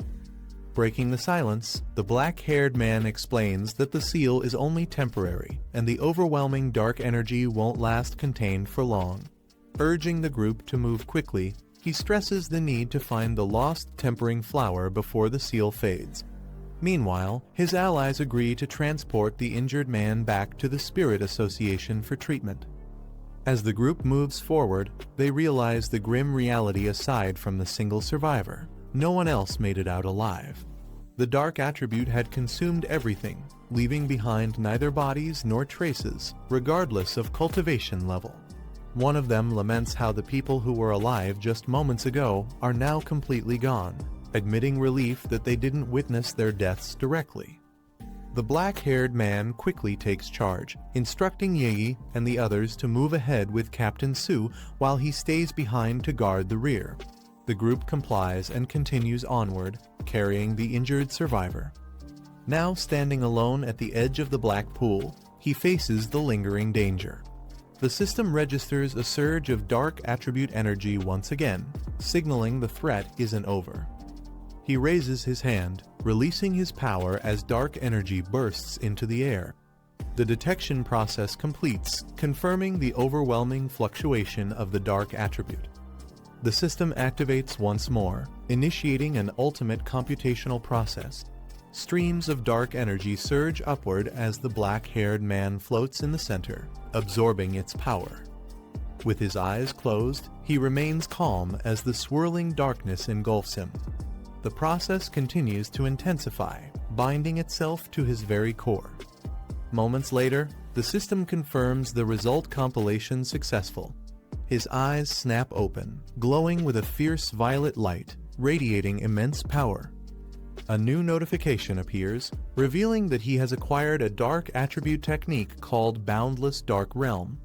This ability creates a sealed misty space where spiritual energy is eroded, drastically weakening opponents. He examines the power in his hand, realizing it is a unique and devastating domain. The black-haired man reflects on his new ability, realizing that if he uses the Boundless Dark Realm in battle, its corrosive effect can drain opponents' spiritual power and cut off their energy. Combined with his other techniques, the effect would become even more devastating, allowing him to crush even anomalies stronger than the Dark Tide. Meanwhile, his ally senses something unusual and warns him that the black mist seems to be reforming around them. Her eyes widen in shock as she notices the sudden shift in spiritual energy. The man's power surges violently once again, triggering another breakthrough. His companion is stunned, unable to understand how such a fluctuation could happen without any major trigger. The silver-haired girl is stunned, realizing that he actually absorbed the Dark Tide's power and energy officially rated level with no upper limit. To her, it seems completely absurd. She recalls how, during the early warning period of mystical resurgence, the dark attribute was considered the most terrifying threat of all. It could wipe out entire regions, which is why absorbing it was strictly forbidden by the authorities. Officials had once tried to purify and refine the dark attribute, but the results were disastrous. The consequences were so severe that dark attribute anomalies had to be classified separately from all others. These anomalies ranged from D to S level, yet even a lower class 1 could easily torment someone just entering the ghost catching stage. The Dark Tide itself was in a league of its own, considered a highest class anomaly, far beyond what ordinary exorcists could handle. Back when dark attributes hadn't yet been banned, some pioneers attempted to absorb them. But even at the ghost catching stage, one man was driven insane after trying to take in a mere D-class dark anomaly. He lost everything: his mind, his family, and remains in an asylum to this day. Now, the black-haired man exhales slowly, his hands still carrying traces of the power he just absorbed. He suddenly calls out to the shadows, telling the hidden figure to reveal themselves since they've been watching for quite some time. A mysterious woman steps forward, recognizing him. She addresses him directly, identifying him as Fang Yi, the one who sealed the Dark Tide. The mysterious woman steps forward, revealing herself as Galan. She confronts Fang Yi, questioning him directly about absorbing dark attributes. Without hesitation, Fang Yi calmly admits it, leaving his allies shocked that he acknowledged it so openly. In response, Galan swiftly draws her weapon, her movements sharp and precise. She points a gun at Fang Yi, her stance filled with hostility, making it clear that she views him as a dangerous threat. The others are shocked as Galan points her weapon at Fang Yi. They demand to know why she's acting this way. Galen is reminded that Fang Ye is the top target her military wants to recruit. The Spirit Association had also tried to bring him in first, but she cut them off, raising suspicion about her true motives. Fang Yi calmly remarks that their mission was supposed to be about finding the lost tempering flower, not turning on each other. He points out how strange it is that Galen seems more upset about their survival than the mission's success. Galen falls silent, her cold gaze fixed on Fang Yi as the tension between them escalates, the gun still aimed at him. The group questions Galen, frustrated that she stayed hidden during the battle only to confront Fang Yi afterward. They remind her that without him, they would have all been wiped out. Galen smirks, commenting on how much his teammates trust him, before suddenly congratulating him and saying he has passed. Confused, the others demand to know what she means by passed. Fang Yi narrows his eyes, realizing her intentions. He calmly asks if she came here just to test him. Galen admits she wanted to see Fang Yi's true character for herself, not just rely on reports of his power and talent. She then answers why she didn't step in earlier. Pioneers are bound by the rules of the spiritual resurgence world, meaning she couldn't interfere directly. She explains that pioneers all share the same fate. Life or death can shift in an instant. Still, they are fortunate because someone trustworthy and strong stood up to protect them. Finally, she points out something they hadn't realized: none of the enemies had attacked them since the battle ended. It was because Fang Yi's act of sealing the dark tide left them too intimidated to make a move. Fang Yi reflects that the dark tide itself is like a predator bullying the weak but cowering before the strong. Galen steps forward, offering to guide them to the lost tempering flower, claiming she knows the terrain better than they do. Watching her, Fang Yi's ally quietly remarks that Galen seems somewhat unstable. Fang Yi recalls that her squad once encountered the dark tide before, and she was the only survivor. Because of her strict adherence to rules and the trauma of her past losses, Galen has developed a destructive mindset. Yet, something still drives her forward, and witnessing Fang Yi seal the dark tide seems to have pushed her to the very edge. Fang Yi tells his companions to let it go and give Galen some slack. The group realizes she's injured. They note that although her cultivation is at the soul creation stage with 2 stars, her spiritual barrier has weakened and dropped by at least 2 levels. The blue glow surrounding her body reveals just how badly hurt she truly is. Despite her condition, she continues moving forward, her steps unsteady but determined. Galen quietly thanks them but insists her injury doesn't matter. The narration shifts to describe the ominous surroundings, an extreme dark zone known as the Abyss Graveyard. The group continues onward together, carrying the wounded while pressing deeper into the dangerous area. Fang Yi suddenly reacts, his sharp eyes catching something unusual ahead, his expression turning tense. Fang Yi halts at the grim sight of bones scattered across the ground, realizing the danger of the place they've entered. Galen confirms they've arrived at the mass graveyard, the heart of the dark zone. Amidst the eerie landscape, they spot their objective, the radiant lost tempering flower glowing in the distance. The group remains silent, tension hanging in the air as they prepare for what comes next. The group approaches the lost tempering flower, but shadowy figures rise from the ground, surrounding it ominously. Galen stares at the flower, muttering that she has finally found it again, her expression filled with obsession. Fang Yi immediately senses something is wrong. A burst of fiery energy erupts as one of his companions shouts at Galen to snap out of it, trying to pull her back to her senses. A blazing fireball descends rapidly, aimed directly at Galen. She raises her hand in shock, realizing the sudden threat closing in on her. A massive explosion erupts, shocking the woman. She realizes the man's power carries the extremely rare Yang attribute. Without hesitation, she leaps forward and strikes with full force, the impact shattering the ground. The man stands unfazed, calmly raising his hand while she glares at him in silence. Frustrated, she questions herself, wondering if all her preparations were still not enough. The others rush to Galrin, worried about her condition. They warn her that the dark attribute has already taken hold of her. The man calmly states that when it comes to the lost bloom, he alone is enough. He turns and walks forward, carrying his sword with steady steps. Stopping ahead, he comes face to face with the glowing lost bloom. The man stands calmly with his sword drawn as the ground begins to crack. A monstrous creature with glowing red eyes bursts forward, charging straight at him.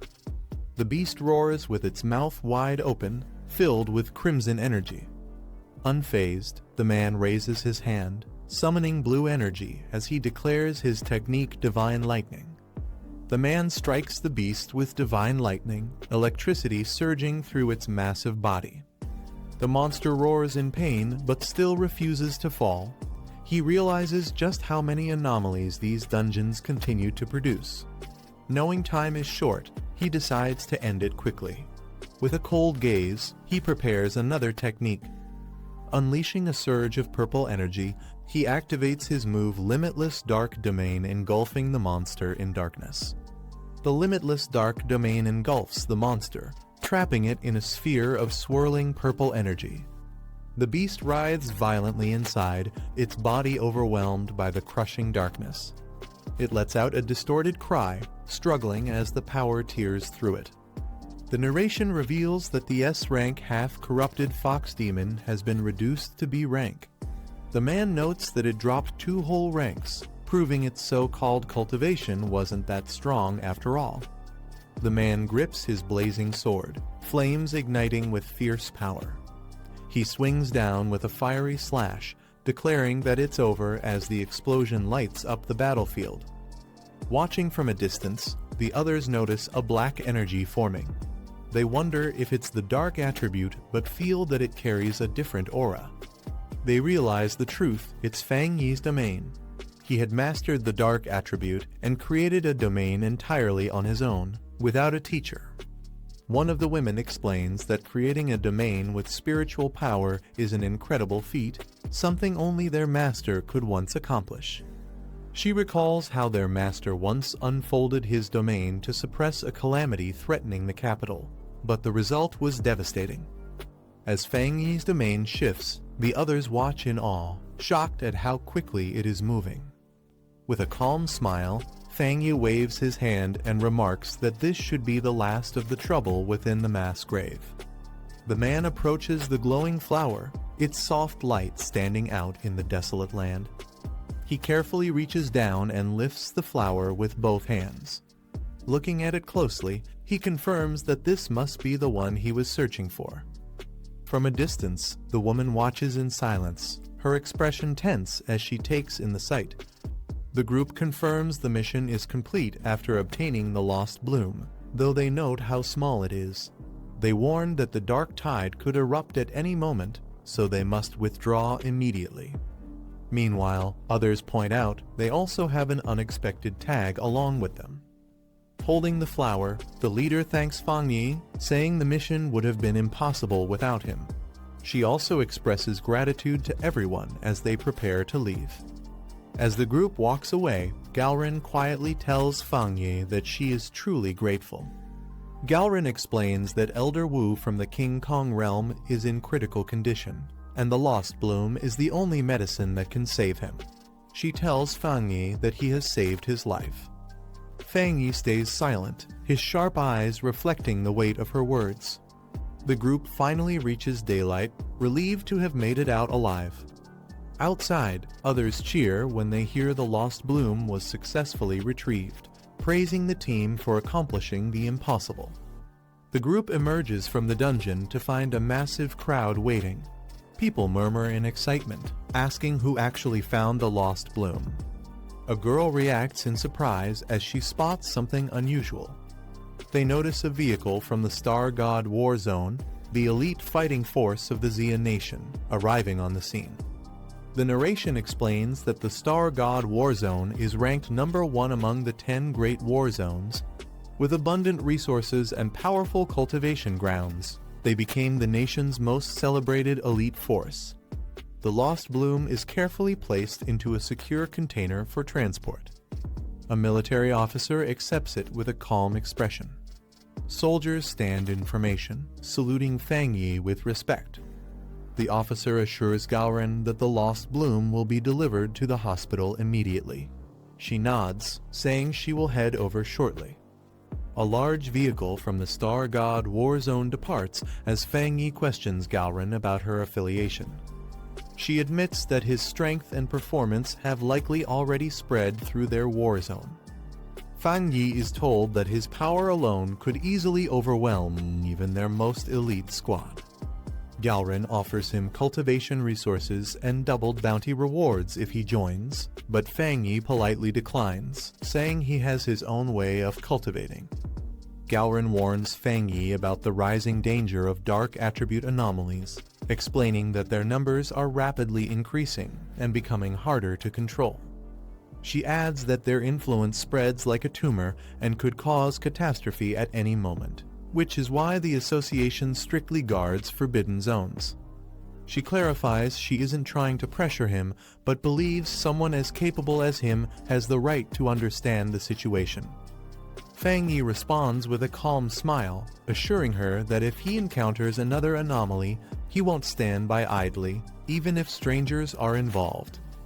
Gaoren looks at Fang Yi with a gentle smile, expressing her gratitude. She tells him it has been a pleasure meeting him and offers him a token.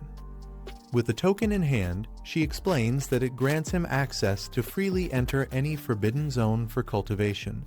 She adds one more invitation, asking Fang Yi if he would like to go and meet Elder Wu. The woman smiles and says the person she mentioned is her honored teacher. She suggests they meet someday, though she's unsure if he'd agree. Then, she admits she personally wants to be his friend. He quietly slides his hand into his pocket, thinking for a moment before making up his mind. With a faint grin, he agrees that having more friends could be useful and decides to join her. He raises his glowing hand and tells her to accept a small gift as a friend. Blue energy bursts from his hand as he reaches toward her. Shocked, she asks what he's doing, and he calmly explains that he can remove the dark toxins from her body. The light surrounds them as she stands frozen in surprise. Electric currents surge around her as she realizes that lightning energy can actually heal. She feels a gentle tingling through her body. The cold pain she once had is replaced by warmth. Her body begins to glow as the corrupted wounds start to mend. She feels her damaged organs and energy channels restoring to their original state, while the lightning cleanses her meridians and blood vessels. Her expression softens as she senses all toxins leaving her system. The rare lightning attribute purifies her completely, making her feel renewed almost as if she's been reborn. As the light fades, he calmly asks how she feels. She takes a deep breath, saying the dark energy inside her is gone. No, it's not just gone, it feels as though it's been shattered completely. Medical staff treat a badly injured man as a girl watches from the side, surprised that even a first-level spirit creation realm could be hurt so severely. She wonders if he can still be saved.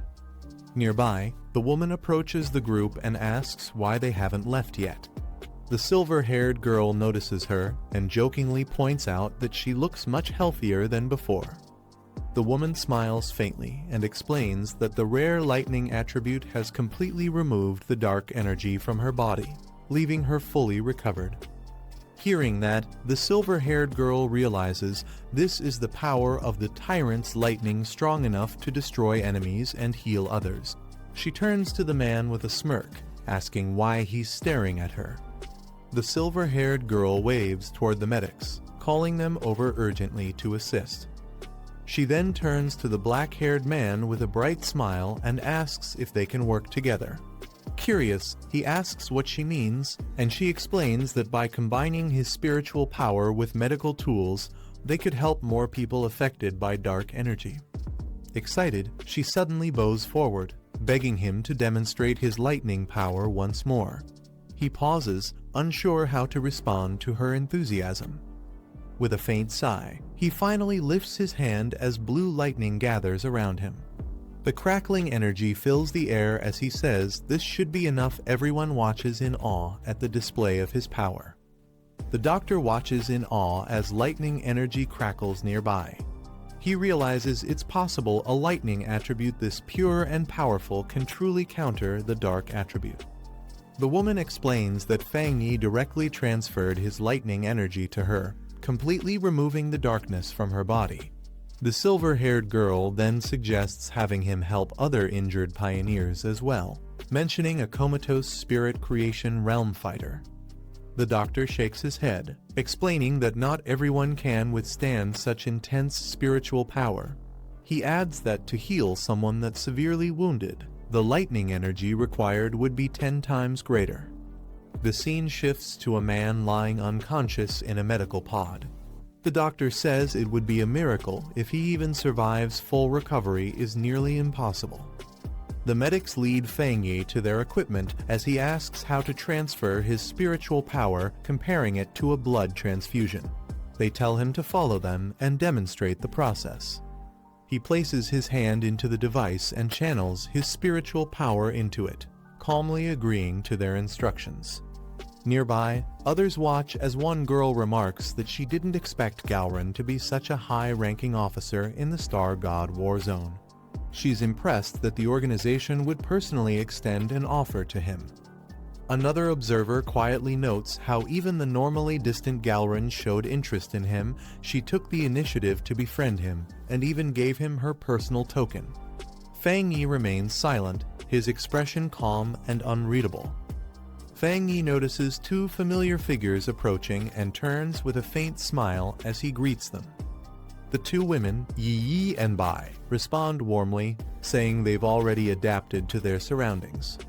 Ye Yi explains that they plan to train further and take on new missions, saying they can't always rely on him if they want to improve. Determined, she thinks to herself that she must catch up to his level as soon as possible.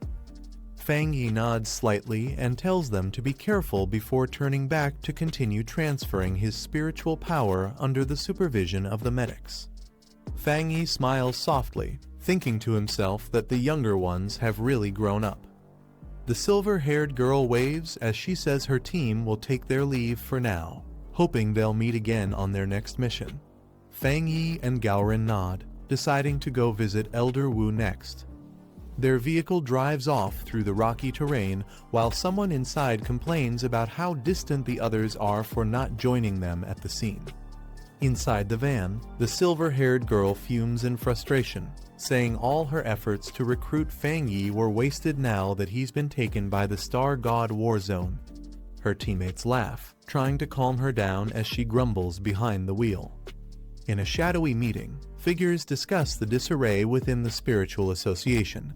They note that its structure is too chaotic, with officials at the headquarters acting more arrogant than even military leaders. They continue, criticizing how elite squads operate independently without unity or discipline, and how few are willing to lower their pride to work with Fang Yi. At the Star God War Zone medical base, the narrator reflects that it's fortunate some of these powerhouses at least avoid causing trouble. Fang Yi and Galrin arrive at the facility. Inside a quiet room, they stand beside an unconscious elderly man. Fang Yi asks if this is Elder Wu, and Galrin confirms he's a former powerhouse of the King Kong realm, now reduced to a frail, weakened state. Elder Wu lies motionless in his hospital bed, his body covered in dark veins as machines keep him alive. Galrin explains that he hasn't woken up since using a powerful technique called the Lost Bloom. Before that, he was nearly like a walking corpse. Fang Yi looks at the frail old man and quietly asks what exactly he went through to end up like this. Galrin recalls the event a catastrophic dark attribute disaster struck the capital. To stop the spreading darkness, her teacher, Elder Wu, sacrificed himself to seal the rift in the sky. Before he did, everyone had combined their strength, transferring their spiritual power to him. Channeling all that energy, Elder Wu unleashed everything he had in one final, desperate act to protect the city. A monstrous red storm devours the land as Galrin explains that the dark attribute disaster was beyond S rank in scale, far more destructive than anything they'd faced before. She says that if such a disaster descended again, it could wipe out the entire capital and even destroy nearby cities. Losing the capital would throw the whole nation into chaos. Elder Wu used his own domain to seal the massive anomaly, but its power was beyond imagination. It took the combined strength of every top expert just to hold it back. Despite his strength, Elder Wu was overwhelmed by the dark attribute, screaming in agony as it consumed him. If he hadn't been a King Kong realm powerhouse, he would have perished instantly or worse, become fuel for the darkness itself. Fang Yi looks at the unconscious Elder Wu and says that anyone capable of preventing the city's destruction is truly a remarkable pioneer. He recalls the countless pioneers who once stood before him, sacrificing themselves so he could be the last survivor. A faint thought crosses his mind, perhaps in another life. This man had already made that same sacrifice. Without hesitation, Fang Yi steps forward and extends his hand toward the old man's chest. Startled, Galrin shouts, asking what he's doing to her teacher. Fang Yi calmly explains that even though the lost bloom has already taken effect, he wants to try removing the lingering dark energy within the elder's body so he can recover faster. Blue lightning flares around his hand as he begins the process. Galrin looks alarmed, reminding Fang Yi that the dark attribute within her teacher's body is at a disaster level far beyond his rank. Fang Yi stays silent for a moment, his eyes calm and determined, as Galrin hesitates while recalling the immense risks. After a pause, she finally gives in, telling him to go ahead and try. Blue lightning gathers around Fang Yi's hand as he channels his spiritual power into Elder Wu's body. The old man's body glows with radiant energy as Galrin watches in awe. She warns that the darkness he's fighting is far stronger than anything from the Dark Tide, but as she sees faint signs of recovery, she murmurs that perhaps Fang Yi himself is the miracle. Fang Yi's body glows with blue lightning as he calmly says he understands the risk. He can feel the overwhelming power of darkness within Elder Wu's body. Dark mist fills the room, pressing down with immense force.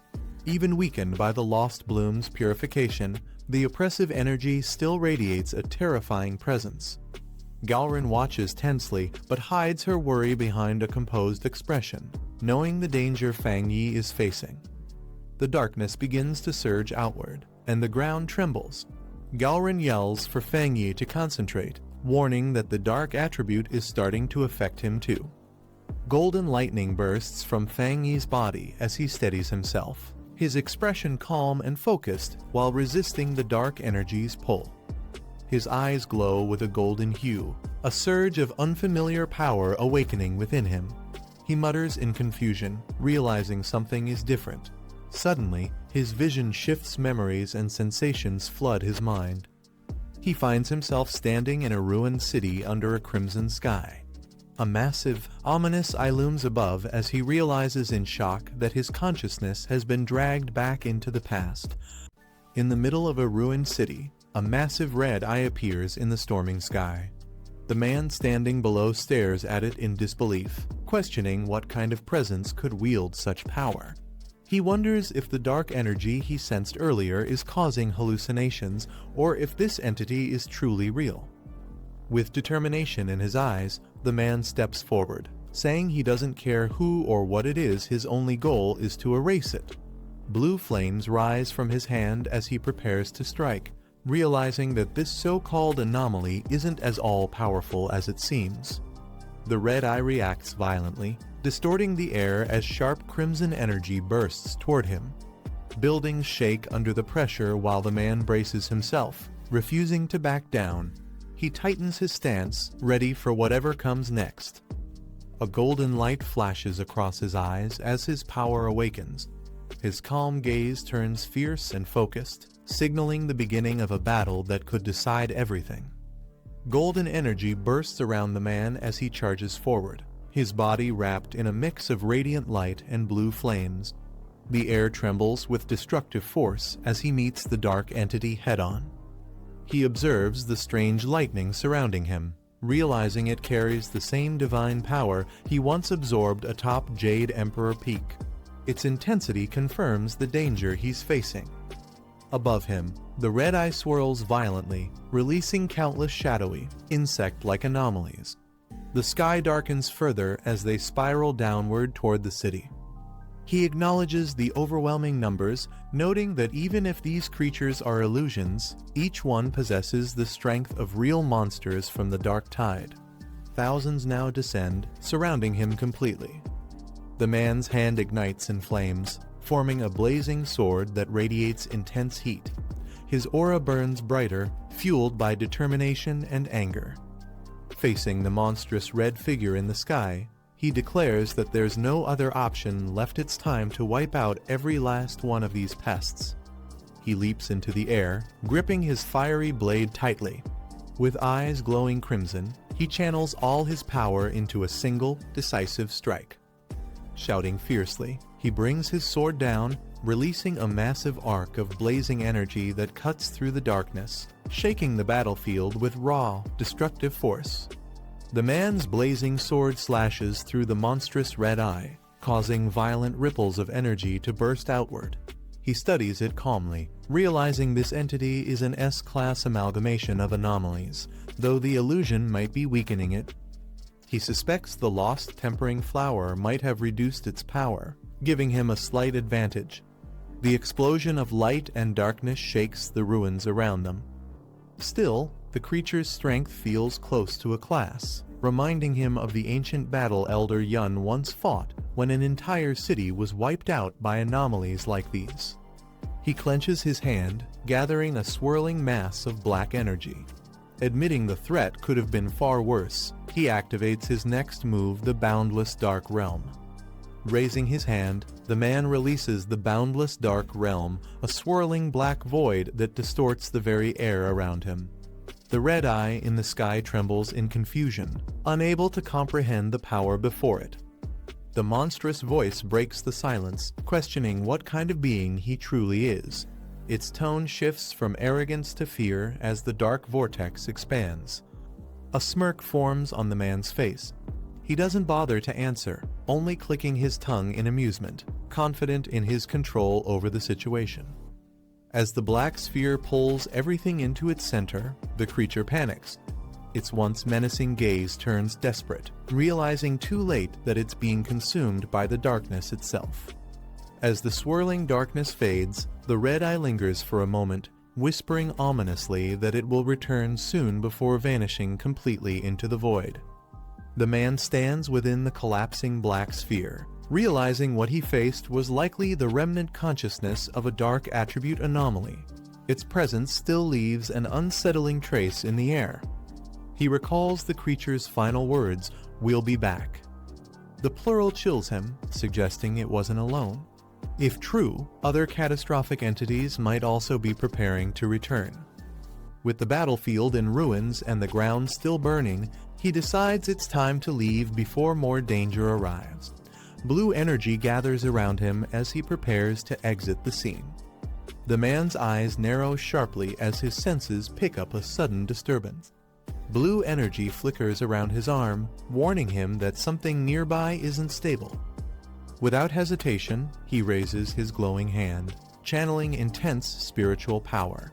A woman behind him watches in shock as the energy crackles violently, distorting the air. Dark lightning and blue flames intertwine, forming a chaotic vortex of unstable energy. The pressure builds rapidly, threatening to spiral out of control. With a firm gesture, he thrusts his hand forward and commands, "Seal." The ground trembles as he unleashes the 9 Dragons' heavenly fire seal, locking the raging power within a blazing red and blue explosion. The man observes the dark energy swirling in his palm, realizing it's the lingering power that had been trapped inside Elder Wu's body.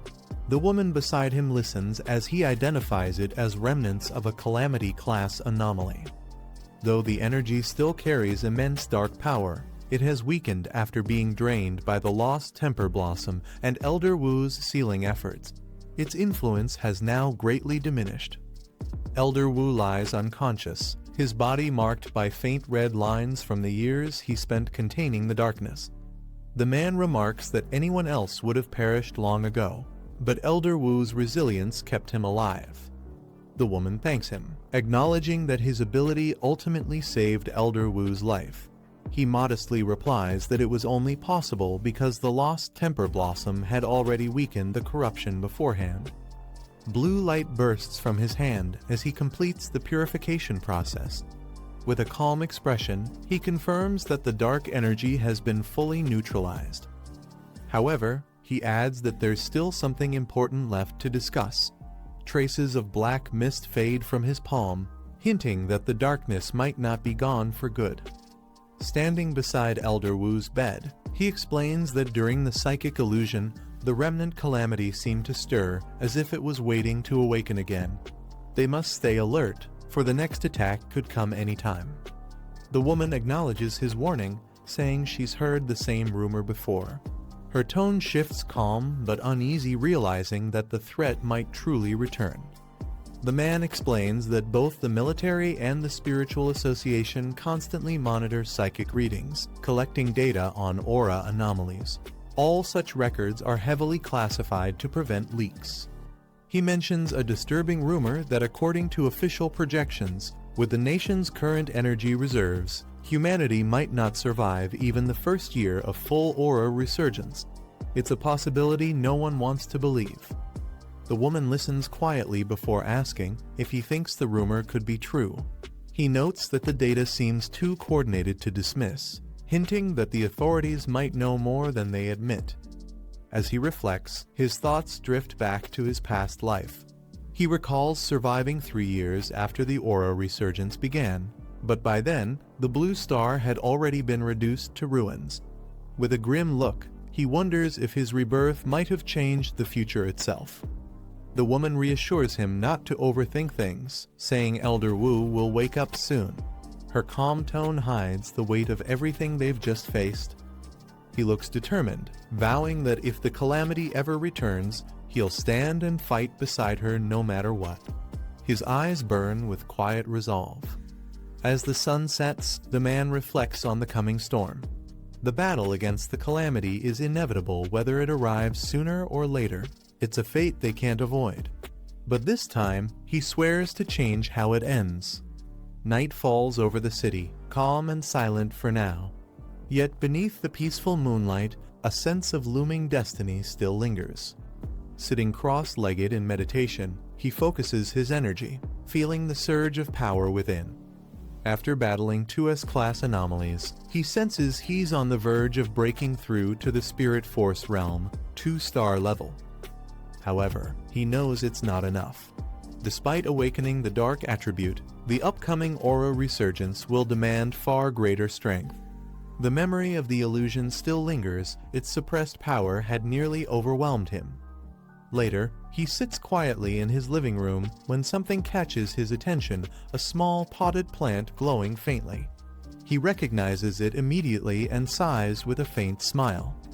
Leaning closer, he mutters that not bringing it along last time was his mistake. Gently touching its petals, he jokes that it's not exactly something he can carry around casually, hinting at the plant's mysterious power. Smiling softly, he lifts the glowing plant in his hands and jokes about regretting not giving it a chance to grow stronger before. Deciding to make up for it, he suggests they head outside for some fresh air. Under the moonlit sky, he walks through Black Mountain toward the Spirit Association's Botanical Research Center. The place has flourished, burned trees regrown, new life sprouting everywhere, a sign of nature's quiet recovery. He kneels among the plants, carefully placing the pot into the soft soil. Grateful, he makes a note to thank Sue and the others for helping restore this place. Gently patting the leaves, he tells the plant to drink sparingly, teasing that with its appetite, it could strip every forest on Blue Star bare if left unchecked. The glowing plant begins to release streams of green energy, absorbing the spiritual essence from the surrounding forest. Its petals shimmer as its power steadily increases. The man stands nearby, arms crossed, watching as a vortex of energy spirals around them. The ground trembles slightly from the overwhelming flow of life force. When the forest starts to wither, he stops the plant, saying that's enough for now. His expression remains calm but focused, aware of the delicate balance of nature. Smiling, he carefully uproots the plant and suggests they move somewhere else to continue. The flower glows warmly in his hands, responding as if it understands. The man crosses his arms and watches the glowing plant absorb spiritual energy, remarking that it's had enough for now. The forest around him grows still, stripped of its vitality. He smiles softly and lifts the plant from the soil, suggesting they move to a new spot to continue absorbing energy. The flower glows brighter in response. The man freezes as a distant howl echoes through the silent forest.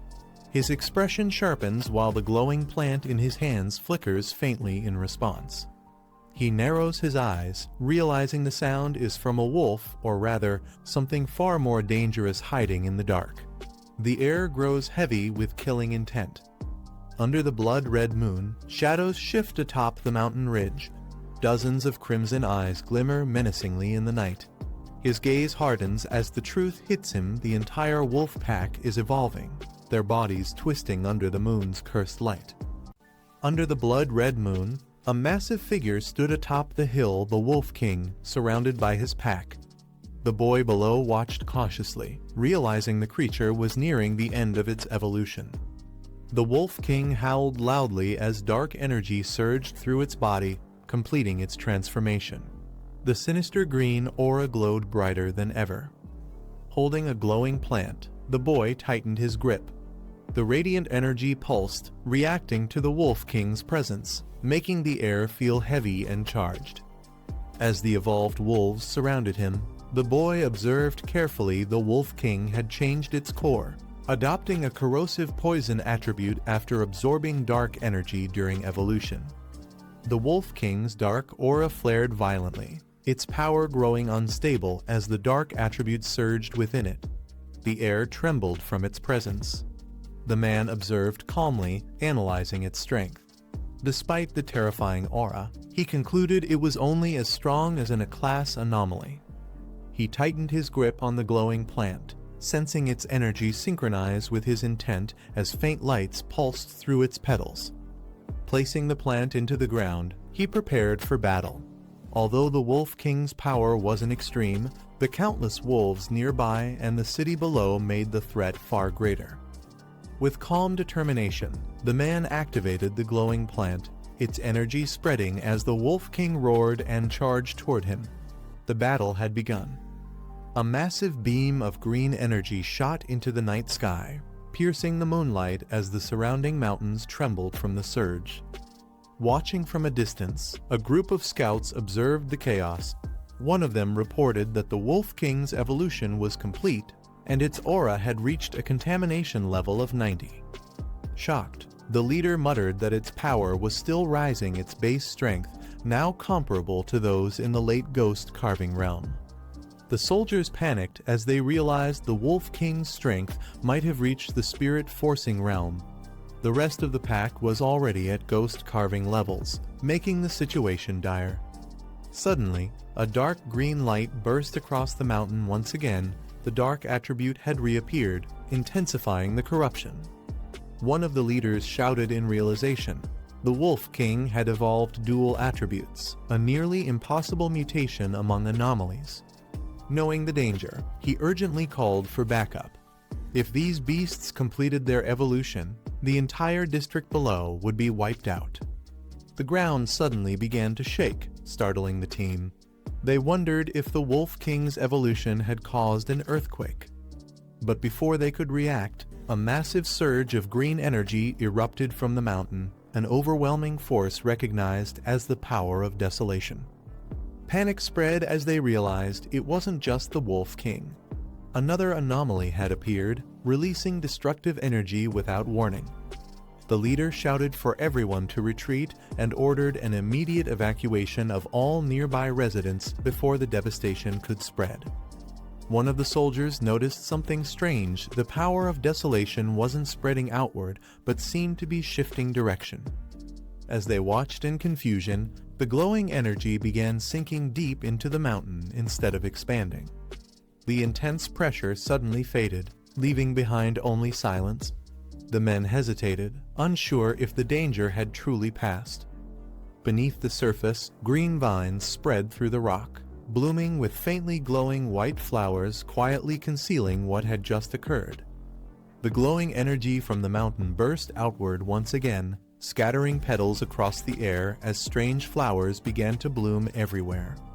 The man stood amidst a field of glowing blossoms, their beauty masking the sinister energy pulsing beneath the surface. The Wolf King roared, its claws slicing through the air as the flowers multiplied around it, covering the battlefield in petals. Calmly, the man explained that these spirit blossoms would keep regenerating, endlessly draining everything around them until nothing remained. Surrounded by the snarling wolves, the man stood calmly as massive vines emerged from the ground, twisting around the beasts. He noted that the wolves still had some spiritual energy protecting them, but it wouldn't last long against what was coming next. The spirit blossoms latched onto the wolves, draining their strength as their bodies weakened and their howls turned to desperate cries. As the last of the wolves collapsed, the vines around the man turned crimson, pulsing with power while he stood motionless, completely in control of the carnage. The Wolf King unleashed a massive beam of green energy, roaring furiously as it tried to obliterate the vines surrounding it. The blast struck the ground, but the crimson vines absorbed the attack completely, leaving the creature stunned. Wrapped in swirling red petals, the man calmly said it was useless. The desolation attribute of the spirit flowers had already spread deep beneath the forest.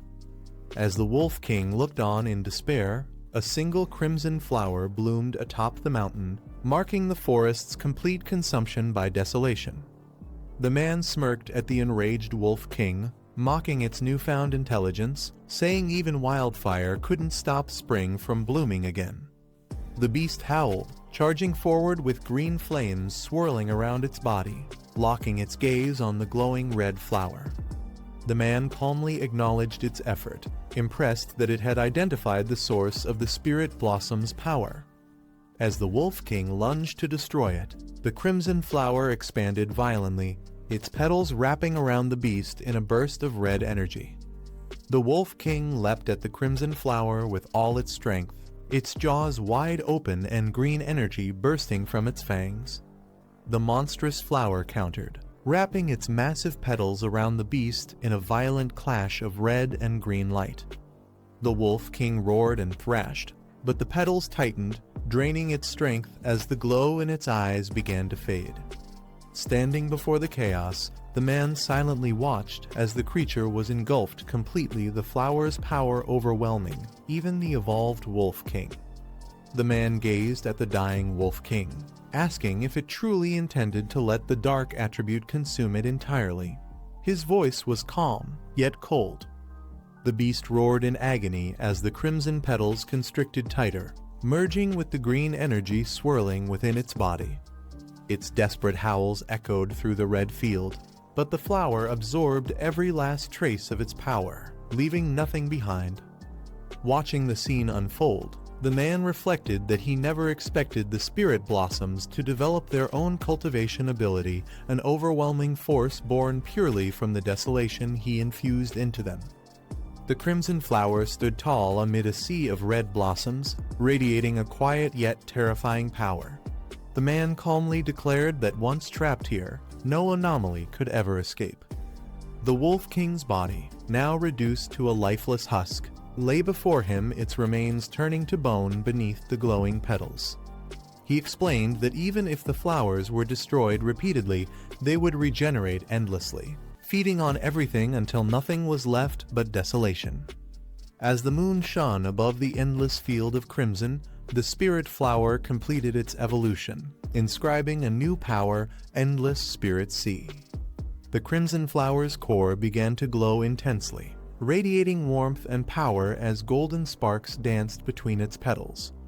Petals drifted through the air like embers, swirling around the man, their glow reflecting in his calm, determined eyes.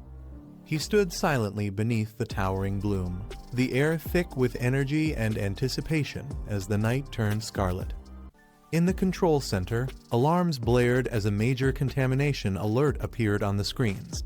Analysts quickly detected a class anomaly, noting that two entirely different spiritual energies had emerged within the polluted zone.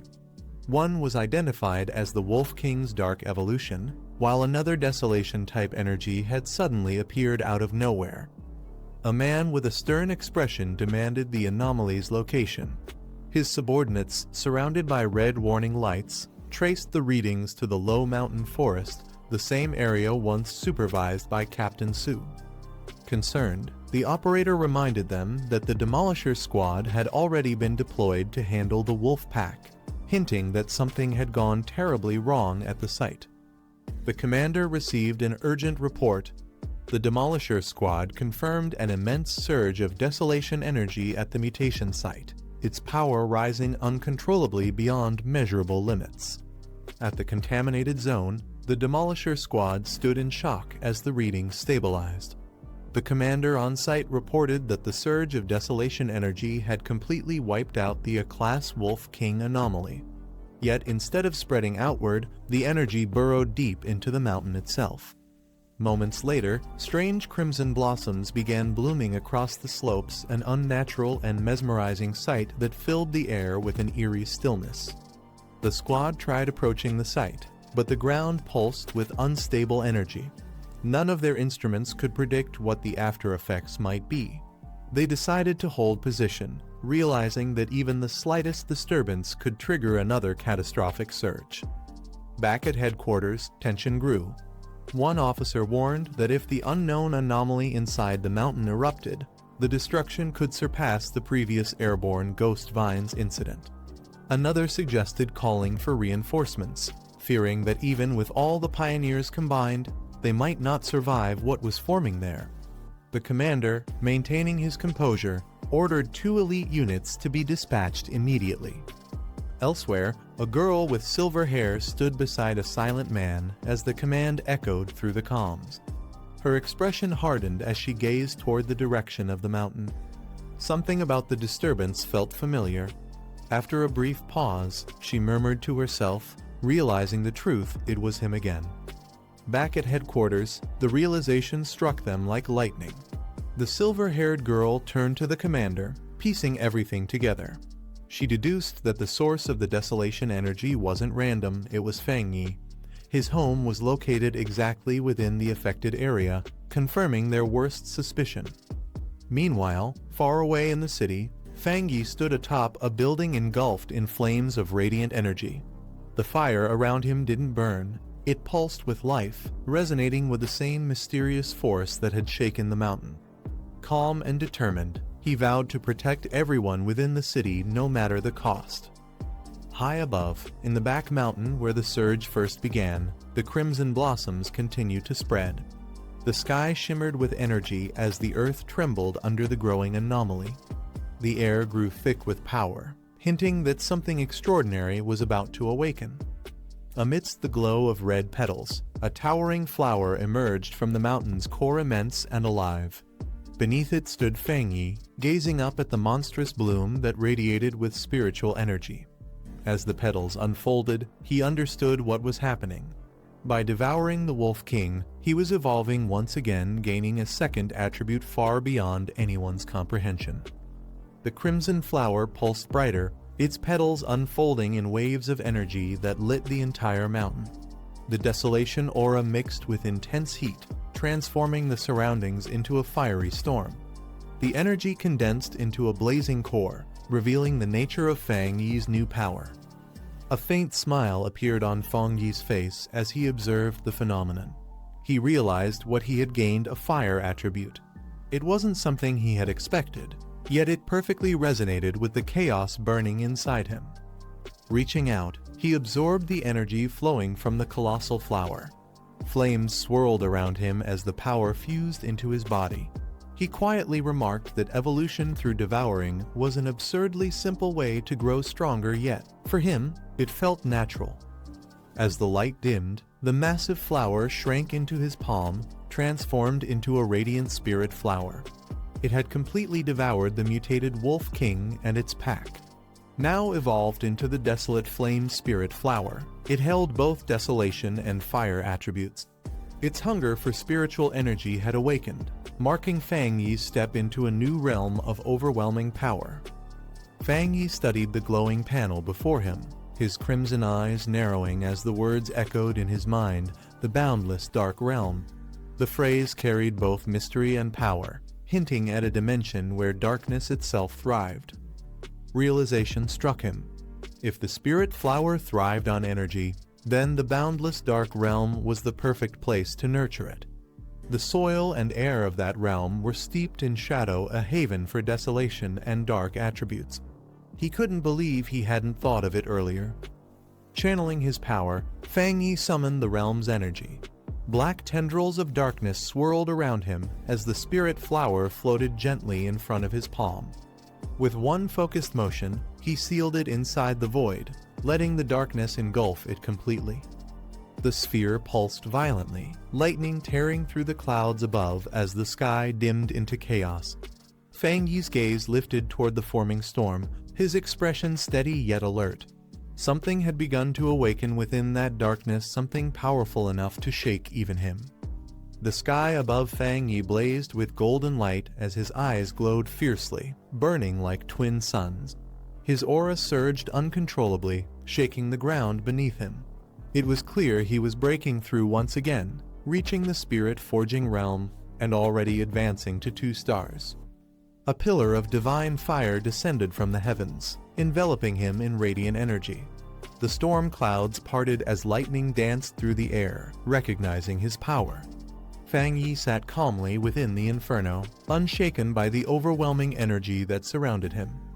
He could feel the change coursing through his veins. Channeling his power now felt effortless, as if the boundaries between him and the world had vanished. The spiritual essence of heaven and earth flowed into his body seamlessly, no longer resisting him but merging as one.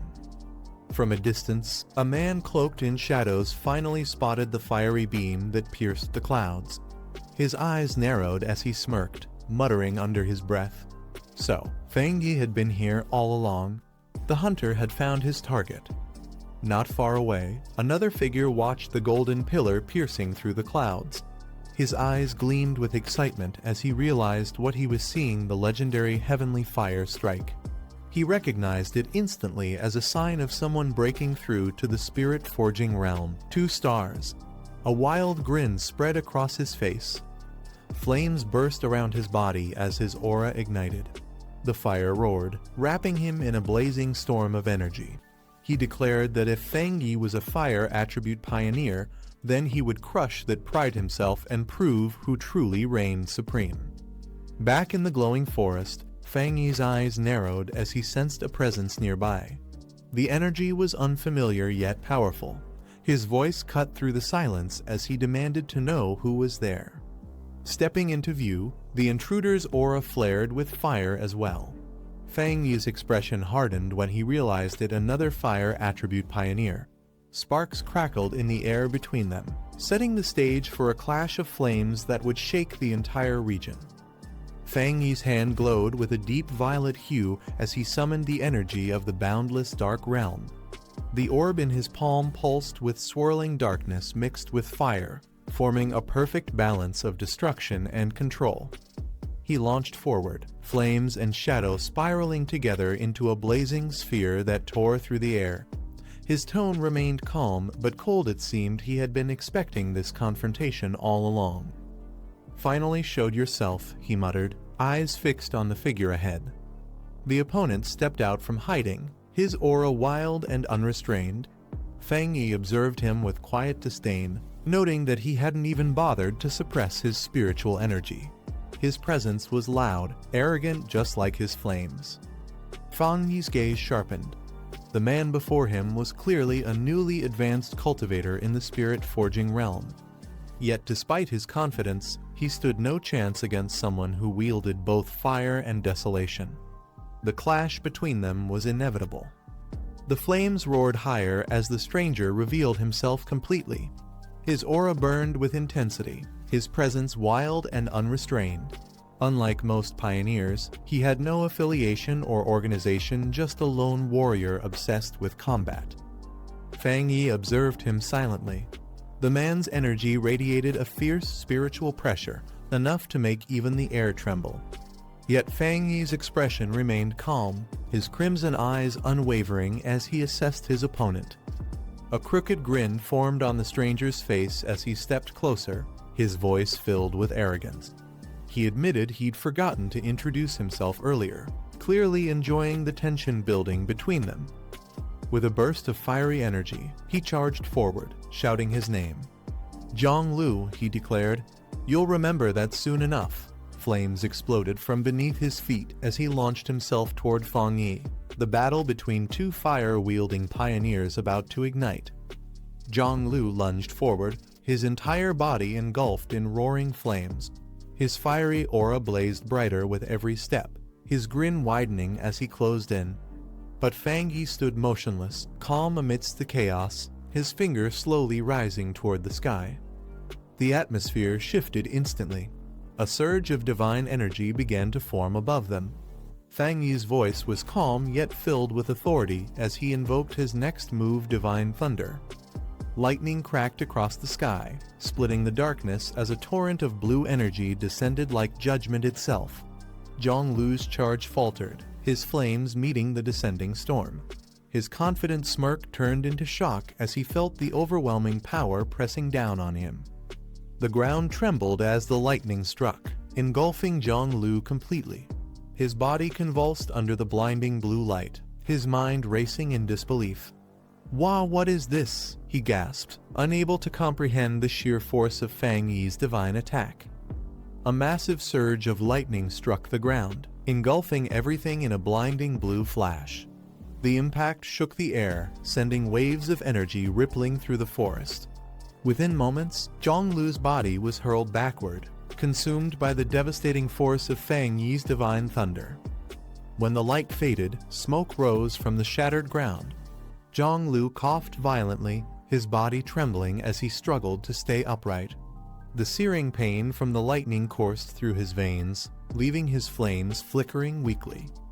Sparks still danced around Fang Yi as he stood calmly amidst the storm's aftermath, arcs of electricity wrapping around him like armor. His eyes glowed faintly, radiating an untouchable calm that made the difference between them clear. Zhang Lu clenched his fists, confusion clouding his face. "What just happened?" he muttered under his breath. "Isn't he also a fire attribute pioneer?" The realization struck him too late. Fang Yi's power had already surpassed the limits of elemental control. He wasn't just fire anymore. The storm of lightning slowly faded, revealing Fang Yi standing tall, his crimson eyes glowing menacingly in the dim light.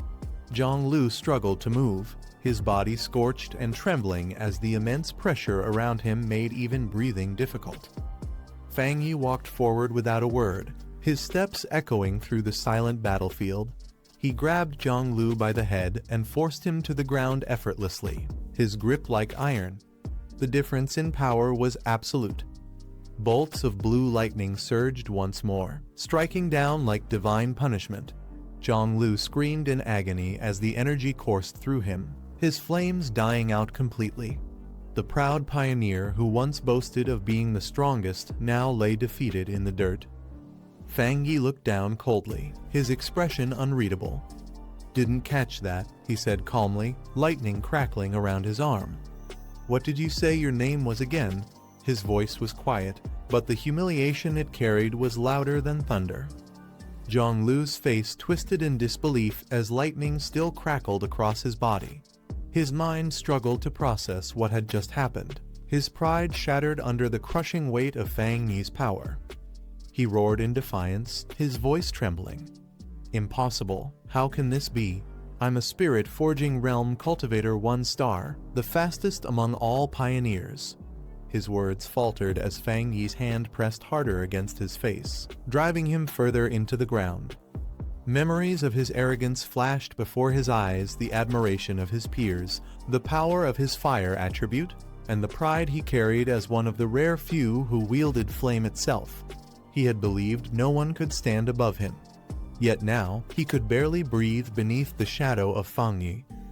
Fang Yi glanced down with quiet disdain. "TCH," he muttered, unimpressed by the man's desperation. Zhonglu's strength and pride meant nothing against someone who had already surpassed the limits of ordinary cultivation. The fight was over his dominance absolute.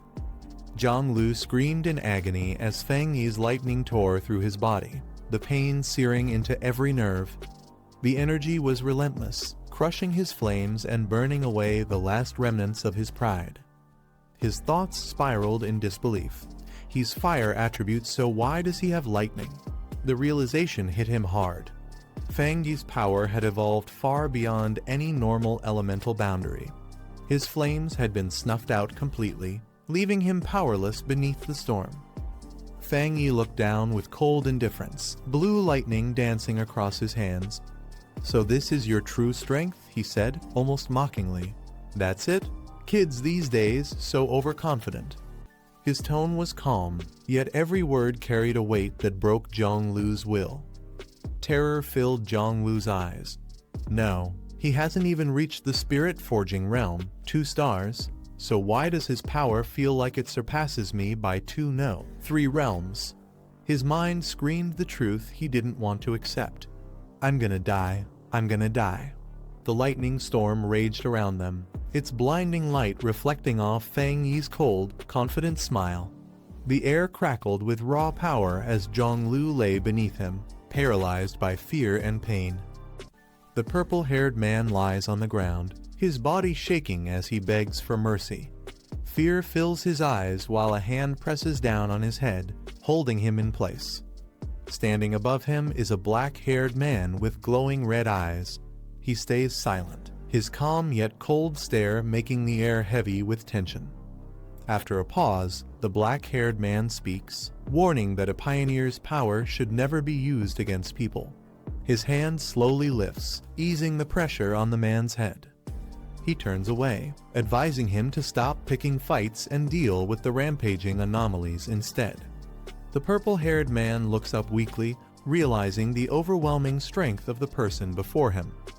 The black-haired man lets out a quiet click of annoyance before turning away, his red eyes still glowing faintly in the dark. The purple-haired man watches him leave under the moonlight, confused and shaken, wondering what kind of person he just faced. He questions whether the man's power is truly that overwhelming, or if he himself has simply become too weak to stand against it. The scene shifts to a distant city under a star-filled sky, marking the end of their encounter and the calm before whatever comes next.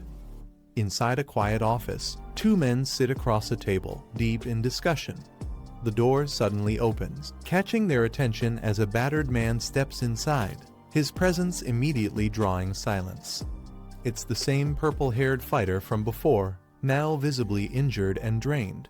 His face shows both exhaustion and frustration after the encounter. One of the men greets him casually, commenting on his appearance and reminding him that picking unnecessary fights never leads anywhere good. He continues, saying that with the spiritual resurgence not even at its peak, making new enemies is reckless. The words hang heavy, hinting at larger dangers still to come. Inside the room, tension lingers as one of the men scolds the injured fighter for his reckless attitude. He warns that picking fights with everyone, friend or foe, will only lead to disaster one day. Surprisingly, the purple-haired man stays silent instead of snapping back, which leaves his companions confused. They notice something different about him this time. One man jokes, asking if he's been possessed or lost his fighting spirit. The fighter doesn't respond, his head hanging low in shame and exhaustion. When asked about his duel with the Heavenly Fire Strike user, he finally mutters the truth: he was defeated in a single blow. The room falls silent as the weight of his words sinks in. The man beside him looks shocked and demands an explanation, asking what he means by being defeated in a single blow. The purple-haired fighter lowers his head, admitting again that he was one-shotted, his voice breaking as tears fill his eyes. Frustrated, he blames himself for not noticing the danger sooner, realizing that his arrogance led to humiliation. His friends can hardly believe it after all. He's a high-ranked fire attribute user who reached the spirit-forging realm faster than most. He recalls the moment vividly. His strongest technique, Flowing Blaze Flare, was destroyed instantly by his opponent's Thunder Strike. The memory of that overwhelming power still haunts him. The calm man reminds him how powerful his fire attribute is, saying that at his current level, few could even challenge him unless they came from a higher combat zone. The red-haired man recalls how, back when he first awakened, he easily defeated 2 wild pioneers with the same fire attribute. He suggests that maybe the heavenly fire strike user he faced wasn't a normal pioneer after all. Frustrated, the purple-haired fighter grabs him, shouting that they wouldn't understand because they didn't witness it themselves. He insists that the attack he faced was real and terrifying. His expression shifts to fear as he remembers that moment, the overwhelming thunder energy, the pressure so intense it felt like the heavens were roaring beside his ears. He trembles, calling his opponent a monster. The red-haired man listens carefully as the fighter insists his gut feeling is certain it was that same man who defeated him. He describes the attacker as a dual-attribute pioneer who controlled both lightning and thunder, completely overpowering his flames with ease. The others are shocked, realizing that if his opponent truly hid such power, he must be at least at the 3-star spirit-forging realm. They admit that kind of strength would make him every pioneer's worst nightmare. The room falls quiet as the fighter lowers his head, repeating that he was crushed in a single move. Even his companions can't hide their unease, realizing how terrifying such power truly is. The purple-haired man clenches his fist, frustrated yet curious, wondering if he should go and learn from the one who defeated him so effortlessly. Meanwhile, the black-haired man sits in deep meditation, surrounded by swirling golden energy. He notices something strange. His breakthrough to the next realm suddenly feels blocked. Opening his eyes, he realizes the issue isn't with his body, but something else interfering with his energy flow. His eyes blaze with fiery light as he calmly concludes that the cause must be external, not internal. The room trembles slightly under the intensity of his aura. The black-haired man walks through his quiet apartment, realizing that the surrounding spirit energy has stopped resonating. He can no longer condense it for his advancement, which feels unusual. He recalls the government's recent efforts to control spirit-related incidents, including secret data extractions from major zones. Rumors suggest something massive is being covered up. Looking out over the city, lightning flashes across the sky. He wonders if the long-awaited spiritual resurgence has already begun right here in his city. Concerned, he decides to contact Jilan to confirm the military situation, but the call doesn't go through. The line remains dead, heightening his unease. Unable to reach anyone, the black-haired man wonders if the military has already moved to the front lines. But if that were true, he believes he would have been informed, unless communication itself has been deliberately blocked. Just then, his phone rings. It's an incoming call from Su Qingying. He quickly answers, sensing something urgent. Through a broken signal, she warns him that the situation has changed and asks him to request backup immediately before the line starts to distort. Static fills the call as her voice cuts in and out, saying things have gotten worse within the city. Before he can respond, the signal drops, leaving him in tense silence as the sound of wings echoes outside. As the call cuts out, the black-haired man tries to reconnect, but a loud crash interrupts him. A bat-like creature slams into the window, shattering the glass. He narrows his eyes, realizing something unnatural has entered the city. The creature's crimson aura pulses with chaotic energy. With a sharp cry, The dark beast bursts through the window, flying straight toward him at incredible speed. Unfazed, the man simply leans back in his chair, watching it approach. He mutters calmly about its recklessness, showing no sign of fear. The black-haired man channels blue energy into his hand, his movements calm and precise. Lightning gathers around his arm, crackling with power. In an instant, he strikes. The attack cuts through the air and obliterates the dark bat-like creature before it can reach him. As the dust settles, a girl rushes into the room, breathless, calling out that a bat-type anomaly just appeared. He turns to her silently, his red eyes steady. She pauses, noticing the shattered window and faint lightning still flickering around him, then softly asks if something happened. Standing near the shattered window, the black-haired man observes the aftermath calmly. He notes that anomalies usually appear randomly, but seeing multiple ones inside homes is highly unusual. He steps closer to the broken glass, gazing at the storm outside. The sky crackles with lightning as he thinks about the worst-case scenario, a massive upsurge like the cataclysms once reported on the news. He explains that anomalies of this level normally hide in shadows, not in crowded areas, let alone attack a pioneer's home. Turning to the girl beside him, he instructs her to call every pioneer available. They might be facing something far greater than expected. She nods firmly, ready to act. The black-haired man steps forward, instructing the girl to guard the house while he checks the situation outside. He entrusts her with protecting the home and ensuring no anomalies get through the window. Lightning flashes across the stormy sky as he looks out, the city beneath them trembling under the energy surging in the clouds. Elsewhere, a group of figures monitors the situation. Their communication signal is unstable, and they realize Feng Yi might not be able to hear their exact location. They discuss the possibility of a disaster-level event breaking out.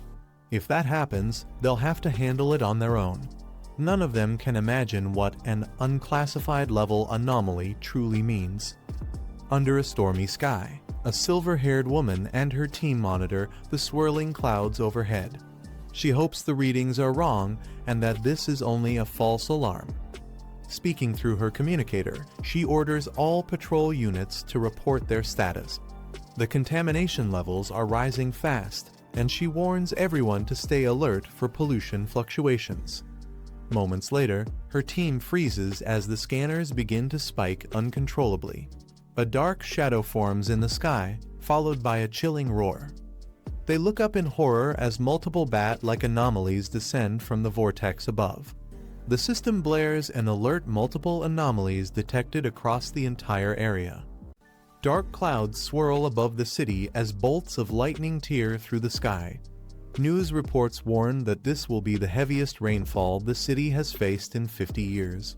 Red alerts have already been issued, and the authorities urge everyone to remain indoors for their safety. Streets that were once full of people now stand nearly empty, as the storm approaches with full force. As thunder echoes between the tall buildings, people rush to find shelter. Some hold umbrellas, others hurry into nearby shops. One woman nervously looks at the dark sky, saying it feels like the world itself is changing. Another passerby wonders aloud what's really happening to the world lately, his voice filled with unease. The fear in the air is clear. Everyone can sense that something isn't right. Elsewhere, two men ride through the storm on green motorcycles, their engines roaring against the sound of heavy rain. One of them mutters that this weather feels completely off, questioning if they're just having bad luck today. The other, named Zhonglu, stays quiet, his eyes fixed on the dark clouds above as lightning flashes across the skyline. The rain only grows heavier, soaking the roads and reflecting the city lights in streaks of purple and blue. The first rider glances at his companion and asks if they should keep going or wait for the storm to pass.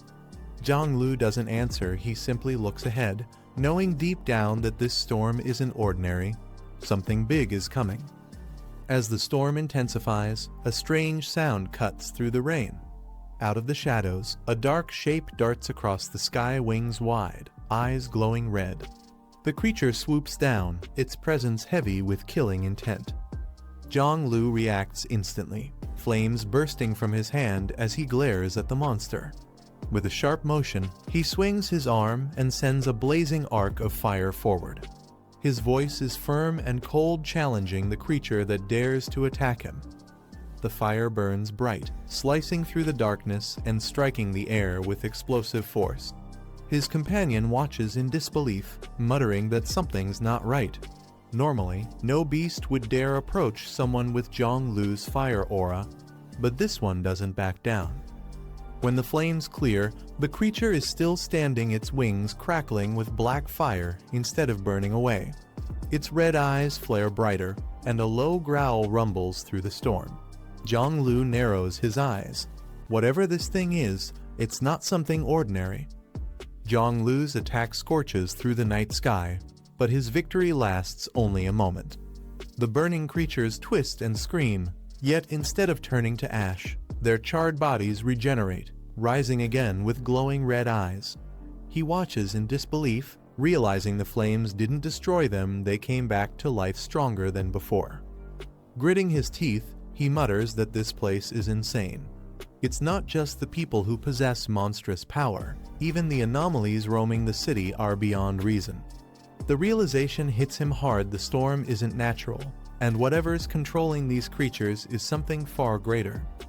The scene shifts to a few hours earlier, inside a high-security conference room. Several top officials appear on holographic screens, their faces tense as they discuss the sudden disturbances across the region. One officer suggests bringing in the Spirit Association's highest-ranking members and coordinating a joint response with Fang Yi's division. The briefing grows darker when an emergency alert flashes on the monitors. A robotic voice announces a special anomaly warning, and a class threat is expected to descend upon the city within the next 24 hours. At the same time, reports confirm that a massive swarm of anomalous bats has already been spotted gathering near the outskirts. The storm outside was only the beginning of something far more dangerous. The room falls silent as the report confirms a class anomaly heading straight for the city. Shock spreads among the officials, but the woman with silver hair steps forward without hesitation, ordering the teams to deploy immediately. She declares that she'll be joining the mission herself. Moments later, the live footage from the outskirts flickers again, and the atmosphere turns grim. The analyst monitoring the data suddenly shouts that the prediction has changed. What was once classified as an A-class threat has now been upgraded to S-class. The creature's energy levels are off the charts, and its power shows no upper limit. On the screen, a massive shadow spreads its wings under the blood-red sky. Rows of glowing eyes emerge from the darkness, signaling the arrival of countless monsters. The specialists can only watch as the readings continue to rise beyond what their systems can measure. Far beneath the surface, inside a secured research facility, alarms blare. The metallic corridors echo with the sound of approaching footsteps and mechanical hums. Whatever lies within those walls is about to be awakened as the city above braces for the storm to turn into chaos. The storm reaches its peak as a swarm of red-eyed bats fills the sky, their screeches echoing through the city. The night turns crimson, blanketed by their countless wings. From the command center, a massive surge of energy is detected, and moments later, a blinding beam of light pierces through the clouds, striking down with incredible force. On the battlefield, the silver-haired woman lands gracefully amidst the chaos. Her cloak flutters as she channels a powerful aura that radiates with violet energy. The soldiers behind her open fire, but their bullets barely slow the swarm. She raises her hand, forming a glowing circle that pulses with power before releasing a wave of energy that cuts through the dark creatures. Her eyes sharpen with focus, calm even under the storm's fury. She draws a deep breath, and the ground beneath her cracks from the pressure. Within seconds, a massive barrier forms a web of purple light trapping the bats midair. Their screams fade as the barrier tightens, erasing everything caught within its reach. The rain continues to fall, but for a moment, silence fills the air. The woman stands firm, her expression cold and determined. The threat isn't over yet. This was only the beginning of the city's longest night. As the battlefield quiets, a new figure steps forward through the rain. Galan, known for his rare spiritual mutation ability. His power allows him to reshape spiritual energy into any form and amplify its strength beyond normal limits. Lightning crackles around him as he surveys the area with calm precision. He glances at the dark sky filled with faint traces of the creatures he just wiped out. Yet even after such destruction, the swarm keeps regenerating. He notes how the dark attribute bats refuse to die completely, almost as if they're protecting something hidden deep within the storm. A young officer with golden hair and lightning aura approaches him, commenting that Galan's strength has increased since recovering from his injuries. Despite his confidence, his tone grows uneasy. He reports that their situation is worsening. Most forces have been wiped out, and only the two of them remain holding this district. Galan listens silently as the officer continues. The communication lines are down, jammed by the anomaly's interference field. Other divisions can't be reached, and the same chaos is likely spreading across every part of the city. The air is thick with tension. Both men know that the true battle hasn't even begun yet. The storm rages on as the sky fills with swarms of red bats, their numbers multiplying by the second. The soldiers on the ground raise their weapons, struggling to hold their formation as lightning splits the clouds. The woman in command clenches her fists, quickly assessing the situation. She shouts orders through the chaos. Teams 1 and 2 are to stay behind and defend the perimeter, ensuring the creatures don't breach the restricted zone. The rest are to follow her lead and push through the enemy line to connect with reinforcements from other districts. Her voice cuts through the thunder, steady and commanding despite the danger closing in. Without hesitation, she leaps into the air, energy surging around her as her team follows close behind. Purple light bursts from her palms, illuminating the rain-soaked battlefield. The group charges upward, slicing through the waves of monsters as they fight to regroup. But as the battle intensifies, a chilling realization hits them. The bats aren't focused on the restricted zone at all. Their true target is much larger. Above the storm clouds, the swarm begins to spread over the entire skyline, their movement forming a massive shadow that blankets the city below. The anomaly isn't just invading a district, it's coming for everything. As chaos unfolds across the city, life still moves quietly in other corners. Under the heavy rain, a few people wait at a bus stop, unaware of the danger spreading above them. A taxi passes by, its lights cutting through the downpour while thunder echoes in the distance. Two vloggers take shelter, talking excitedly about the weather. They laugh about how crazy the rain has gotten and mention that the storm is trending everywhere online. One of them insists they should film it chasing that viral shot just like last time. Her tone is playful, but her enthusiasm blinds her to the growing unease in the air. As she lifts her camera toward the storm, lightning flashes overhead. Her partner hesitates, glancing nervously at the dark clouds, but she keeps smiling, ready to record. Then suddenly, her laughter fades. A chilling look takes over her face. Her pupils shift to a glowing red, and her cheerful expression turns blank. The camera trembles in her hand as the rain continues to fall. The storm outside has finally reached them. The peaceful street turns into chaos in an instant. The girl's scream pierces through the rain as her partner is struck down, his chest torn open by something dark and fast. Blood splashes across the pavement as his body collapses lifelessly beside her. She looks up in terror, her eyes wide as dozens of red shapes descend from the sky. The swarm of bats circles the streetlights, their eyes glowing like burning coals. She stumbles backward, shouting for help, but her voice is drowned by the sound of thunder and flapping wings. One of the monstrous bats swoops down, its massive claws reaching for her. The girl falls to the ground, trembling, as the creature looms over her with its jagged teeth and twisted grin. Just as it lunges in to strike, a flash of blue light cuts through the air, a blade of energy slicing the creature apart before it can touch her. The girl shields her face, shaking uncontrollably as fragments of burning ash fall around her. Her heart pounds in her chest, unsure if she's been saved or if something even worse is coming. The girl lies trembling on the wet pavement, gasping for breath. A surge of blue energy flashes from above, and a mysterious figure lands gracefully beside her. The impact sends a shockwave across the street, scattering the remaining bats. The newcomer, a young woman with silver hair and sharp eyes, steps forward with calm authority. She extends her hand to help the girl up, assuring her that she's safe now. Behind her, several teammates appear, each carrying weapons charged with spiritual energy. Her voice is steady as she instructs them to escort the survivor back home immediately. Two of her subordinates move to guide the frightened girl away.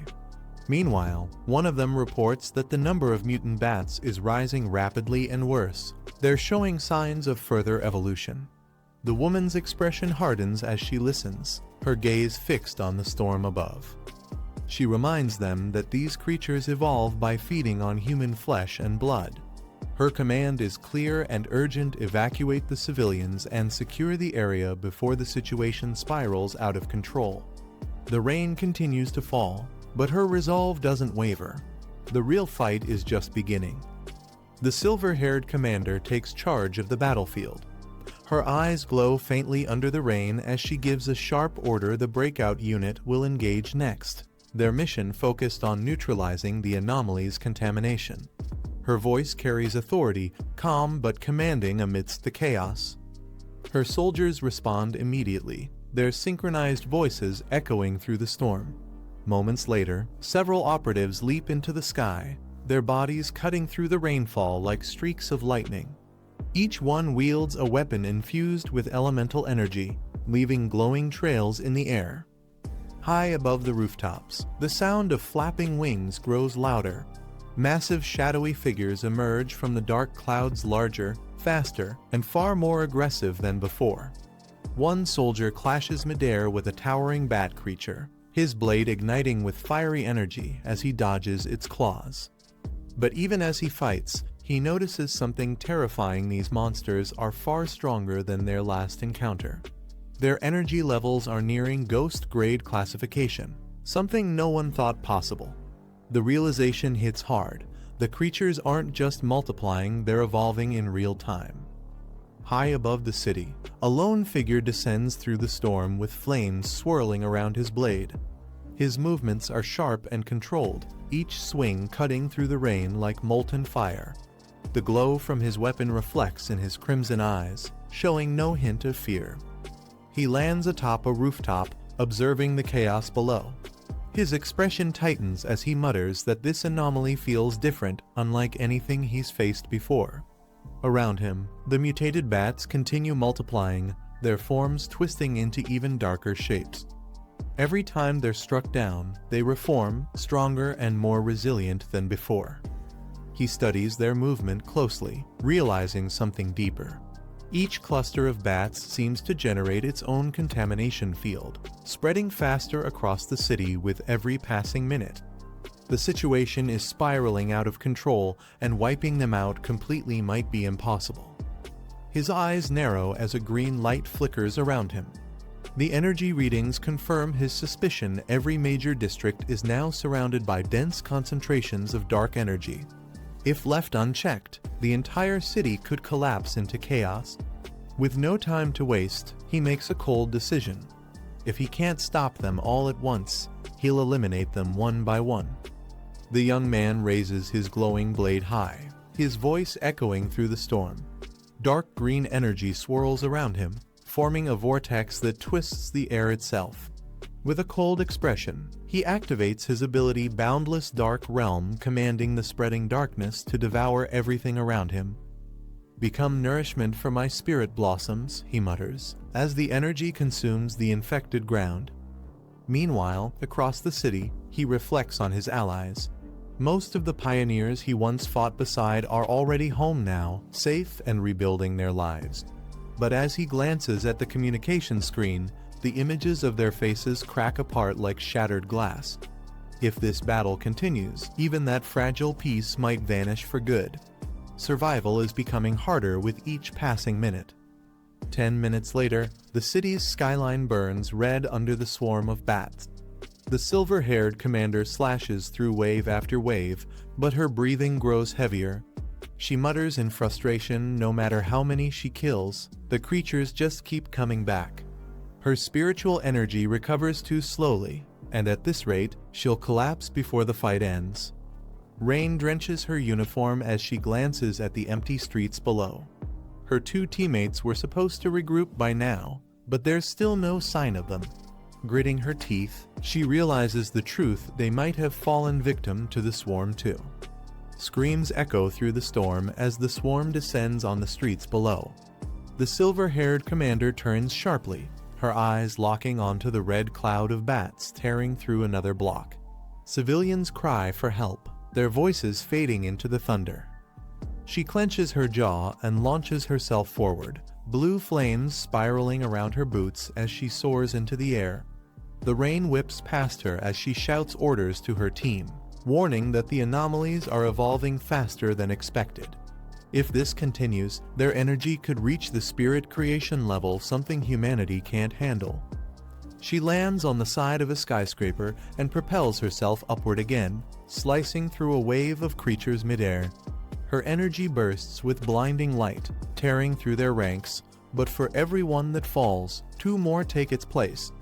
Inside the nearby buildings, people are already under attack.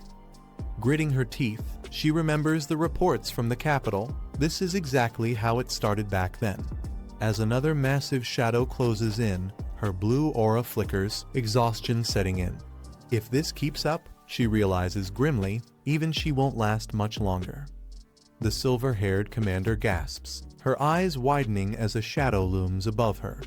The air grows heavy, and her senses sharpen instantly. Something far stronger than the previous anomalies is descending. The clouds twist violently, forming a massive vortex of black and crimson energy.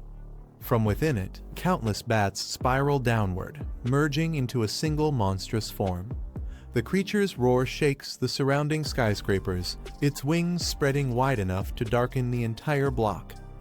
The city is drowning in chaos as dark anomalies spread through the skyline.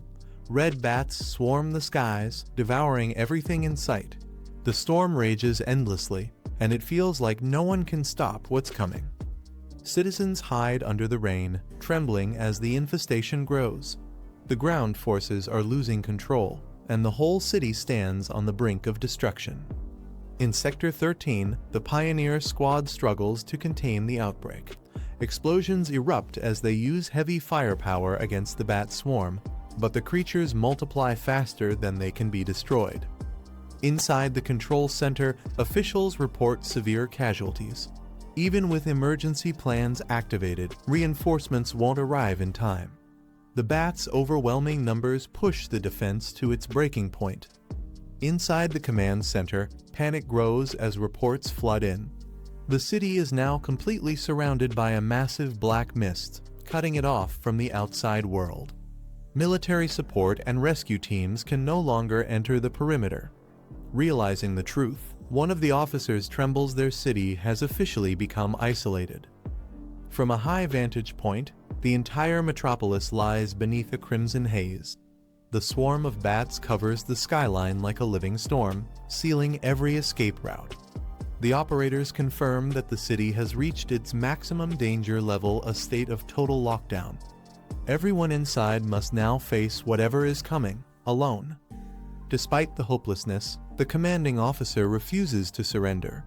He rallies his subordinates, declaring that as pioneers, they'll stand and fight until the very end. Even if the city falls, they will not abandon it.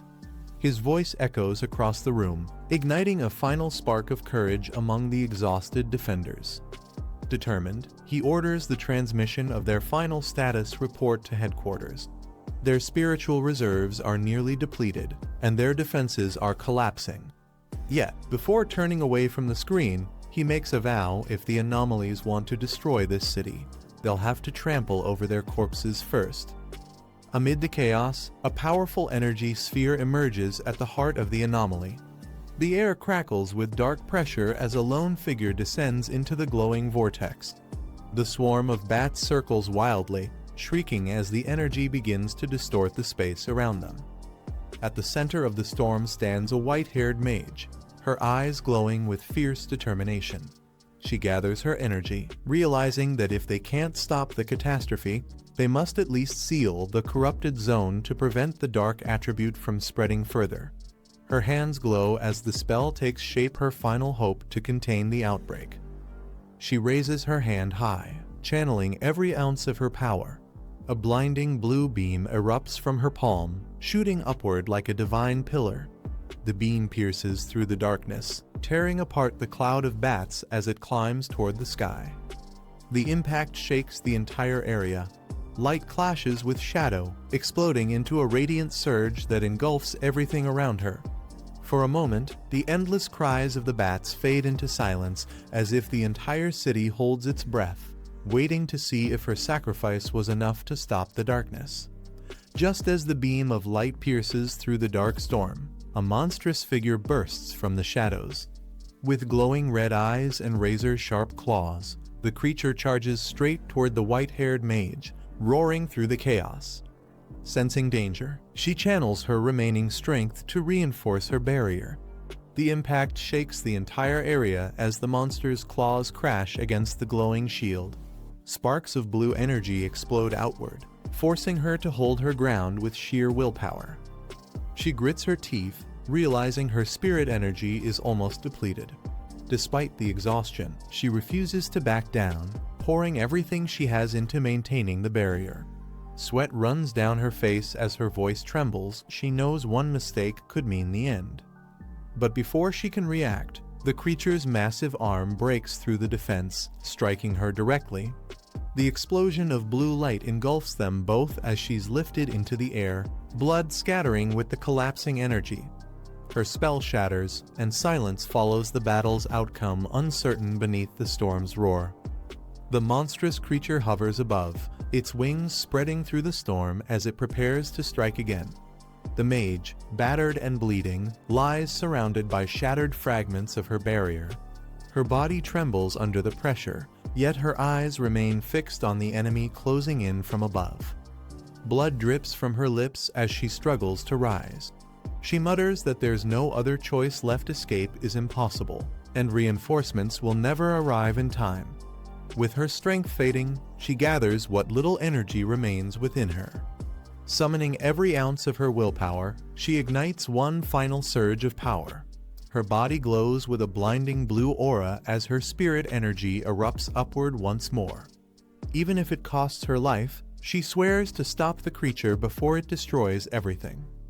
Her light cuts through the storm like a spear, clashing head-on with the incoming wave of darkness. The entire sky splits between blue and red, her final act of defiance shining brighter than ever. As the explosion unfolds, a new figure appears in the distance, rushing forward with blazing energy, signaling that the battle isn't over yet. The blue light collapses into a massive explosion, shaking the entire battlefield. The blast clears the air for a moment, but through the smoke, a burning silhouette emerges. Flames surge forward, illuminating the figure holding a blazing sword. From the fire steps a man cloaked in darkness, his weapon radiating intense heat. The injured mage looks up in disbelief, whispering weakly, her voice trembling as she recognizes the figure before her. Her savior has arrived.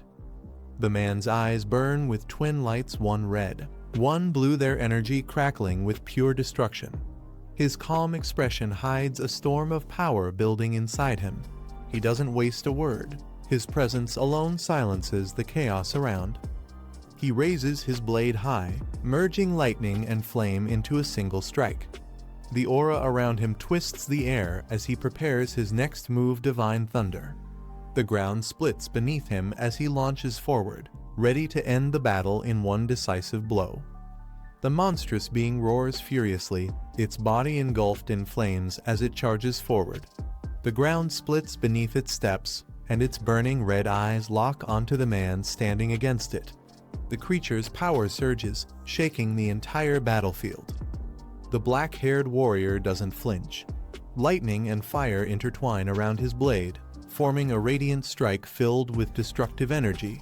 As the monster lunges, he swings his weapon down with full force, his blade colliding with the beast's fiery core. The clash creates a blinding explosion that lights up the dark sky. Energy waves ripple outward, and a series of fiery blasts follow, each one echoing through the ruined city. The words "core burst" appear as the explosion consumes everything in its path. When the dust finally settles, the warrior lands beside the fallen mage. His sword still crackles with faint blue sparks as he looks down and says calmly that finding her took longer than expected. Despite the destruction around them, his arrival marks the turning point of the battle. The storm still rages as the two stand amid the ruined streets. The man grips his blazing sword tightly while the wounded mage warns him about the path ahead. There are too many identical anomaly zones scattered along the route, each one a trap waiting to awaken. She can barely stand, but still cautions him to be careful, her voice trembling. Above them, the clouds swirl into a vortex filled with red shadows, the swarm beginning to reform. She struggles to explain that the anomalies can revive themselves, even after being destroyed. The man doesn't flinch. His eyes narrow with quiet determination as he replies that she doesn't need to worry when he says he'll handle it. He means it. Dark energy begins to pulse from his hand, spreading like ripples through the air. A sphere of pure darkness expands before him as the ground trembles under its power. The atmosphere distorts, pulling everything into its gravity. With a calm yet commanding voice, he activates his ultimate ability, Boundless Dark Realm, Domain Unfold. The shadows swallow the sky, and he declares firmly, "I do it." The mage watches him in awe as the swirling darkness expands across the ground. She finally realizes the truth: this city still has hope because of him, a man who wields unimaginable power. The calm determination in his eyes reminds her that the fight isn't over yet. He steadies his stance and focuses his energy. The purple sphere pulses violently, creating a gravitational pull that bends the very air around it. The entire city trembles as his power begins to consume the remnants of the anomaly. With a sharp motion, he unleashes the dark sphere, sending waves of energy across the ruined streets. The black void expands, swallowing every trace of corruption. When the chaos finally settles, the suffocating red mist starts to fade away. The mage rushes to his side, asking if he's all right. He gives a faint smile, saying he's fine and thanks her for holding on. Though the battle left him scarred and drained, he still carries fragments of heroic energy, proof that his fight is far from finished. The man's red eyes glow faintly as he turns toward the injured mage. His expression softens for the first time since the battle began, a calm sense of relief washing over him as he checks on her condition. Despite his exhaustion, his focus remains sharp. He gently touches her shoulder, releasing faint sparks of lightning that flow through her body. The mage flinches at first, but quickly realizes the energy is healing her wounds. He explains that he cleared the remaining traces of dark intrusion from her system and advises her to rest and bandage herself properly later. Blue lightning surrounds her like a protective veil. She stares in disbelief, realizing the level of energy he used, a high-grade lightning attribute, far beyond what normal healers could perform. Even the Spirit Association's medics couldn't match such precision and strength. Meanwhile, back at the command center, operators notice a sudden shift in their readings. The anomaly field begins to thin, and one of them shouts in surprise. The containment walls are finally weakening, and for the first time in hours, the city may be breaking free from the anomaly's grasp. At the headquarters, tension fills the room as reports keep pouring in. All rescue squads stationed around the city have been wiped out, and communication is lost.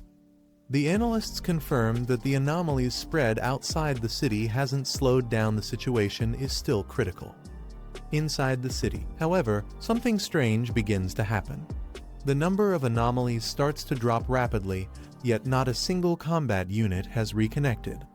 The officials realize the reduction isn't a victory, it's a warning. The swarm is converging toward a single point. One of the senior commanders, standing silently before the screens, murmurs that he wants to see his parents again, but knows he'll probably never get that chance. His voice echoes softly through the empty command room, a moment of quiet acceptance before the next disaster hits. Outside, the sky splits open with a massive green vortex, its energy tearing through the clouds.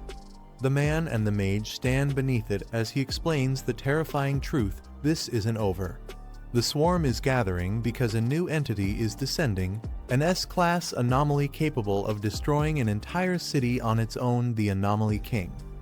The mage explains that what they're witnessing isn't just another anomaly, it's something far worse. People call it a cataclysm, a phenomenon that marks the beginning of total destruction. The glowing cocoon in the sky serves as its warning, a signal that chaos is about to awaken.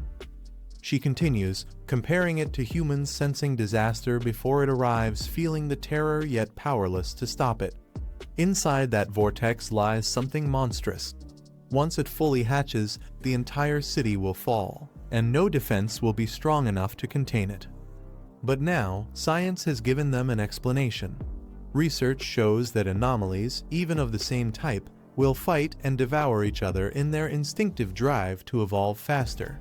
The strongest among them becomes the core of all others, the ruler that commands absolute obedience.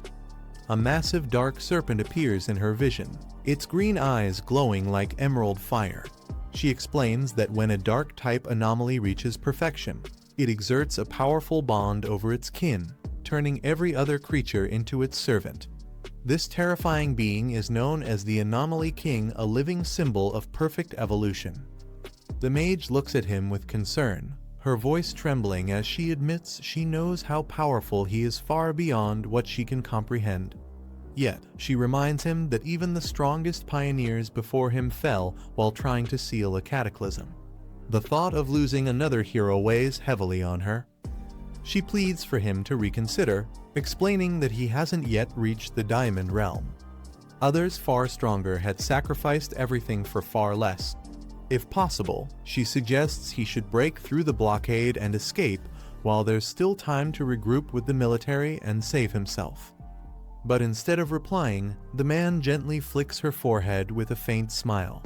Lightning flashes behind him as he asks if decades of research should really be thrown away because of fear. His calm confidence cuts through the tension, silencing her worries. With his crimson eyes gleaming under the rain, he declares firmly that this is his home and no matter the cost, he won't abandon it. Even if he has to pay the ultimate price, he'll fight until the end without regret. His resolve burns brighter than any storm around him. The mage lowers her head slightly, hiding a faint smile beneath the rain. Though she tries to stay composed, her eyes reveal both pride and worry. She knows there's nothing more she can say. His resolve is unshakable. The man turns away, his footsteps echoing softly through the wet streets. Each step feels heavy but certain, as if he's walking toward fate itself. The storm above mirrors the weight of what's about to unfold. He stops in the middle of the road, raising his gaze to the massive green vortex swirling above the skyline. Thousands of bats circle the glowing cocoon, feeding the anomaly's power.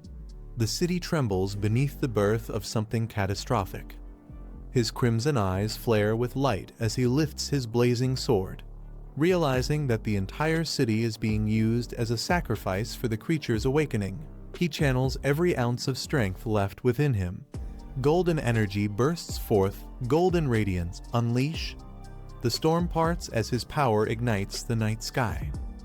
With golden energy radiating around him, the man turns toward the mage and asks if her wrist device can still detect anomalies and contact the Spirit Association.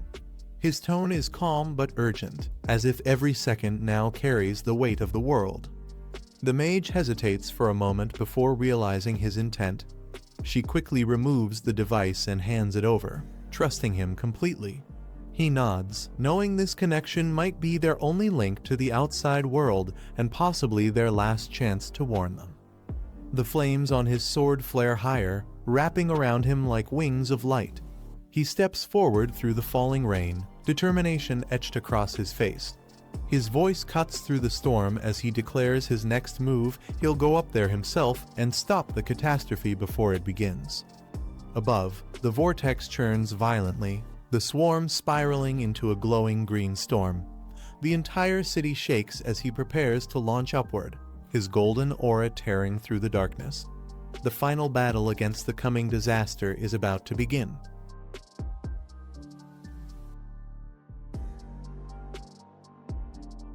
In the command center, an alert suddenly goes off. A missing pioneer's signal reappears on the radar. It's Captain Su. The operators quickly notice that the target is ascending at high speed. As they analyze the data, one officer reports that Su is moving at an incredible speed, heading straight toward the area with the highest contamination levels. Panic spreads across the room. The supervisor grabs his radio, ordering Su Kingshui to respond. He demands that she stop her actions immediately and wait for backup, warning that charging in alone is suicidal. But before they can reach her, Su's communicator flickers to life. A faint signal begins to transmit from her wrist device. The black-haired man finally activates his device and establishes a connection. He calls out, checking if anyone can hear him. The officer at headquarters demands to know who he is and where Specialist Su went. The man ignores the question and instructs them to synchronize with him, declaring that he's going after the king at the core of the anomaly.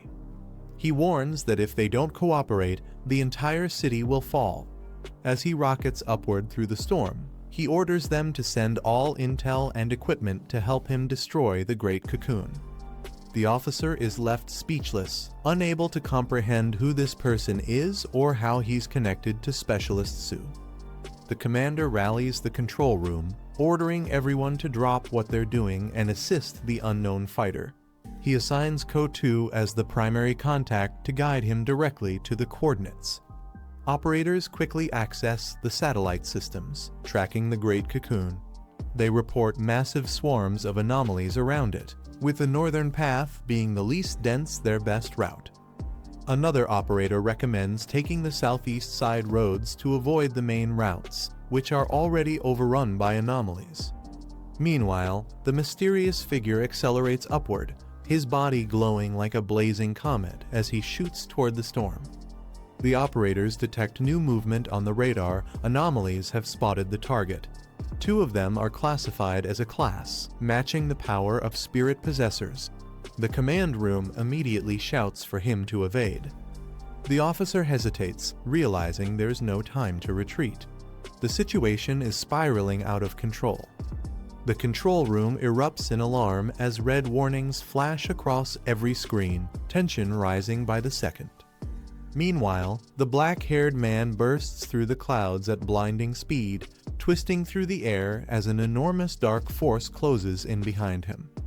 The black-haired man's eyes ignite with blazing flames as his power surges. His presence radiates overwhelming energy. In the control room, the officers are stunned. The source of the anomaly suddenly vanishes. One of them realizes he's destroying S-class dark-type anomalies with ease and shouts that it could be the tyrant. Relief spreads across the room as they cheer, realizing they might be saved. None of them expected someone this powerful to be within the city. Meanwhile, the man's red eyes narrow in focus, revealing that the real battle is far from over. The man enchants his blade, striking down wave after wave of dark-type anomalies. Each slash slows their regeneration but doesn't fully stop it. He realizes that if his power had been stronger, a single strike might have been enough to completely destroy them. Determined, he increases his speed, unleashing a series of relentless high-frequency attacks that light up the sky with flashes of red and violet.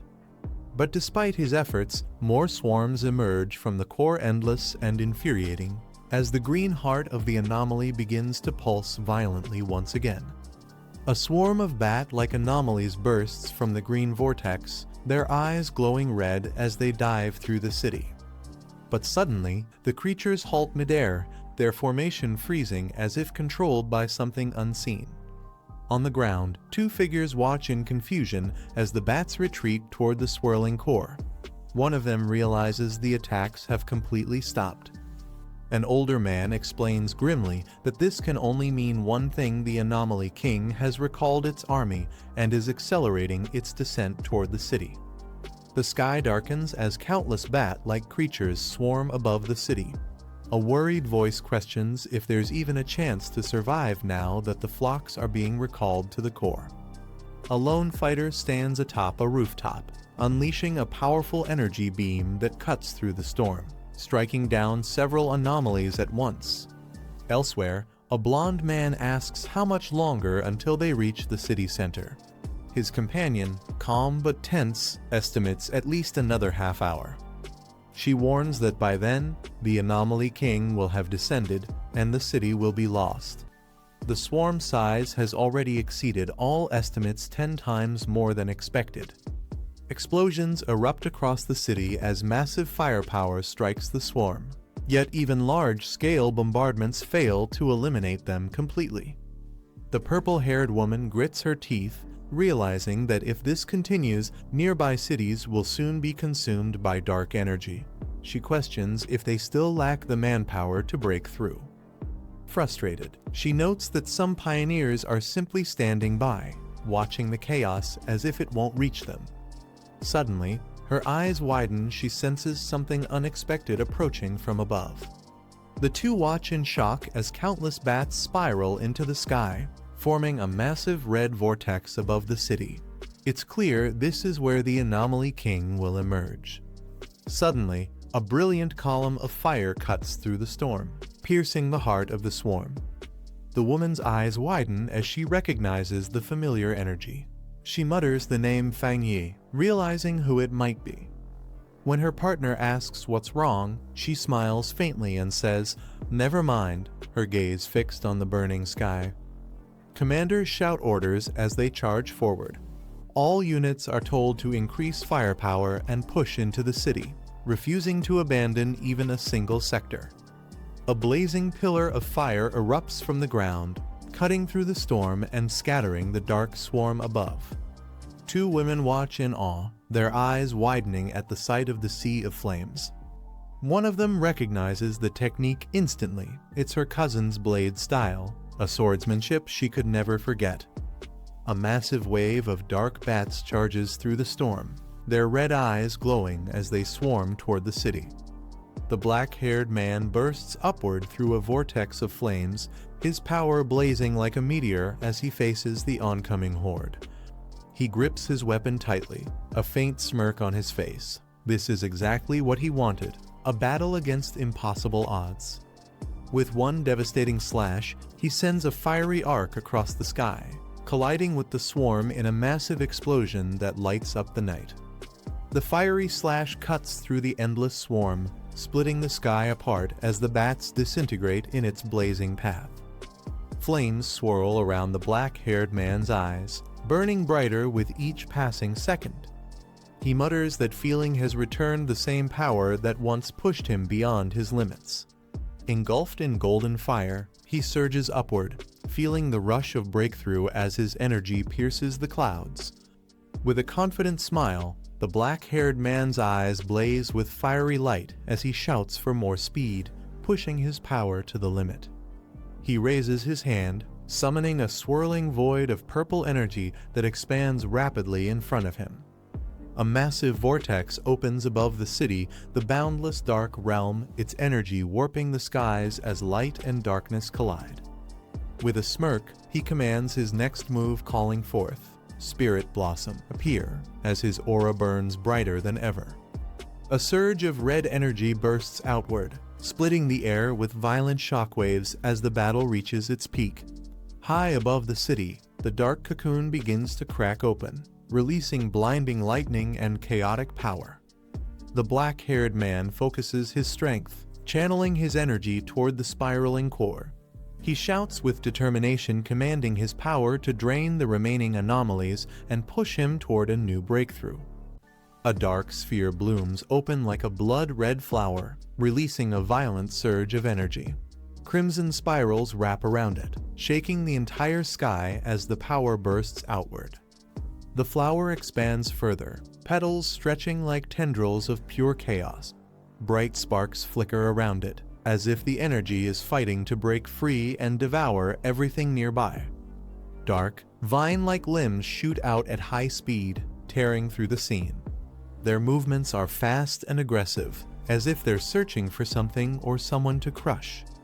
The monstrous flower pulses again, glowing hot at the core.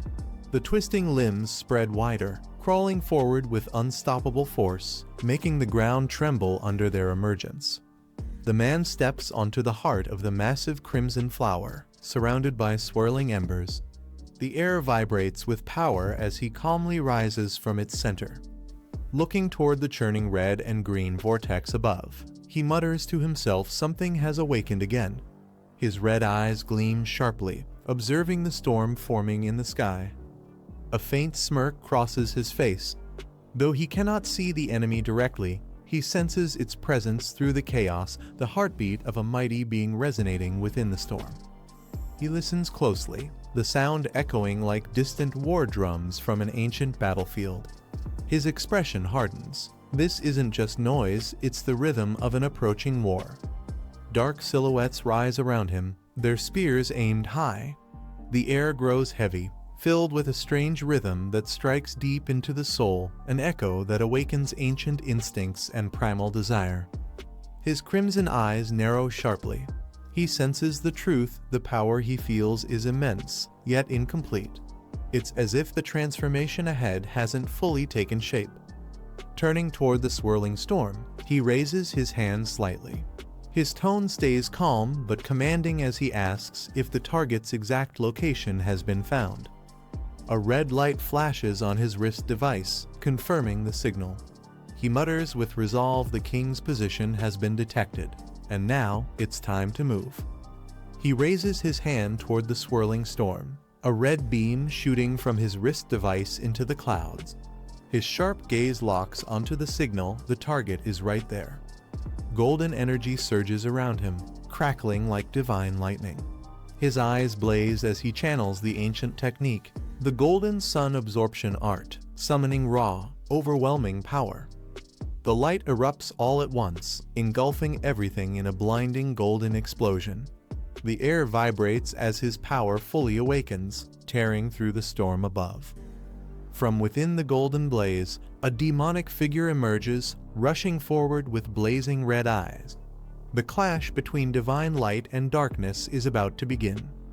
A blinding golden vortex expands above the city, its radiant energy pouring down like sunlight. People below stare in shock, trying to comprehend what kind of power could produce such an overwhelming force. Inside a monitoring facility, the staff scramble as readings plummet on their screens. They report that the anomaly's energy level is dropping rapidly, the field is shrinking at an impossible rate. Across the front lines, armored convoys and mechas begin to move. Commands echo through the comms, confirming that all combat units are mobilizing toward the anomaly zone. From a rooftop overlooking the city, a woman watches the burning sky. The golden sun-like sphere glows above the skyline, and with a calm but determined voice, she announces the start of the assault on the King of Anomalies. The golden-haired man recognizes the source of the immense power it's him, the same man who once split the heavens with a single strike. He admits that the strength radiating now carries pure solar energy, capable of absolute destruction. But facing the King of Anomalies alone is still too dangerous. The woman quickly issues an order to mobilize toward the city. Before they can move, the man beside her points out something alarming, something unexpected is happening. A woman's eyes widen in shock as she notices a strange glow forming in the distance. High above, a massive green core begins to pulse violently. The King of Anomalies has started his true transformation, releasing a wave of power that distorts the entire sky. On the city streets, people panic as the glowing green sphere looms above the true form of the King of Anomalies. The sight alone fills them with terror as they shout about avenging those it has killed. Elsewhere, a small team watches from a rooftop. realizing the creature's emergence was inevitable. They discuss preparing weapons capable of piercing its defenses before it fully awakens. In the pouring rain, two mages struggle to stabilize a spell. Blue energy flickers between their hands as cracks form around them, showing just how much strain the situation is putting on everyone. The woman clenches her fists, eyes filled with fury. She reminds them how many comrades have fallen to these monsters and vows not to let any more lives be lost. Her eyes widen as realization strikes she's found a way. The determination in her gaze hardens as she looks toward the raging anomaly above. The monstrous core pulses violently, its red and blue energies colliding in chaos. It begins absorbing surrounding power, mimicking an ancient ability once seen in a previous battle, the energy of primordial desolation itself. She grits her teeth, realizing that the creature has inherited that same destructive trait. Its strength is growing faster than they expected. Without hesitation, she commands her team to combine their strength. They channel their energy into a single stream of light, launching it upward to counter the monster's absorption, forcing it to take in their power on their terms. The team unleashes their combined energy toward the sky, streams of blue light shooting upward in unison. Their attacks converge on the monstrous red and blue core hovering above. An older commander watches closely, analyzing the situation. He questions whether the Vanguard is truly capable of channeling such immense power without losing control. As the beams strike, the core trembles violently. Another observer notes that their energy hasn't reached the level required to directly damage the anomaly. It's too resilient. But then realization hits: the vortexes forming in the sky aren't attacks. The team is channeling their combined energy to amplify Fang's power, summoning an external force strong enough to pierce the anomaly's defense. The commander clenches his fists, channeling his remaining strength as blue energy surges around him. He shouts his resolve he'll lend his power to the attack as well. Others join in, roaring with determination. One after another, warriors pour their energy upward, uniting their strength into a single, radiant force. Dozens of beams merge into one colossal wave, streaking through the stormy sky. The united energy surges toward the core, shaking the heavens as the ground trembles beneath them. Meanwhile, the silver-haired girl senses something changing mid-battle. Her eyes widen in shock as she detects a sudden surge. Something powerful has just awakened. The silver-haired girl stands beneath the glowing sky, watching as countless beams of light rise from the city, the collective power of every warrior joining the fight. She gathers her strength, forming a massive sphere of blue energy in her hands. Her voice is steady as she declares that this power represents humanity's final resistance against the King of Anomalies. The blue energy collides with the fiery lotus in the clouds, unleashing a brilliant explosion that lights up the night. The clash sends shockwaves tearing across the skyline. From within the explosion, a monstrous figure emerges, red eyes burning with rage, its demonic roar echoing across the city. The true form of the Anomaly King has finally awakened. The man launches forward like a golden streak, his power slicing through the air with explosive force. The battlefield shakes as he closes in on his target. His red eyes narrow as black marks crawl across his skin. Warnings echo through his comms. Countless anomaly fragments are converging toward him at incredible speed. He looks up, surrounded by a swarm of crimson shadows filling the sky. Even the high-ranked class creatures are gathering in the thousands, drawn to his overwhelming energy. But he stands unfazed. Facing the massive green core above, he mutters coldly that it doesn't matter how many enemies come, he'll erase them all until nothing remains. With a cold smirk, he taunts the creature above, asking if the King of Anomalies still hasn't completed its evolution, or if it's hesitating out of fear of him. The green mass above twists violently, forming claws and limbs as it lets out a deep, guttural roar. Its energy spikes, shaking the entire battlefield. The man grips his blazing golden sword tightly, his aura flaring. His expression stays calm as he mutters one word, "Come." The king of anomalies descends, its emerald eyes glowing with pure malice. The clash between divine flame and corrupted darkness is about to begin. The king of anomalies lets out a furious roar, its single green eye burning with hatred. The air vibrates as a surge of destructive energy gathers within its claws. The monster spreads its wings, launching a concentrated green beam that spirals downward. The shockwave tears through the sky like a collapsing storm. On the ground, the impact splits the earth open. Fighters brace themselves as the tremor spreads. They recognize the signature of the king's power and realize how close they are to annihilation. Watching from afar, the woman and the blonde man stare in shock. Her expression hardens as she whispers his name Fang. Her voice carries a mix of fear and faith, hoping he can withstand what's coming. The silver-haired girl looks tense but hopeful. Her eyes fix on the battlefield as she whispers that the plan must succeed. It's their only chance. Beside her, the dark-haired woman clenches her fists, determination burning in her eyes. She refuses to let their sacrifices be in vain. Standing amid the blazing light, Fang's calm voice echoes. He declares that the king of anomalies is the root of this chaos, the one responsible for humanity's suffering. Engulfed in golden flames, Fang steps forward into the heart of a massive, burning lotus. His aura flares brighter than ever, merging with the inferno as he prepares for the final strike. The monstrous king of anomalies lets out an ear-splitting roar, its single green eye burning with murderous rage as waves of energy explode from its body. Fang's red eyes lock onto the beast, his expression calm yet filled with lethal intent. His entire body glows with divine fire, ready to unleash everything he has. Without hesitation, he swings his burning blade forward, channeling all his power into one final strike. The light collides with the creature's core, tearing through the darkness as he shouts for it to die. A blinding explosion engulfs the area, sending shockwaves outward. The sheer force lights up the battlefield, marking the beginning of an intense clash. As the smoke clears, a massive green eye opens, releasing a dark, oppressive aura. The man steps forward cautiously, facing the monstrous gaze without fear. The creature roars with anger, its voice echoing through the space as green energy gathers in its mouth. It prepares a deadly strike, mocking the man for daring to stand against it.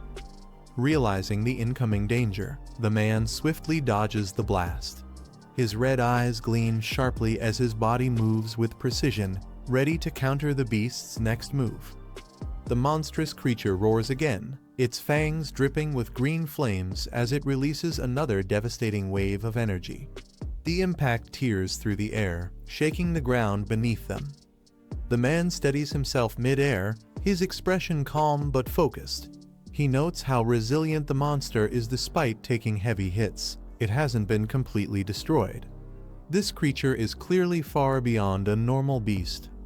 Landing inside a dark, pulsating space filled with twisted organic tendrils, he realizes he's been pulled into the monster's body. The corrosive atmosphere burns with toxic energy, but he still stands firm, analyzing his surroundings. Standing amid the dripping purple walls, he mutters that an ordinary explorer would have already been dissolved by now. Judging by the complexity of this environment, he deduces that the creature's evolution must have reached an intelligent stage. The man stands still, his red eyes glowing sharply as he examines the pulsating interior around him. A thought crosses his mind: if this creature is so confident in trapping him, then it must believe its body is impenetrable. He clenches his fist, flames igniting in his hand. The fire burns brighter with his determination as he plans to strike from within, targeting what he believes to be the monster's weakest point. With explosive force, he unleashes his fiery power, the impact shaking the entire area. The burning energy surges through the walls, echoing like a raging storm inside the beast's body. As the flames continue to blaze, he calmly steps forward through the liquid floor, his arms still surrounded by fire. The burning glow reflects off the dripping walls, signaling that his counterattack has just begun. The man's expression remains calm as electricity crackles around him. He assesses the situation, realizing that although his power has been weakened by the creature's corrosive environment, his attacks are still effective enough to cause real damage. Determined, he extends his hand as fiery petals begin to bloom from his palm.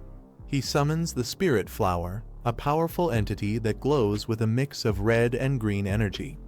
Confidently, he mutters that as long as this works, everything can still be resolved.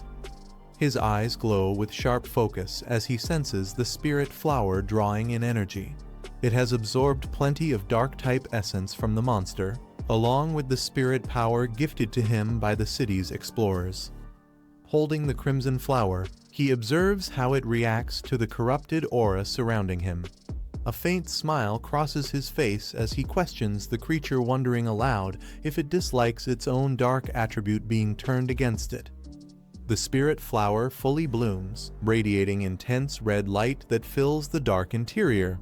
The man realizes with surprise that the flower's fiery attribute completely counters the monster's dark energy, something he hadn't anticipated. He grips the flower tightly, channeling all his power through it. Flames erupt outward as he launches a powerful strike, determined to destroy the creature from within and end the fight in one decisive blow. Outside the monster's body, a violent explosion bursts open the skies. A massive dark figure rises above the city, surrounded by swirling green energy and countless shadow bats, its presence terrifying everyone below. Two women watch from the ground, their faces pale with shock. One asks what's happening, while the other anxiously looks around for the man, unable to see him amidst the chaos. A cloaked woman orders civilians to evacuate calmly, warning them not to panic as chaos spreads through the city. She assures everyone that they'll do everything they can to ensure their safety while leading them toward shelter. A girl with silver hair looks up with concern, realizing that Fang is still inside the monster's body, fighting the king of aberrations alone. Her expression tightens with fear, unsure if he can make it out alive. Military convoys rush through the streets as alarms echo across the city. Authorities move swiftly to contain the situation, preparing for the possibility of the creature breaking loose and attacking urban zones. A commander gives urgent orders to minimize casualties, and his soldiers respond in unison. Above them, a woman with long hair hovers mid-air, overseeing the battlefield with determination as the operation to defend the city begins. A woman on the battlefield looks up at the sky, her face tense with fear as the monstrous creature spreads its wings over the city. She shouts for everyone to hurry, realizing the situation is spiraling beyond control. The creature unleashes a deafening roar, summoning a massive storm of dark energy and countless shadow bats that swirl violently around its body, blanketing the skyline in darkness. Inside the creature's body, the beast thrashes in agony. It screams as fiery energy burns through its core, showing that Fang's attack is taking effect from within. Fang's red eyes snap open, glowing with fierce determination. His expression hardens. He's still alive and ready to end this battle once and for all. Fang charges forward through the monster's pulsing green flesh, his body wrapped in blazing golden flames. The corrosive walls close in on him, but he pushes forward with sheer willpower. His body burns with intense heat as he roars, his power erupting wildly. Despite the immense pressure crushing him from all sides, his eyes remain sharp and unwavering. A surge of pain hits him as he coughs up blood, but he refuses to stop. The light around him grows brighter, burning away the darkness that surrounds him from within the creature. Close up on his determined face, his red eyes glow fiercely as sweat drips down. He grits his teeth, enduring the agony as he prepares for one final strike to end the battle. Fang opens his eyes, his pupils glowing crimson as the world around him shakes. His breathing steadies. The monster's core has vanished, and the energy storm begins to fade. He looks around and finds himself standing amid the ruins of the city. Smoke and dust fill the air as shattered skyscrapers tower over the desolate landscape. through the mist. The massive shadow of the fallen beast looms behind him, its red eyes dimming into nothingness. Fang stands tall, silent and composed, his gaze locked on the wreckage before him. A faint figure approaches from behind, frozen in disbelief at his survival. Fang doesn't turn, his expression remains cold, the tension of battle still lingering in the air. Fang dashes forward across the crumbling street, his focus sharp as he senses a new threat approaching. The air grows heavier, signaling the return of something monstrous. He clenches his jaw, realizing something's wrong, his spiritual power is fading. The exhaustion from the last battle still lingers, leaving his strength only partially recovered. A massive shadow looms above him. A colossal black fist crashes down from the sky, the shockwaves splintering the ground beneath his feet. From the dust emerges a ferocious beast with glowing red eyes, roaring with fury. Fang braces himself, facing the monstrous figure that has risen once again, ready for another deadly clash. Fang steadies himself atop a slab of shattered concrete, analyzing his condition. Despite the chaos, his body still feels as refined as it did after his previous training, his senses sharper than ever. He looks up at the monstrous figure towering over him. The creature's glowing red eyes and massive frame confirm it. This is the King of Aberration's manifested power. For a brief moment, Fang feels as though he's been transported back to his past life. The beast lets out a deafening roar and raises its enormous clawed hand, bringing it down with crushing force, shaking the ground apart with each impact. Fang reacts instantly, dodging the devastating strike with agile precision. He counters with a fierce punch aimed directly at the creature's chest, the clash sending shockwaves through the ruins. Fang steadies his breathing, his hand glowing faintly with energy. He analyzes the situation calmly, realizing that the King of Aberrations isn't overwhelmingly stronger, its power doesn't surpass his own. Closing his eyes briefly, he focuses inward. His abilities haven't vanished, they're just suppressed within this illusionary space. If he can find the weak point holding this illusion together, he can turn the fight in his favor. Before he can act, the beast lunges forward, its massive claw wrapping tightly around him. The grip is suffocating, its strength shaking the air with each movement. The creature smirks menacingly, its red eyes glowing brighter. It mocks Fang, declaring that once he's entered this domain, there's no escape. Fang glares back coldly, silently preparing for his counterattack. Fang's eyes glimmer with realization, a faint smile forming on his face. Amidst the chaos, he finally understands the flaw within the illusion. He's found the weakness he was searching for. The monster's face distorts into a terrifying grin, its red eyes blazing with rage. It snarls that everything is over, that this place will be Fang's eternal grave. With a roar, the creature opens its massive jaws wide, lifting Fang toward its mouth, intending to swallow him whole and end the battle in one bite. Meanwhile, outside the battlefield, fallen hunters lie among the ruins. The beast's mocking voice echoes across the area, declaring that humanity's so-called evolution is nothing compared to the true power of aberrations. Fang lowers his head silently, his expression unreadable as a faint smirk begins to form on his face. The monster's words echo, but his calm demeanor hints that he's already planned his next move. He chuckles softly, tilting his head slightly as if amused by the creature's arrogance.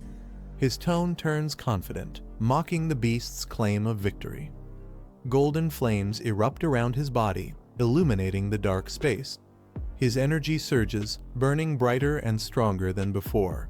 With a steady gaze, he tells the creature it has underestimated him. The fight isn't over yet. Reaching upward, his golden aura expands like sunlight breaking through darkness. He declares that his power isn't for revenge or pride, but to protect his home and everyone he cares about. Golden silhouettes of allies and spirits appear around Fang, their hands extending toward him. Their combined energy flows into his body, forming a radiant stream of light that surges with immense power. The beast's eyes widen in shock as the golden brilliance engulfs it. Fang's aura burns so intensely that the monster's dark energy begins to dissolve under its overwhelming purity. A massive explosion of golden light erupts, piercing through the sky. The energy wave spreads across the battlefield, wiping away the corruption and shadows that once consumed the city. As the storm of flames settles, the golden glow fades into the horizon, leaving behind trails of warmth and renewal, a symbol of Fang's rebirth and victory over the darkness. Fang's eyes blaze with divine intensity, the golden light within them burning like molten fire. His aura surges to its peak, radiating an overwhelming sense of power and purpose. Bathed in golden flames and arcs of blue lightning, he raises his hand and commands with authority, summoning the system itself to awaken and synchronize with his energy. A colossal golden figure materializes behind him, its wings spreading wide like those of a divine being. The fusion of Fang's will and the system's energy ignites the sky, shattering the lingering darkness. The scene erupts with radiant light as Fang ascends, his power now transcendent, the embodiment of rebirth and absolute dominance over the battlefield. A blazing figure descends with overwhelming golden energy. His entire body is wrapped in flames as he charges forward with a spear of light. He declares himself as the ruler standing above all abnormal beings, unleashing a power that shakes the battlefield. The scene shifts to his enemy, whose eyes glow bright red.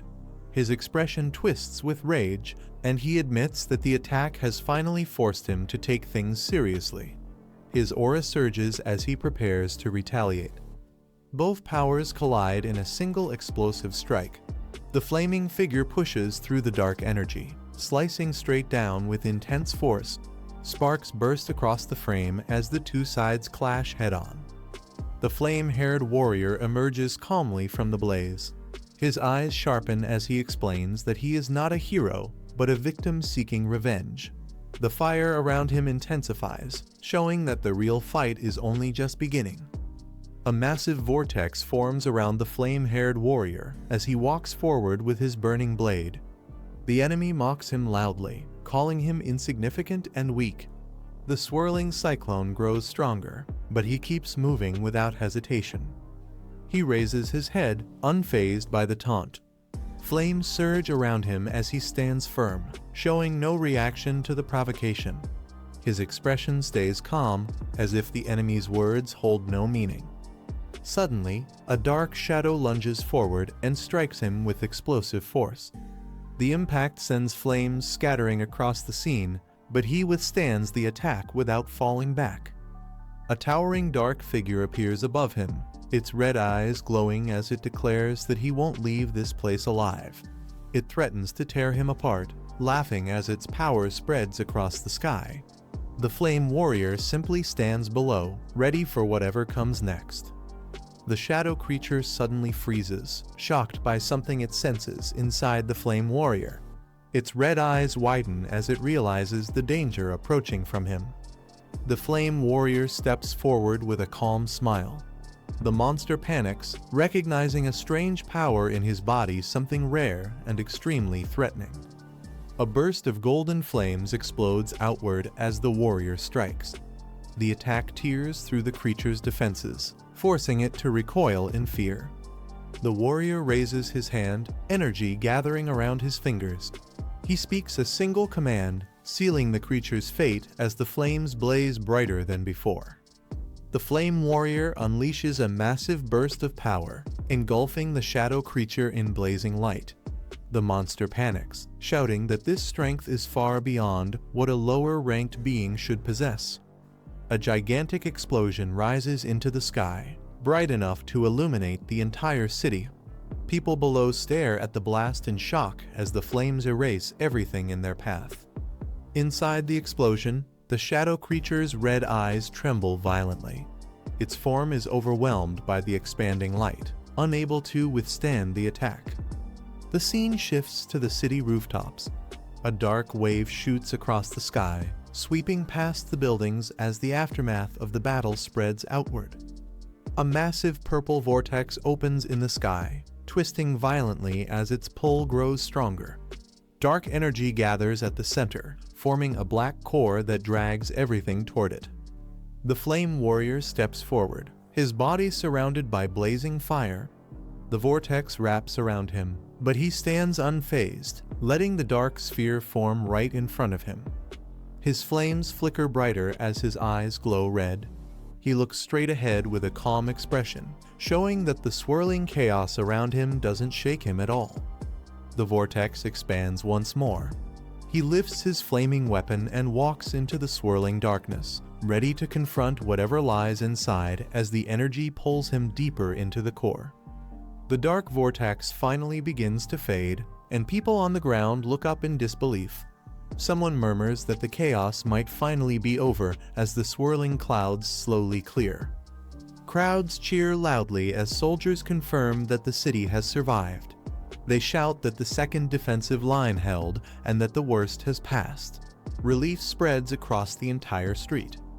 A woman steps forward, calm and composed. She looks at her team and asks if they plan to go after him now that the situation is under control. Her tone suggests she already knows the answer. She turns away with a faint smile and says they still have their own mission to handle. The sky brightens behind her, signaling the end of the battle. The sun rises over the city as people celebrate the end of the disaster. Soldiers cheer, and the woman in the white coat stands above the crowd, saying they must help restore normal life and rebuild the city. Inside the control room, the team erupts in excitement. They shout that they succeeded and finally contributed to stopping the threat. The moment feels unreal to them, almost like a dream. They watch the screen where the flame warrior stands inside the fading vortex. One of them admits they were lucky he appeared in time and actually defeated the king-level threat. They vow to protect the city from now on, even if it costs their lives.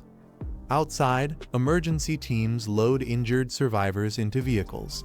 A girl steps forward and quietly asks if those people are still alive, hoping for good news amid the aftermath.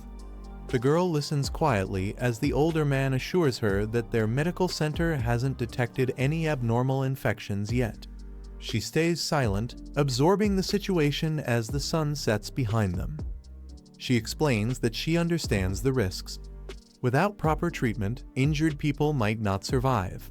She mentions that she often wondered how someone with such limited abilities could unleash such overwhelming power, doing things no one else could even imagine. They walk together as the man admits the recent sky phenomenon proves that the Flame Warrior's power has fully awakened. He believes someone had secretly guided him long before any of them realized it. From a distant hill, they see the Flame Warrior standing alone with his glowing blade. The girl watches him and says that no matter how reckless he may seem, he is still the one who built this city's greatest miracle. The older man explains that before the flames pierced the clouds, the fire dragon sealing technique had already appeared. He says this was the result everyone witnessed. Now that the battle has drawn attention from higher authorities, investigations will begin soon. He insists they must also prepare to act. The girl reacts with surprise. The man continues analyzing the situation, and she quietly thinks over his words, unsure how to respond. Meanwhile, the Flame Warrior stands surrounded by swirling fire. He looks toward the sky as if considering a new name for himself, something that reflects his power and the role he played in sealing the threat. Elsewhere, two girls run across the cracked street. One of them calls out for her friend to slow down and wait as they hurry toward the scene. The girl runs forward in a panic, asking where her cousin went. Someone behind her tells her not to rush and suggests they should go home and wait instead, but she ignores the advice. She stops suddenly, sensing something ahead. Her eyes sharpen as she realizes she might have found him. Another girl appears, calling out happily as she spots her cousin in the distance. Relief fills her face as she raises her voice toward him. The Flame Warrior stands quietly among the ruined buildings. He turns slightly at the sound of his name, holding his smoking weapon as the wind blows through the shattered street. He meets the two girls in the ruined street. They rush to him, asking why he came out alone and if his body is still holding up. He wonders why they were so desperate to find him.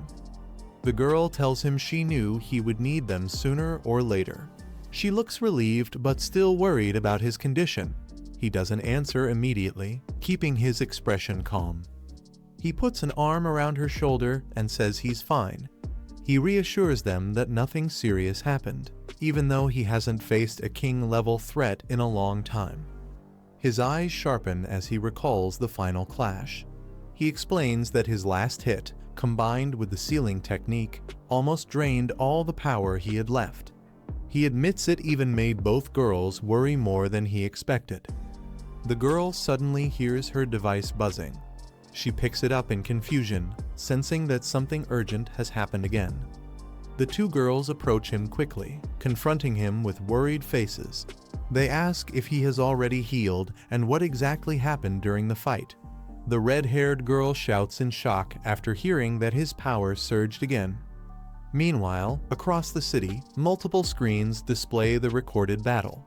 Analysts piece together his moves, trying to understand how one man managed to overpower a king-level abnormality. They highlight each moment where he destroyed the enemy's defenses and sealed it with overwhelming force. In a dim room, investigators stare at the footage in disbelief. One of them mutters that it's impossible. How could a single person completely obliterate a disaster-class king on his own? The entire room falls silent as they process what they're seeing. A muscular man laughs loudly, impressed by the Flame Warrior's power. He says meeting someone this strong is a rare blessing, clearly excited rather than afraid. He suddenly leaps out of the office window, shouting that he wants to challenge the warrior himself. The people inside call after him, confused by his sudden decision. Another man watches calmly and admits he expected this to happen. He says many others will soon start searching for the Flame Warrior as well. The scene shifts to the large, quiet city below dark clouds. A sense of tension settles over the skyline, hinting that the next wave of challengers is already on the way. A group of shadowy figures gather around a glowing table. One of them asks how they should handle the situation now that everything has changed. A man leans back casually, smoking as he speaks. He says he originally wanted to see how the military and the Spirit Association would deal with the chaos, but it seems they failed to meet expectations. Another man wonders aloud why they should fear someone just because he wields a powerful weapon. His expression shows he still underestimates the threat. A woman in dark attire calmly rejects their idea. She asks how a mere weapon could handle someone capable of killing a disaster-class king, implying that their plan won't work. Her tone makes it clear they must rethink their entire approach. A woman places her sharp claws over the image of the Flame Warrior.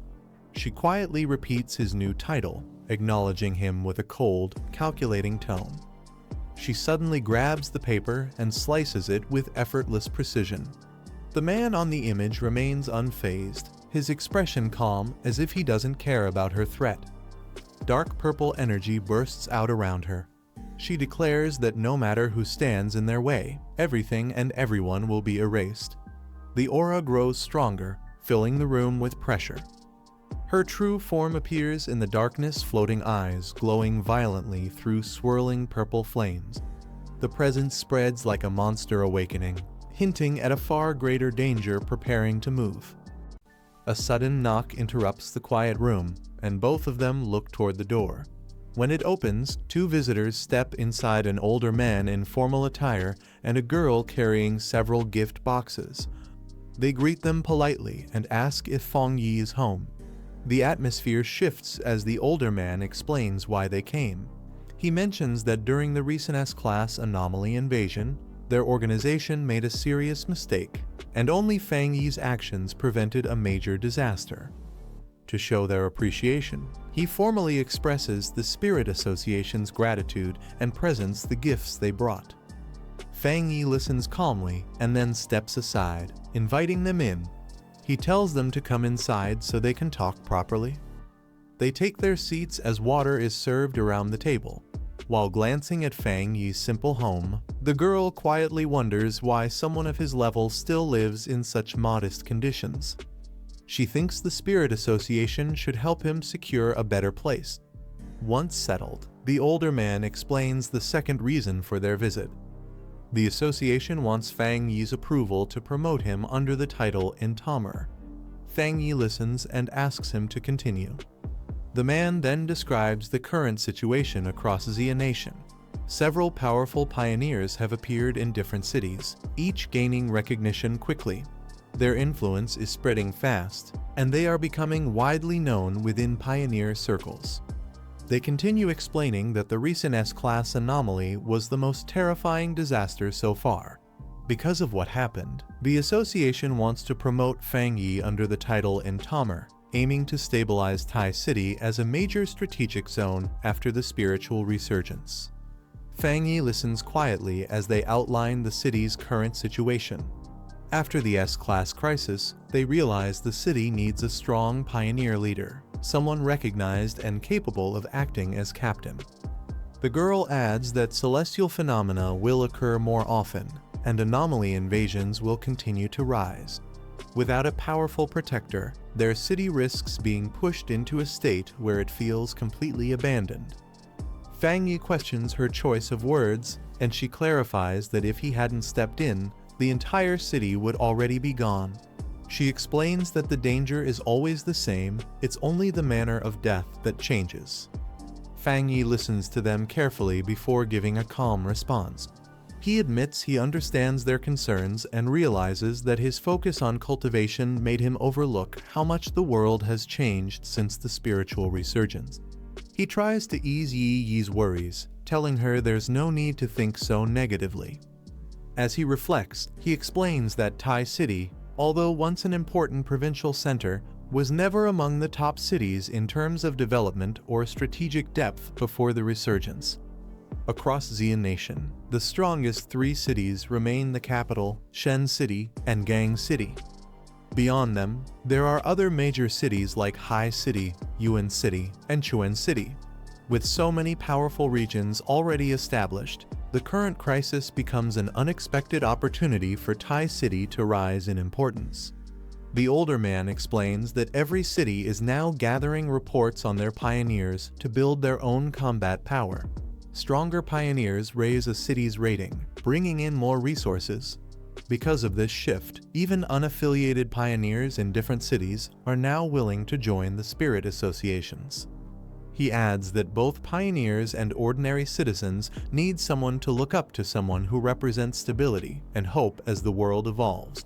But at the same time, he promises that the association will protect Fang Yi's identity, keeping a degree of mystery so the public continues to speculate rather than fully understand him. Fang Yi agrees that maintaining some mystery is safer than complete exposure. The girl beside him praises the idea, saying human imagination can sometimes be more intimidating than actual strength. In the end, Fang Yi has no objections. He accepts the arrangement, acknowledging that it benefits both him and the people around him. The older man responds with a smile, hoping for a pleasant cooperation moving forward. A man reaches out for a handshake while standing in front of an older man and a white-haired girl. Both of them look surprised as he extends his hand. The two men firmly shake hands, marking the beginning of their agreement. They exchange calm expressions. The older man comments on having a pleasant cooperation, while the black-haired man responds with confidence. The scene shifts to the city. With the support of the Spirit Association and the military, repairs begin quickly, and workers organize the reconstruction in an orderly manner. North City, Spirit Research Organization HQ. Officials confirmed that the one who resolved the S-Class anomaly in Tai City was the Entamer. Inside the lab, researchers review his data. He stands out among new pioneers, possessing a high-grade solar attribute opposite of the dark. They acknowledge his rare potential. Another researcher reveals that, based on Tai City's upload, he possesses multiple high-grade attributes like fire and thunder. His abilities even match the military's high-tier powers. Shocked by the discovery, One man reacts loudly. Another hints there's something even more astonishing left to reveal. A blue-haired woman enters the office and asks if they're discussing the entamer. She requests the files while holding a clipboard. The researchers immediately respond and bring up the data on the screen. She notes that many pioneers are rising in fame, and some still doubt abilities they haven't witnessed directly.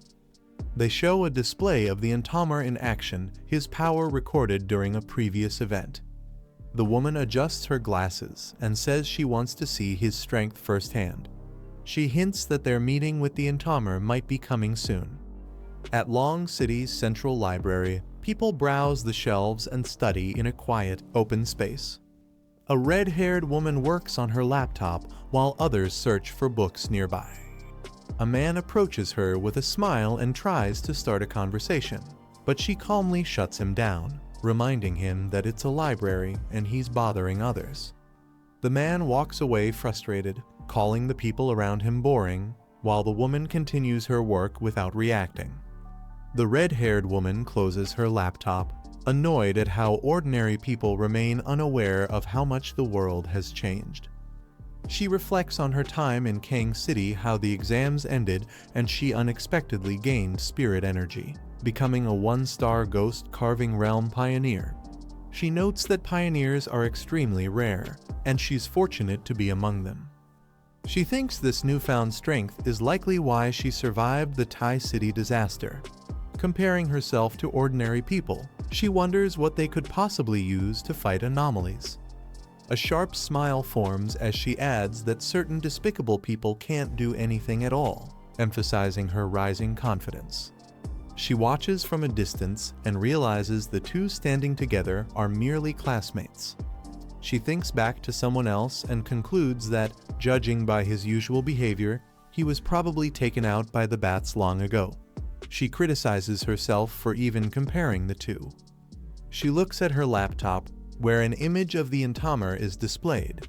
She notes that he is far more exceptional than the man she was thinking of. A confident smile forms as she decides that only someone as powerful and handsome as the entamer is worthy of her. He holds a house hunting brochure, indicating they're checking out new places. The two walk together confidently. He says they're taking a break today, and their goal is to look for a new house. She hesitates, wondering if skipping training is okay. He explains that taking a day off is rare and that improving their living conditions is also important. Another girl joins them, mentioning Captain Sue's suggestion. She agrees they need better living conditions and offers to go house hunting with them. She gets excited, saying she never expected Captain Sue to arrange such luxurious housing. She's surprised they'll be given 2 units and wonders if one of them is hers. They walk together while he explains that in the new era of spiritual resurgence, powerful pioneers hold immense value. No house can compare to that. She admits the offer still feels overwhelming. A strange green mist drifts past her face, catching her off guard as she suddenly smells something unusual. They both react to the odor. She asks if he smells it too, and he describes it as something like a sewer stench. He notes that something feels wrong, since he's never encountered this smell in Thai City before. He narrows his eyes, realizing the smell isn't from a damaged sewage pipe. He concludes that someone is following them. They stop and look around cautiously, confirming something is off. A group of armed men appears. The leader steps forward, calling him the entamer and mocking him for noticing only after entering the range of his potion. The man insults Thai City, calling him an overrated captain with no real strength, while the attackers move in aggressively. The attackers rush forward, shouting that they're going to teach him a lesson and demanding all the benefits Thai City gave him. She reacts instantly, meeting one of the charging enemies with a powerful, glowing strike. One of the attackers raises his weapon, preparing to swing as blue energy flashes across the scene. She blocks the attack with a burst of energy, forcing the enemy back while bracing herself from the impact. She warns him that the attackers are all in the spirit forging realm. He steps forward and grabs one enemy's weapon with ease. The attacker freezes in shock as the weapon cracks under the force of his grip, unable to process what just happened. Flames swirl around his arm as he gathers power, the fire wrapping tightly around his fist. He prepares to strike, calling the attackers trash for trying to rob him in broad daylight. A masked man attacks, but the black-haired boy blocks him instantly as flames burst from his arm. The strike overwhelms the attacker before he can react. Another thug panics as his partner collapses. He can't believe the boy is still moving even after being hit by his special paralyzing potion. The masked man watches in shock. He expected the boy to be fully numb by now, yet nothing seems to be affecting him. The boy steps forward calmly, flames rising around him as he adjusts his glasses. His unchanged expression makes the attackers realize the situation is already out of their control. One of the thugs activates a glowing green device filled with a pungent penetrating potion. The text explains it's a refined paralysis mixture created to weaken an opponent's spirit energy shield, though it has a terrible stench. Both attackers rush forward again, claiming they only lowered their guard earlier and insisting they're not afraid since they're in the spirit forging realm. They charge at him together. The boy observes them calmly, noting their variant earth and wood attributes. He comments that such underhanded tactics match their usual style. Fire ignites around him as he walks forward, unaffected by the potion. He states that a normal spirit shield might fail against their method, but unfortunately for them, it has no effect on him. A thug leaps high into the air with a weapon raised, aiming to strike the woman standing below him. She reacts quickly, dodging the attack and flipping him over with a powerful counter, slamming him into the ground. The boy watches them calmly, thinking about how he didn't want to cause a scene, but their constant interruptions are becoming annoying. He removes his glasses slightly, his red eye glowing as he mutters that the whole situation is simply troublesome. The boy, surrounded by blazing flames, tells Yi to step aside. The attackers hesitate as the heat intensifies around him. A massive burst of golden energy spreads outward, trapping the enemies inside a radiant sphere that begins to collapse in on them. The sphere detonates with overwhelming force, launching the thugs into the air as they scream in panic. Engulfed in scorching flames, the enemies cry out, terrified by the power. One of them recognizes the attack and questions if this is the Entamer. The girl rushes over in a panic, asking if the enemies are still alive and telling him to leave at least one. He looks back at her calmly. She relaxes when she sees the thugs unconscious, explaining that they were priority targets under Spirit Association surveillance. He asks if she plans to take them in. She confirms it, saying the Spirit Association has begun registering pioneers, especially problematic ones like this group. Standing over the defeated men, she warns them they're lucky to still be alive. He adds that he doesn't like being disturbed, and next time won't end as easily. One of the thugs lets out a weak HMPH. As the injured attackers are carried away, the girl says that if this had happened 2 days earlier, the Spirit Association wouldn't have intervened and they all would have been killed.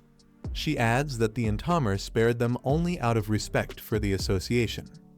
She watches the unconscious men being loaded into the ambulance, calling them idiots for provoking the number one person endorsed by the Spirit Association. Another woman asks what punishment they'll receive. The girl explains that these men already have a criminal record, and even as spirit-forging pioneers, they'll face life sentences with no freedom only used for their remaining value. The boy listens quietly, noting the method used and thinking that making use of everything isn't a bad approach. The girl explains that the boy is the Spirit Association's golden talent and the future of the Xia Nation. Even with all their promotions, idiots still dare to challenge him. She says their PR might still be too low-key, but the association must continue supporting powerful pioneers like him. They can't let foolish people ruin the relationship they've worked hard to build. Cheerfully, she tells the two of them to come along so she can help pick out a new villa and a new car. A large luxury building appears as she mentions that this time, they have to make an example out of those who cause trouble.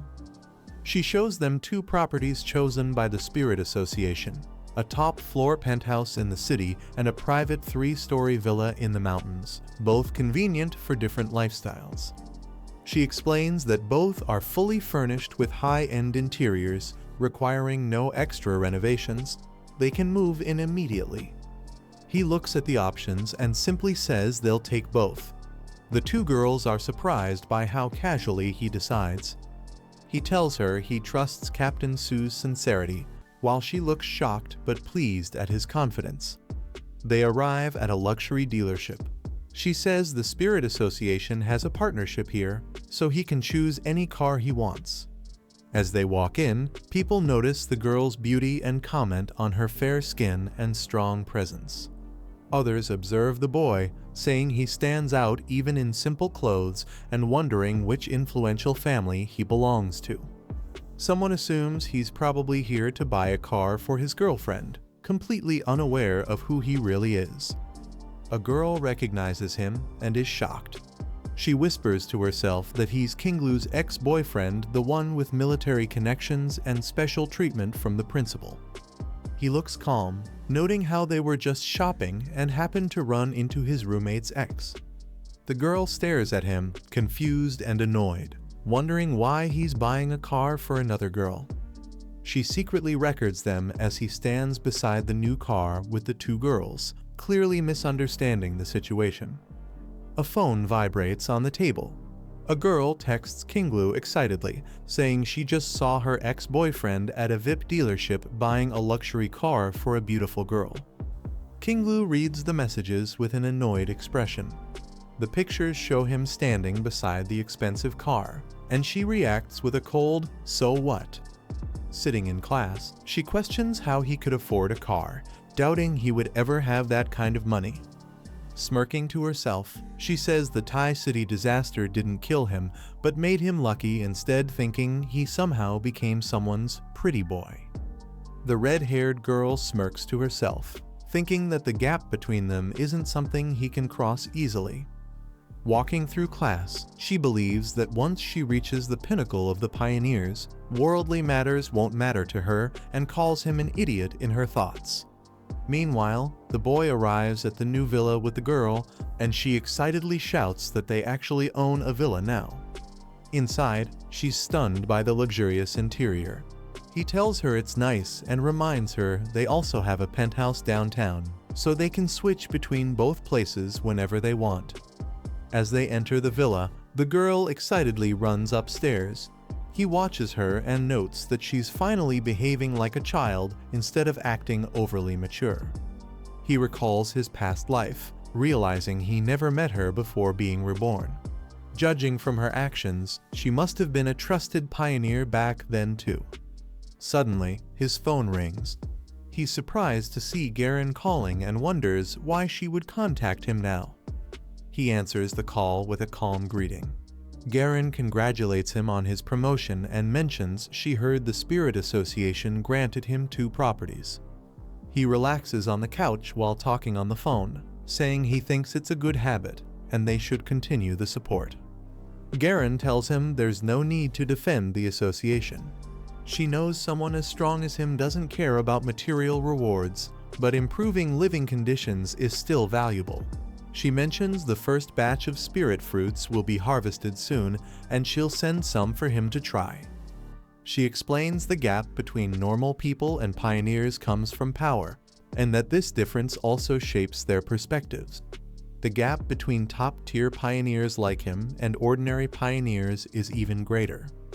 Facing a classified document, Garen says she has an internal mission and wants him to take it, asking if he's interested. He asks Garen to get to the real reason she called. She asks if he knows Tianbao Tower in Kang City. He recognizes it immediately, calling it the biggest mall in the city. She explains that the tower was recently sealed due to an anomaly invasion, which caused many deaths. The people of Kang City have been complaining non-stop. Now the tower stands abandoned and surrounded by ominous energy, earning the name Ghost Building.